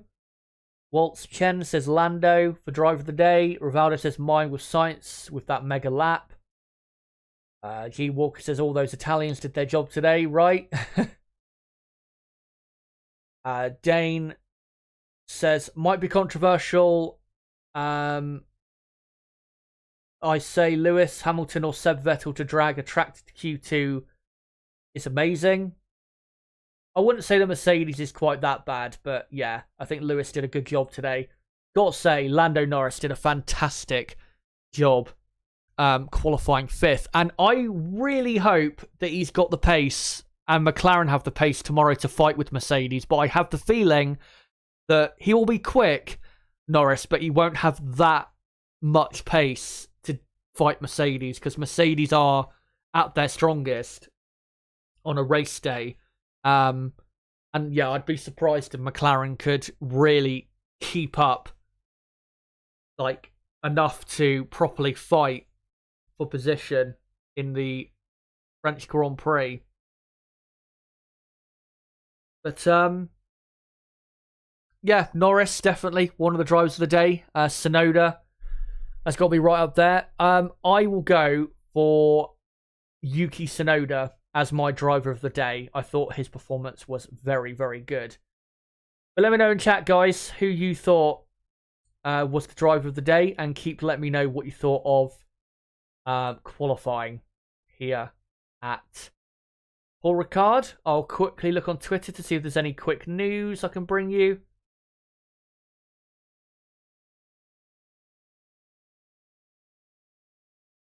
And can't see anything. Any news really to bring you. I will say with Sainz though, because of the time he did in Q2, it would have been very interesting to see how quick he would have been in Q3, because obviously in Q3, because the track continues to improve with grip and, you know, every time you put on fresher tyres, it would have been interesting to see how quick Carlos would have been in Q3. And maybe Carlos would have on pole position today, because remember, this time last year, Sainz out-qualified Leclerc and outraced him. And I think 2019, Sainz had a very good qualifying and race. I think finishing 6th in both sessions. So, yeah, a shame for Sainz, but that's Ferrari for you. But if we get a safety car between, say, lap 30 and lap 40 tomorrow, then I think Carlos Sainz has a great opportunity at getting a podium. And maybe even, if he's got a good position, like a 4th or a 5th, maybe even a victory, if he can get on the right tyres at the right time, if there is a safety car at the right time. Dane says, disappointing for me is Mick. Don't know what happened to Ocon and Daniel. Yeah, disappointing for Mick. He did do a good time to get into Q2, but he just cut the track a bit too much at turn 3. I mean, if he didn't do that, he would have ended up getting into Q2, and maybe, who knows, getting into Q3 as well, so can only blame himself on that. McLaren F1 Race says, looking at it was a no-brainer what Ferrari did with Sainz. Yeah, it was a good strategy they did, and it worked out very well, and it was the difference, definitely in that first run. Vinster says, I'm a Red Bull fan, but not so salty. It's all good. Leclerc is rounded at the start. He will not be in the lead by the end of the first sector, or at least I hope not. Yeah, I mean, I think it's advantage Red Bull, because they have a 2 versus 1 situation. And if you look at the race pace data from Friday, Red Bull were actually quicker than Ferrari by, I think, quite a bit. So, yeah, it's going to be very hard for Ferrari to win the race tomorrow. Not impossible. They've got a good chance. I'd say a 50-50 chance, really. But they're going to have to be a bit quicker with their lap times on heavier fuel, and they're going to have to get the strategy right. If they don't get the strategy right, they will be finishing 2nd or 3rd. And especially because it'll be very hot tomorrow and tyre wear will be pretty bad, Sergio Perez is going to be a dark horse tomorrow. So watch out for him.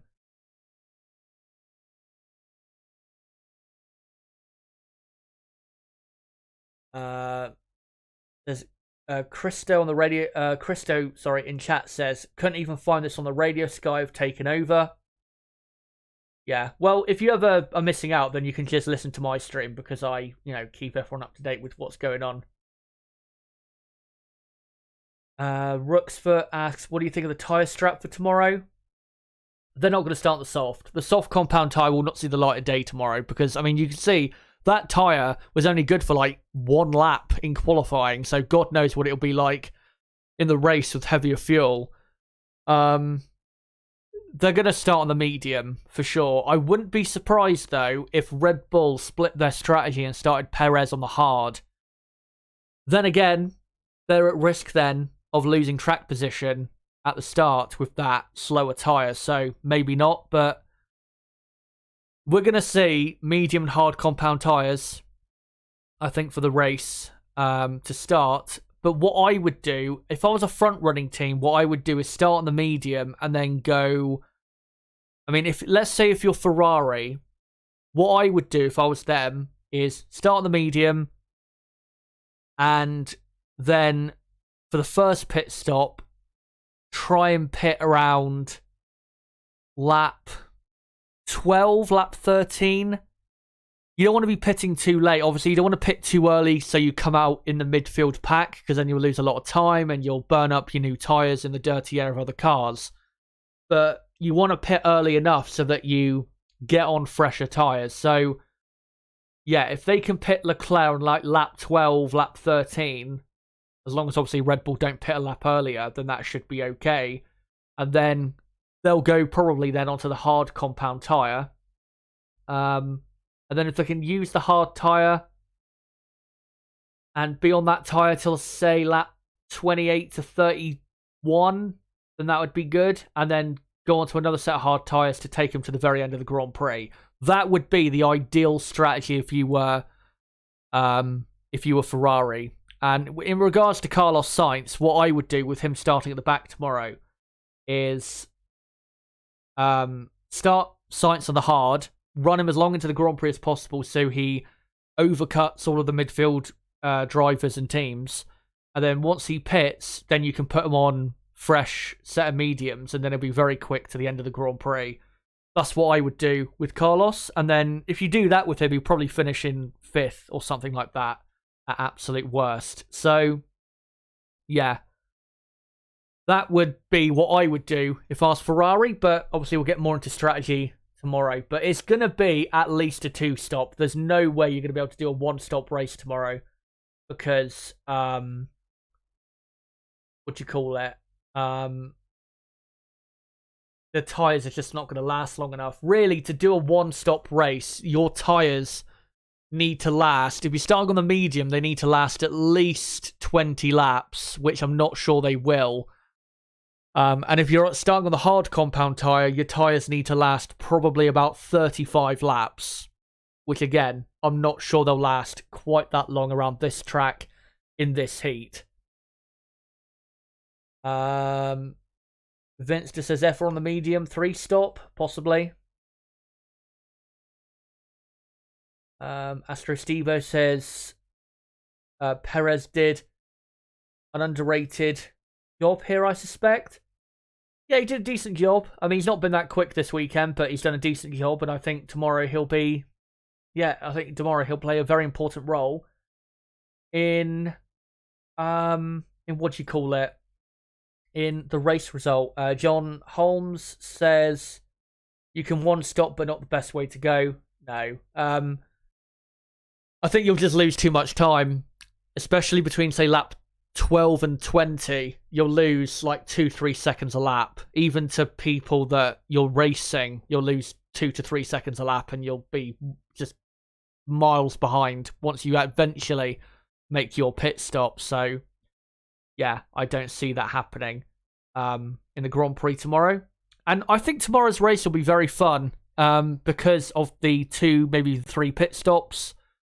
If we get a safety car at the right time for certain drivers, it could make things very exciting for certain drivers on, say, fresh tyres. And yeah, just because of the strategy being what it's going to be for the race, I think we're going to have a very exciting Grand Prix.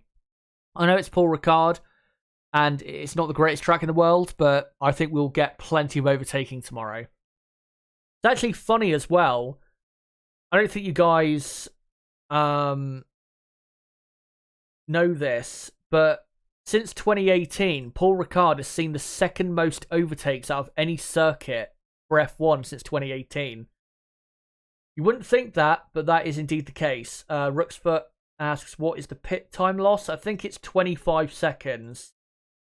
25, 26, something like that. So it does cost a lot of time to pit, but it'll cost more to stay out on track, I think, on fresh tyres.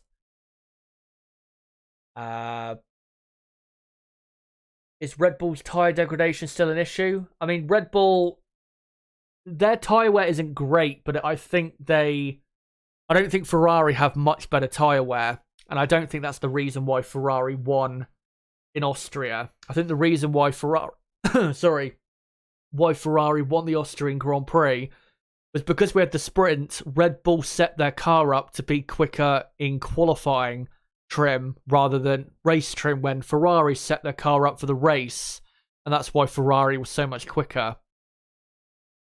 I don't think it was down to tyre wear, because Max was even complaining during the race about the setup being not good enough.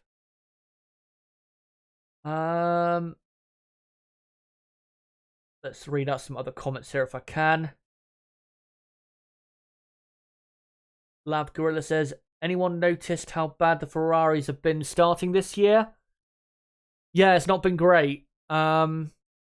Baku, it was pretty bad, where Leclerc lost a position instantly, and Baku has like the shortest run to the first corner.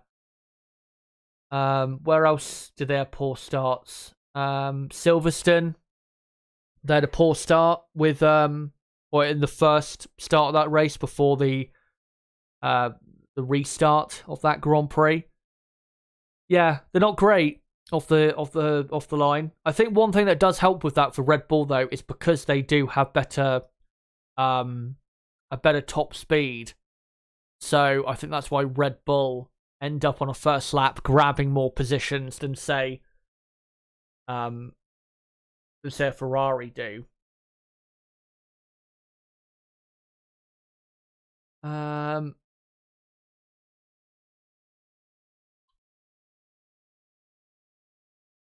Just having a look, see if there's any new news. Can't see anything.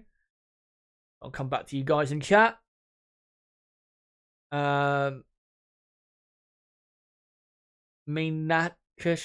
says it would have been a one-stop if it was a Bridgestone tyre. Yeah, definitely. Those tyres lasted forever. Even the wet tyres would last forever, even on a dry track.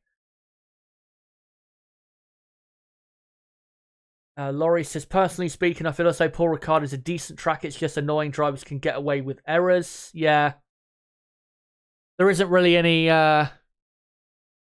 consequence at a track like this. But, yeah, that's just the way it is, unfortunately. There's nothing you can do about it because, I mean, yeah, you could go onto a different track layout because obviously this Paul Ricard circuit has like 40 or 50 different track layouts, but none of them would be, I don't think, that much better than what we have now. I mean, if we got rid of that chicane on the Mistral straight, that would be good. But yeah, I don't think that would make an absolutely massive difference. Laurie says, if Alonso gets a good start, we could could well see a battle between Alonso and Russell for a few laps. Yeah, he's starting P7 on the clean side of the grid. And that will be important all the way through the field. Rather see F1 race at Le Mans than Paul Ricard, to be honest. Yeah, but yeah, never going to happen, unfortunately. But would be better. I mean, to be honest, I actually think F1 should go back to Manicourt, which is the French Grand Prix track from the 90s and 2000s. Because I think, one, it's a better track. And there is more consequence if you make mistakes there. And secondly, I know you couldn't overtake that much around Manicourt, but with DRS that we have now, I think it would be possible. And we'd get some good battles, especially into that hairpin. So, yeah, I would definitely be keen to go to Manicourt for a French Grand Prix rather than Paul Ricard.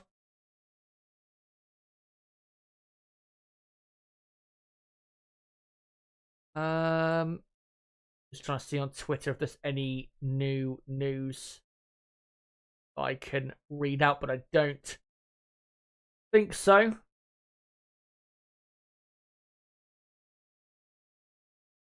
And I think at this point, guys, I'll probably come to the end of the stream, as we're pretty much at the end here of reacting to, what's happened in qualifying. Thank you guys for coming along for the stream today, whether you've been here for the entire time, just a bit of the time, only for the last 20 minutes, whatever it may be. Thank you for coming along to this stream. And again, remember, I'll be live at 12 p.m. UK time tomorrow.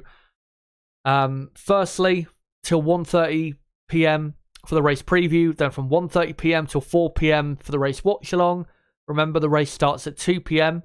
UK time. And then I'll be live for about an hour after the race finishes for the race reaction. So make sure Even if you're new to the channel and are, so new that you're not subscribed, make sure to join me for that tomorrow. And if you are new to the channel, make sure to subscribe to the channel for that content coming up tomorrow. It would be great to have you all along for what's going to be a pretty interesting, I think, French Grand Prix. And I should have Niblo joining me for commentary as well. So yeah, make sure to join me and him possibly for that. For everyone watching, don't forget to smash the like button and share this video and channel everywhere you can.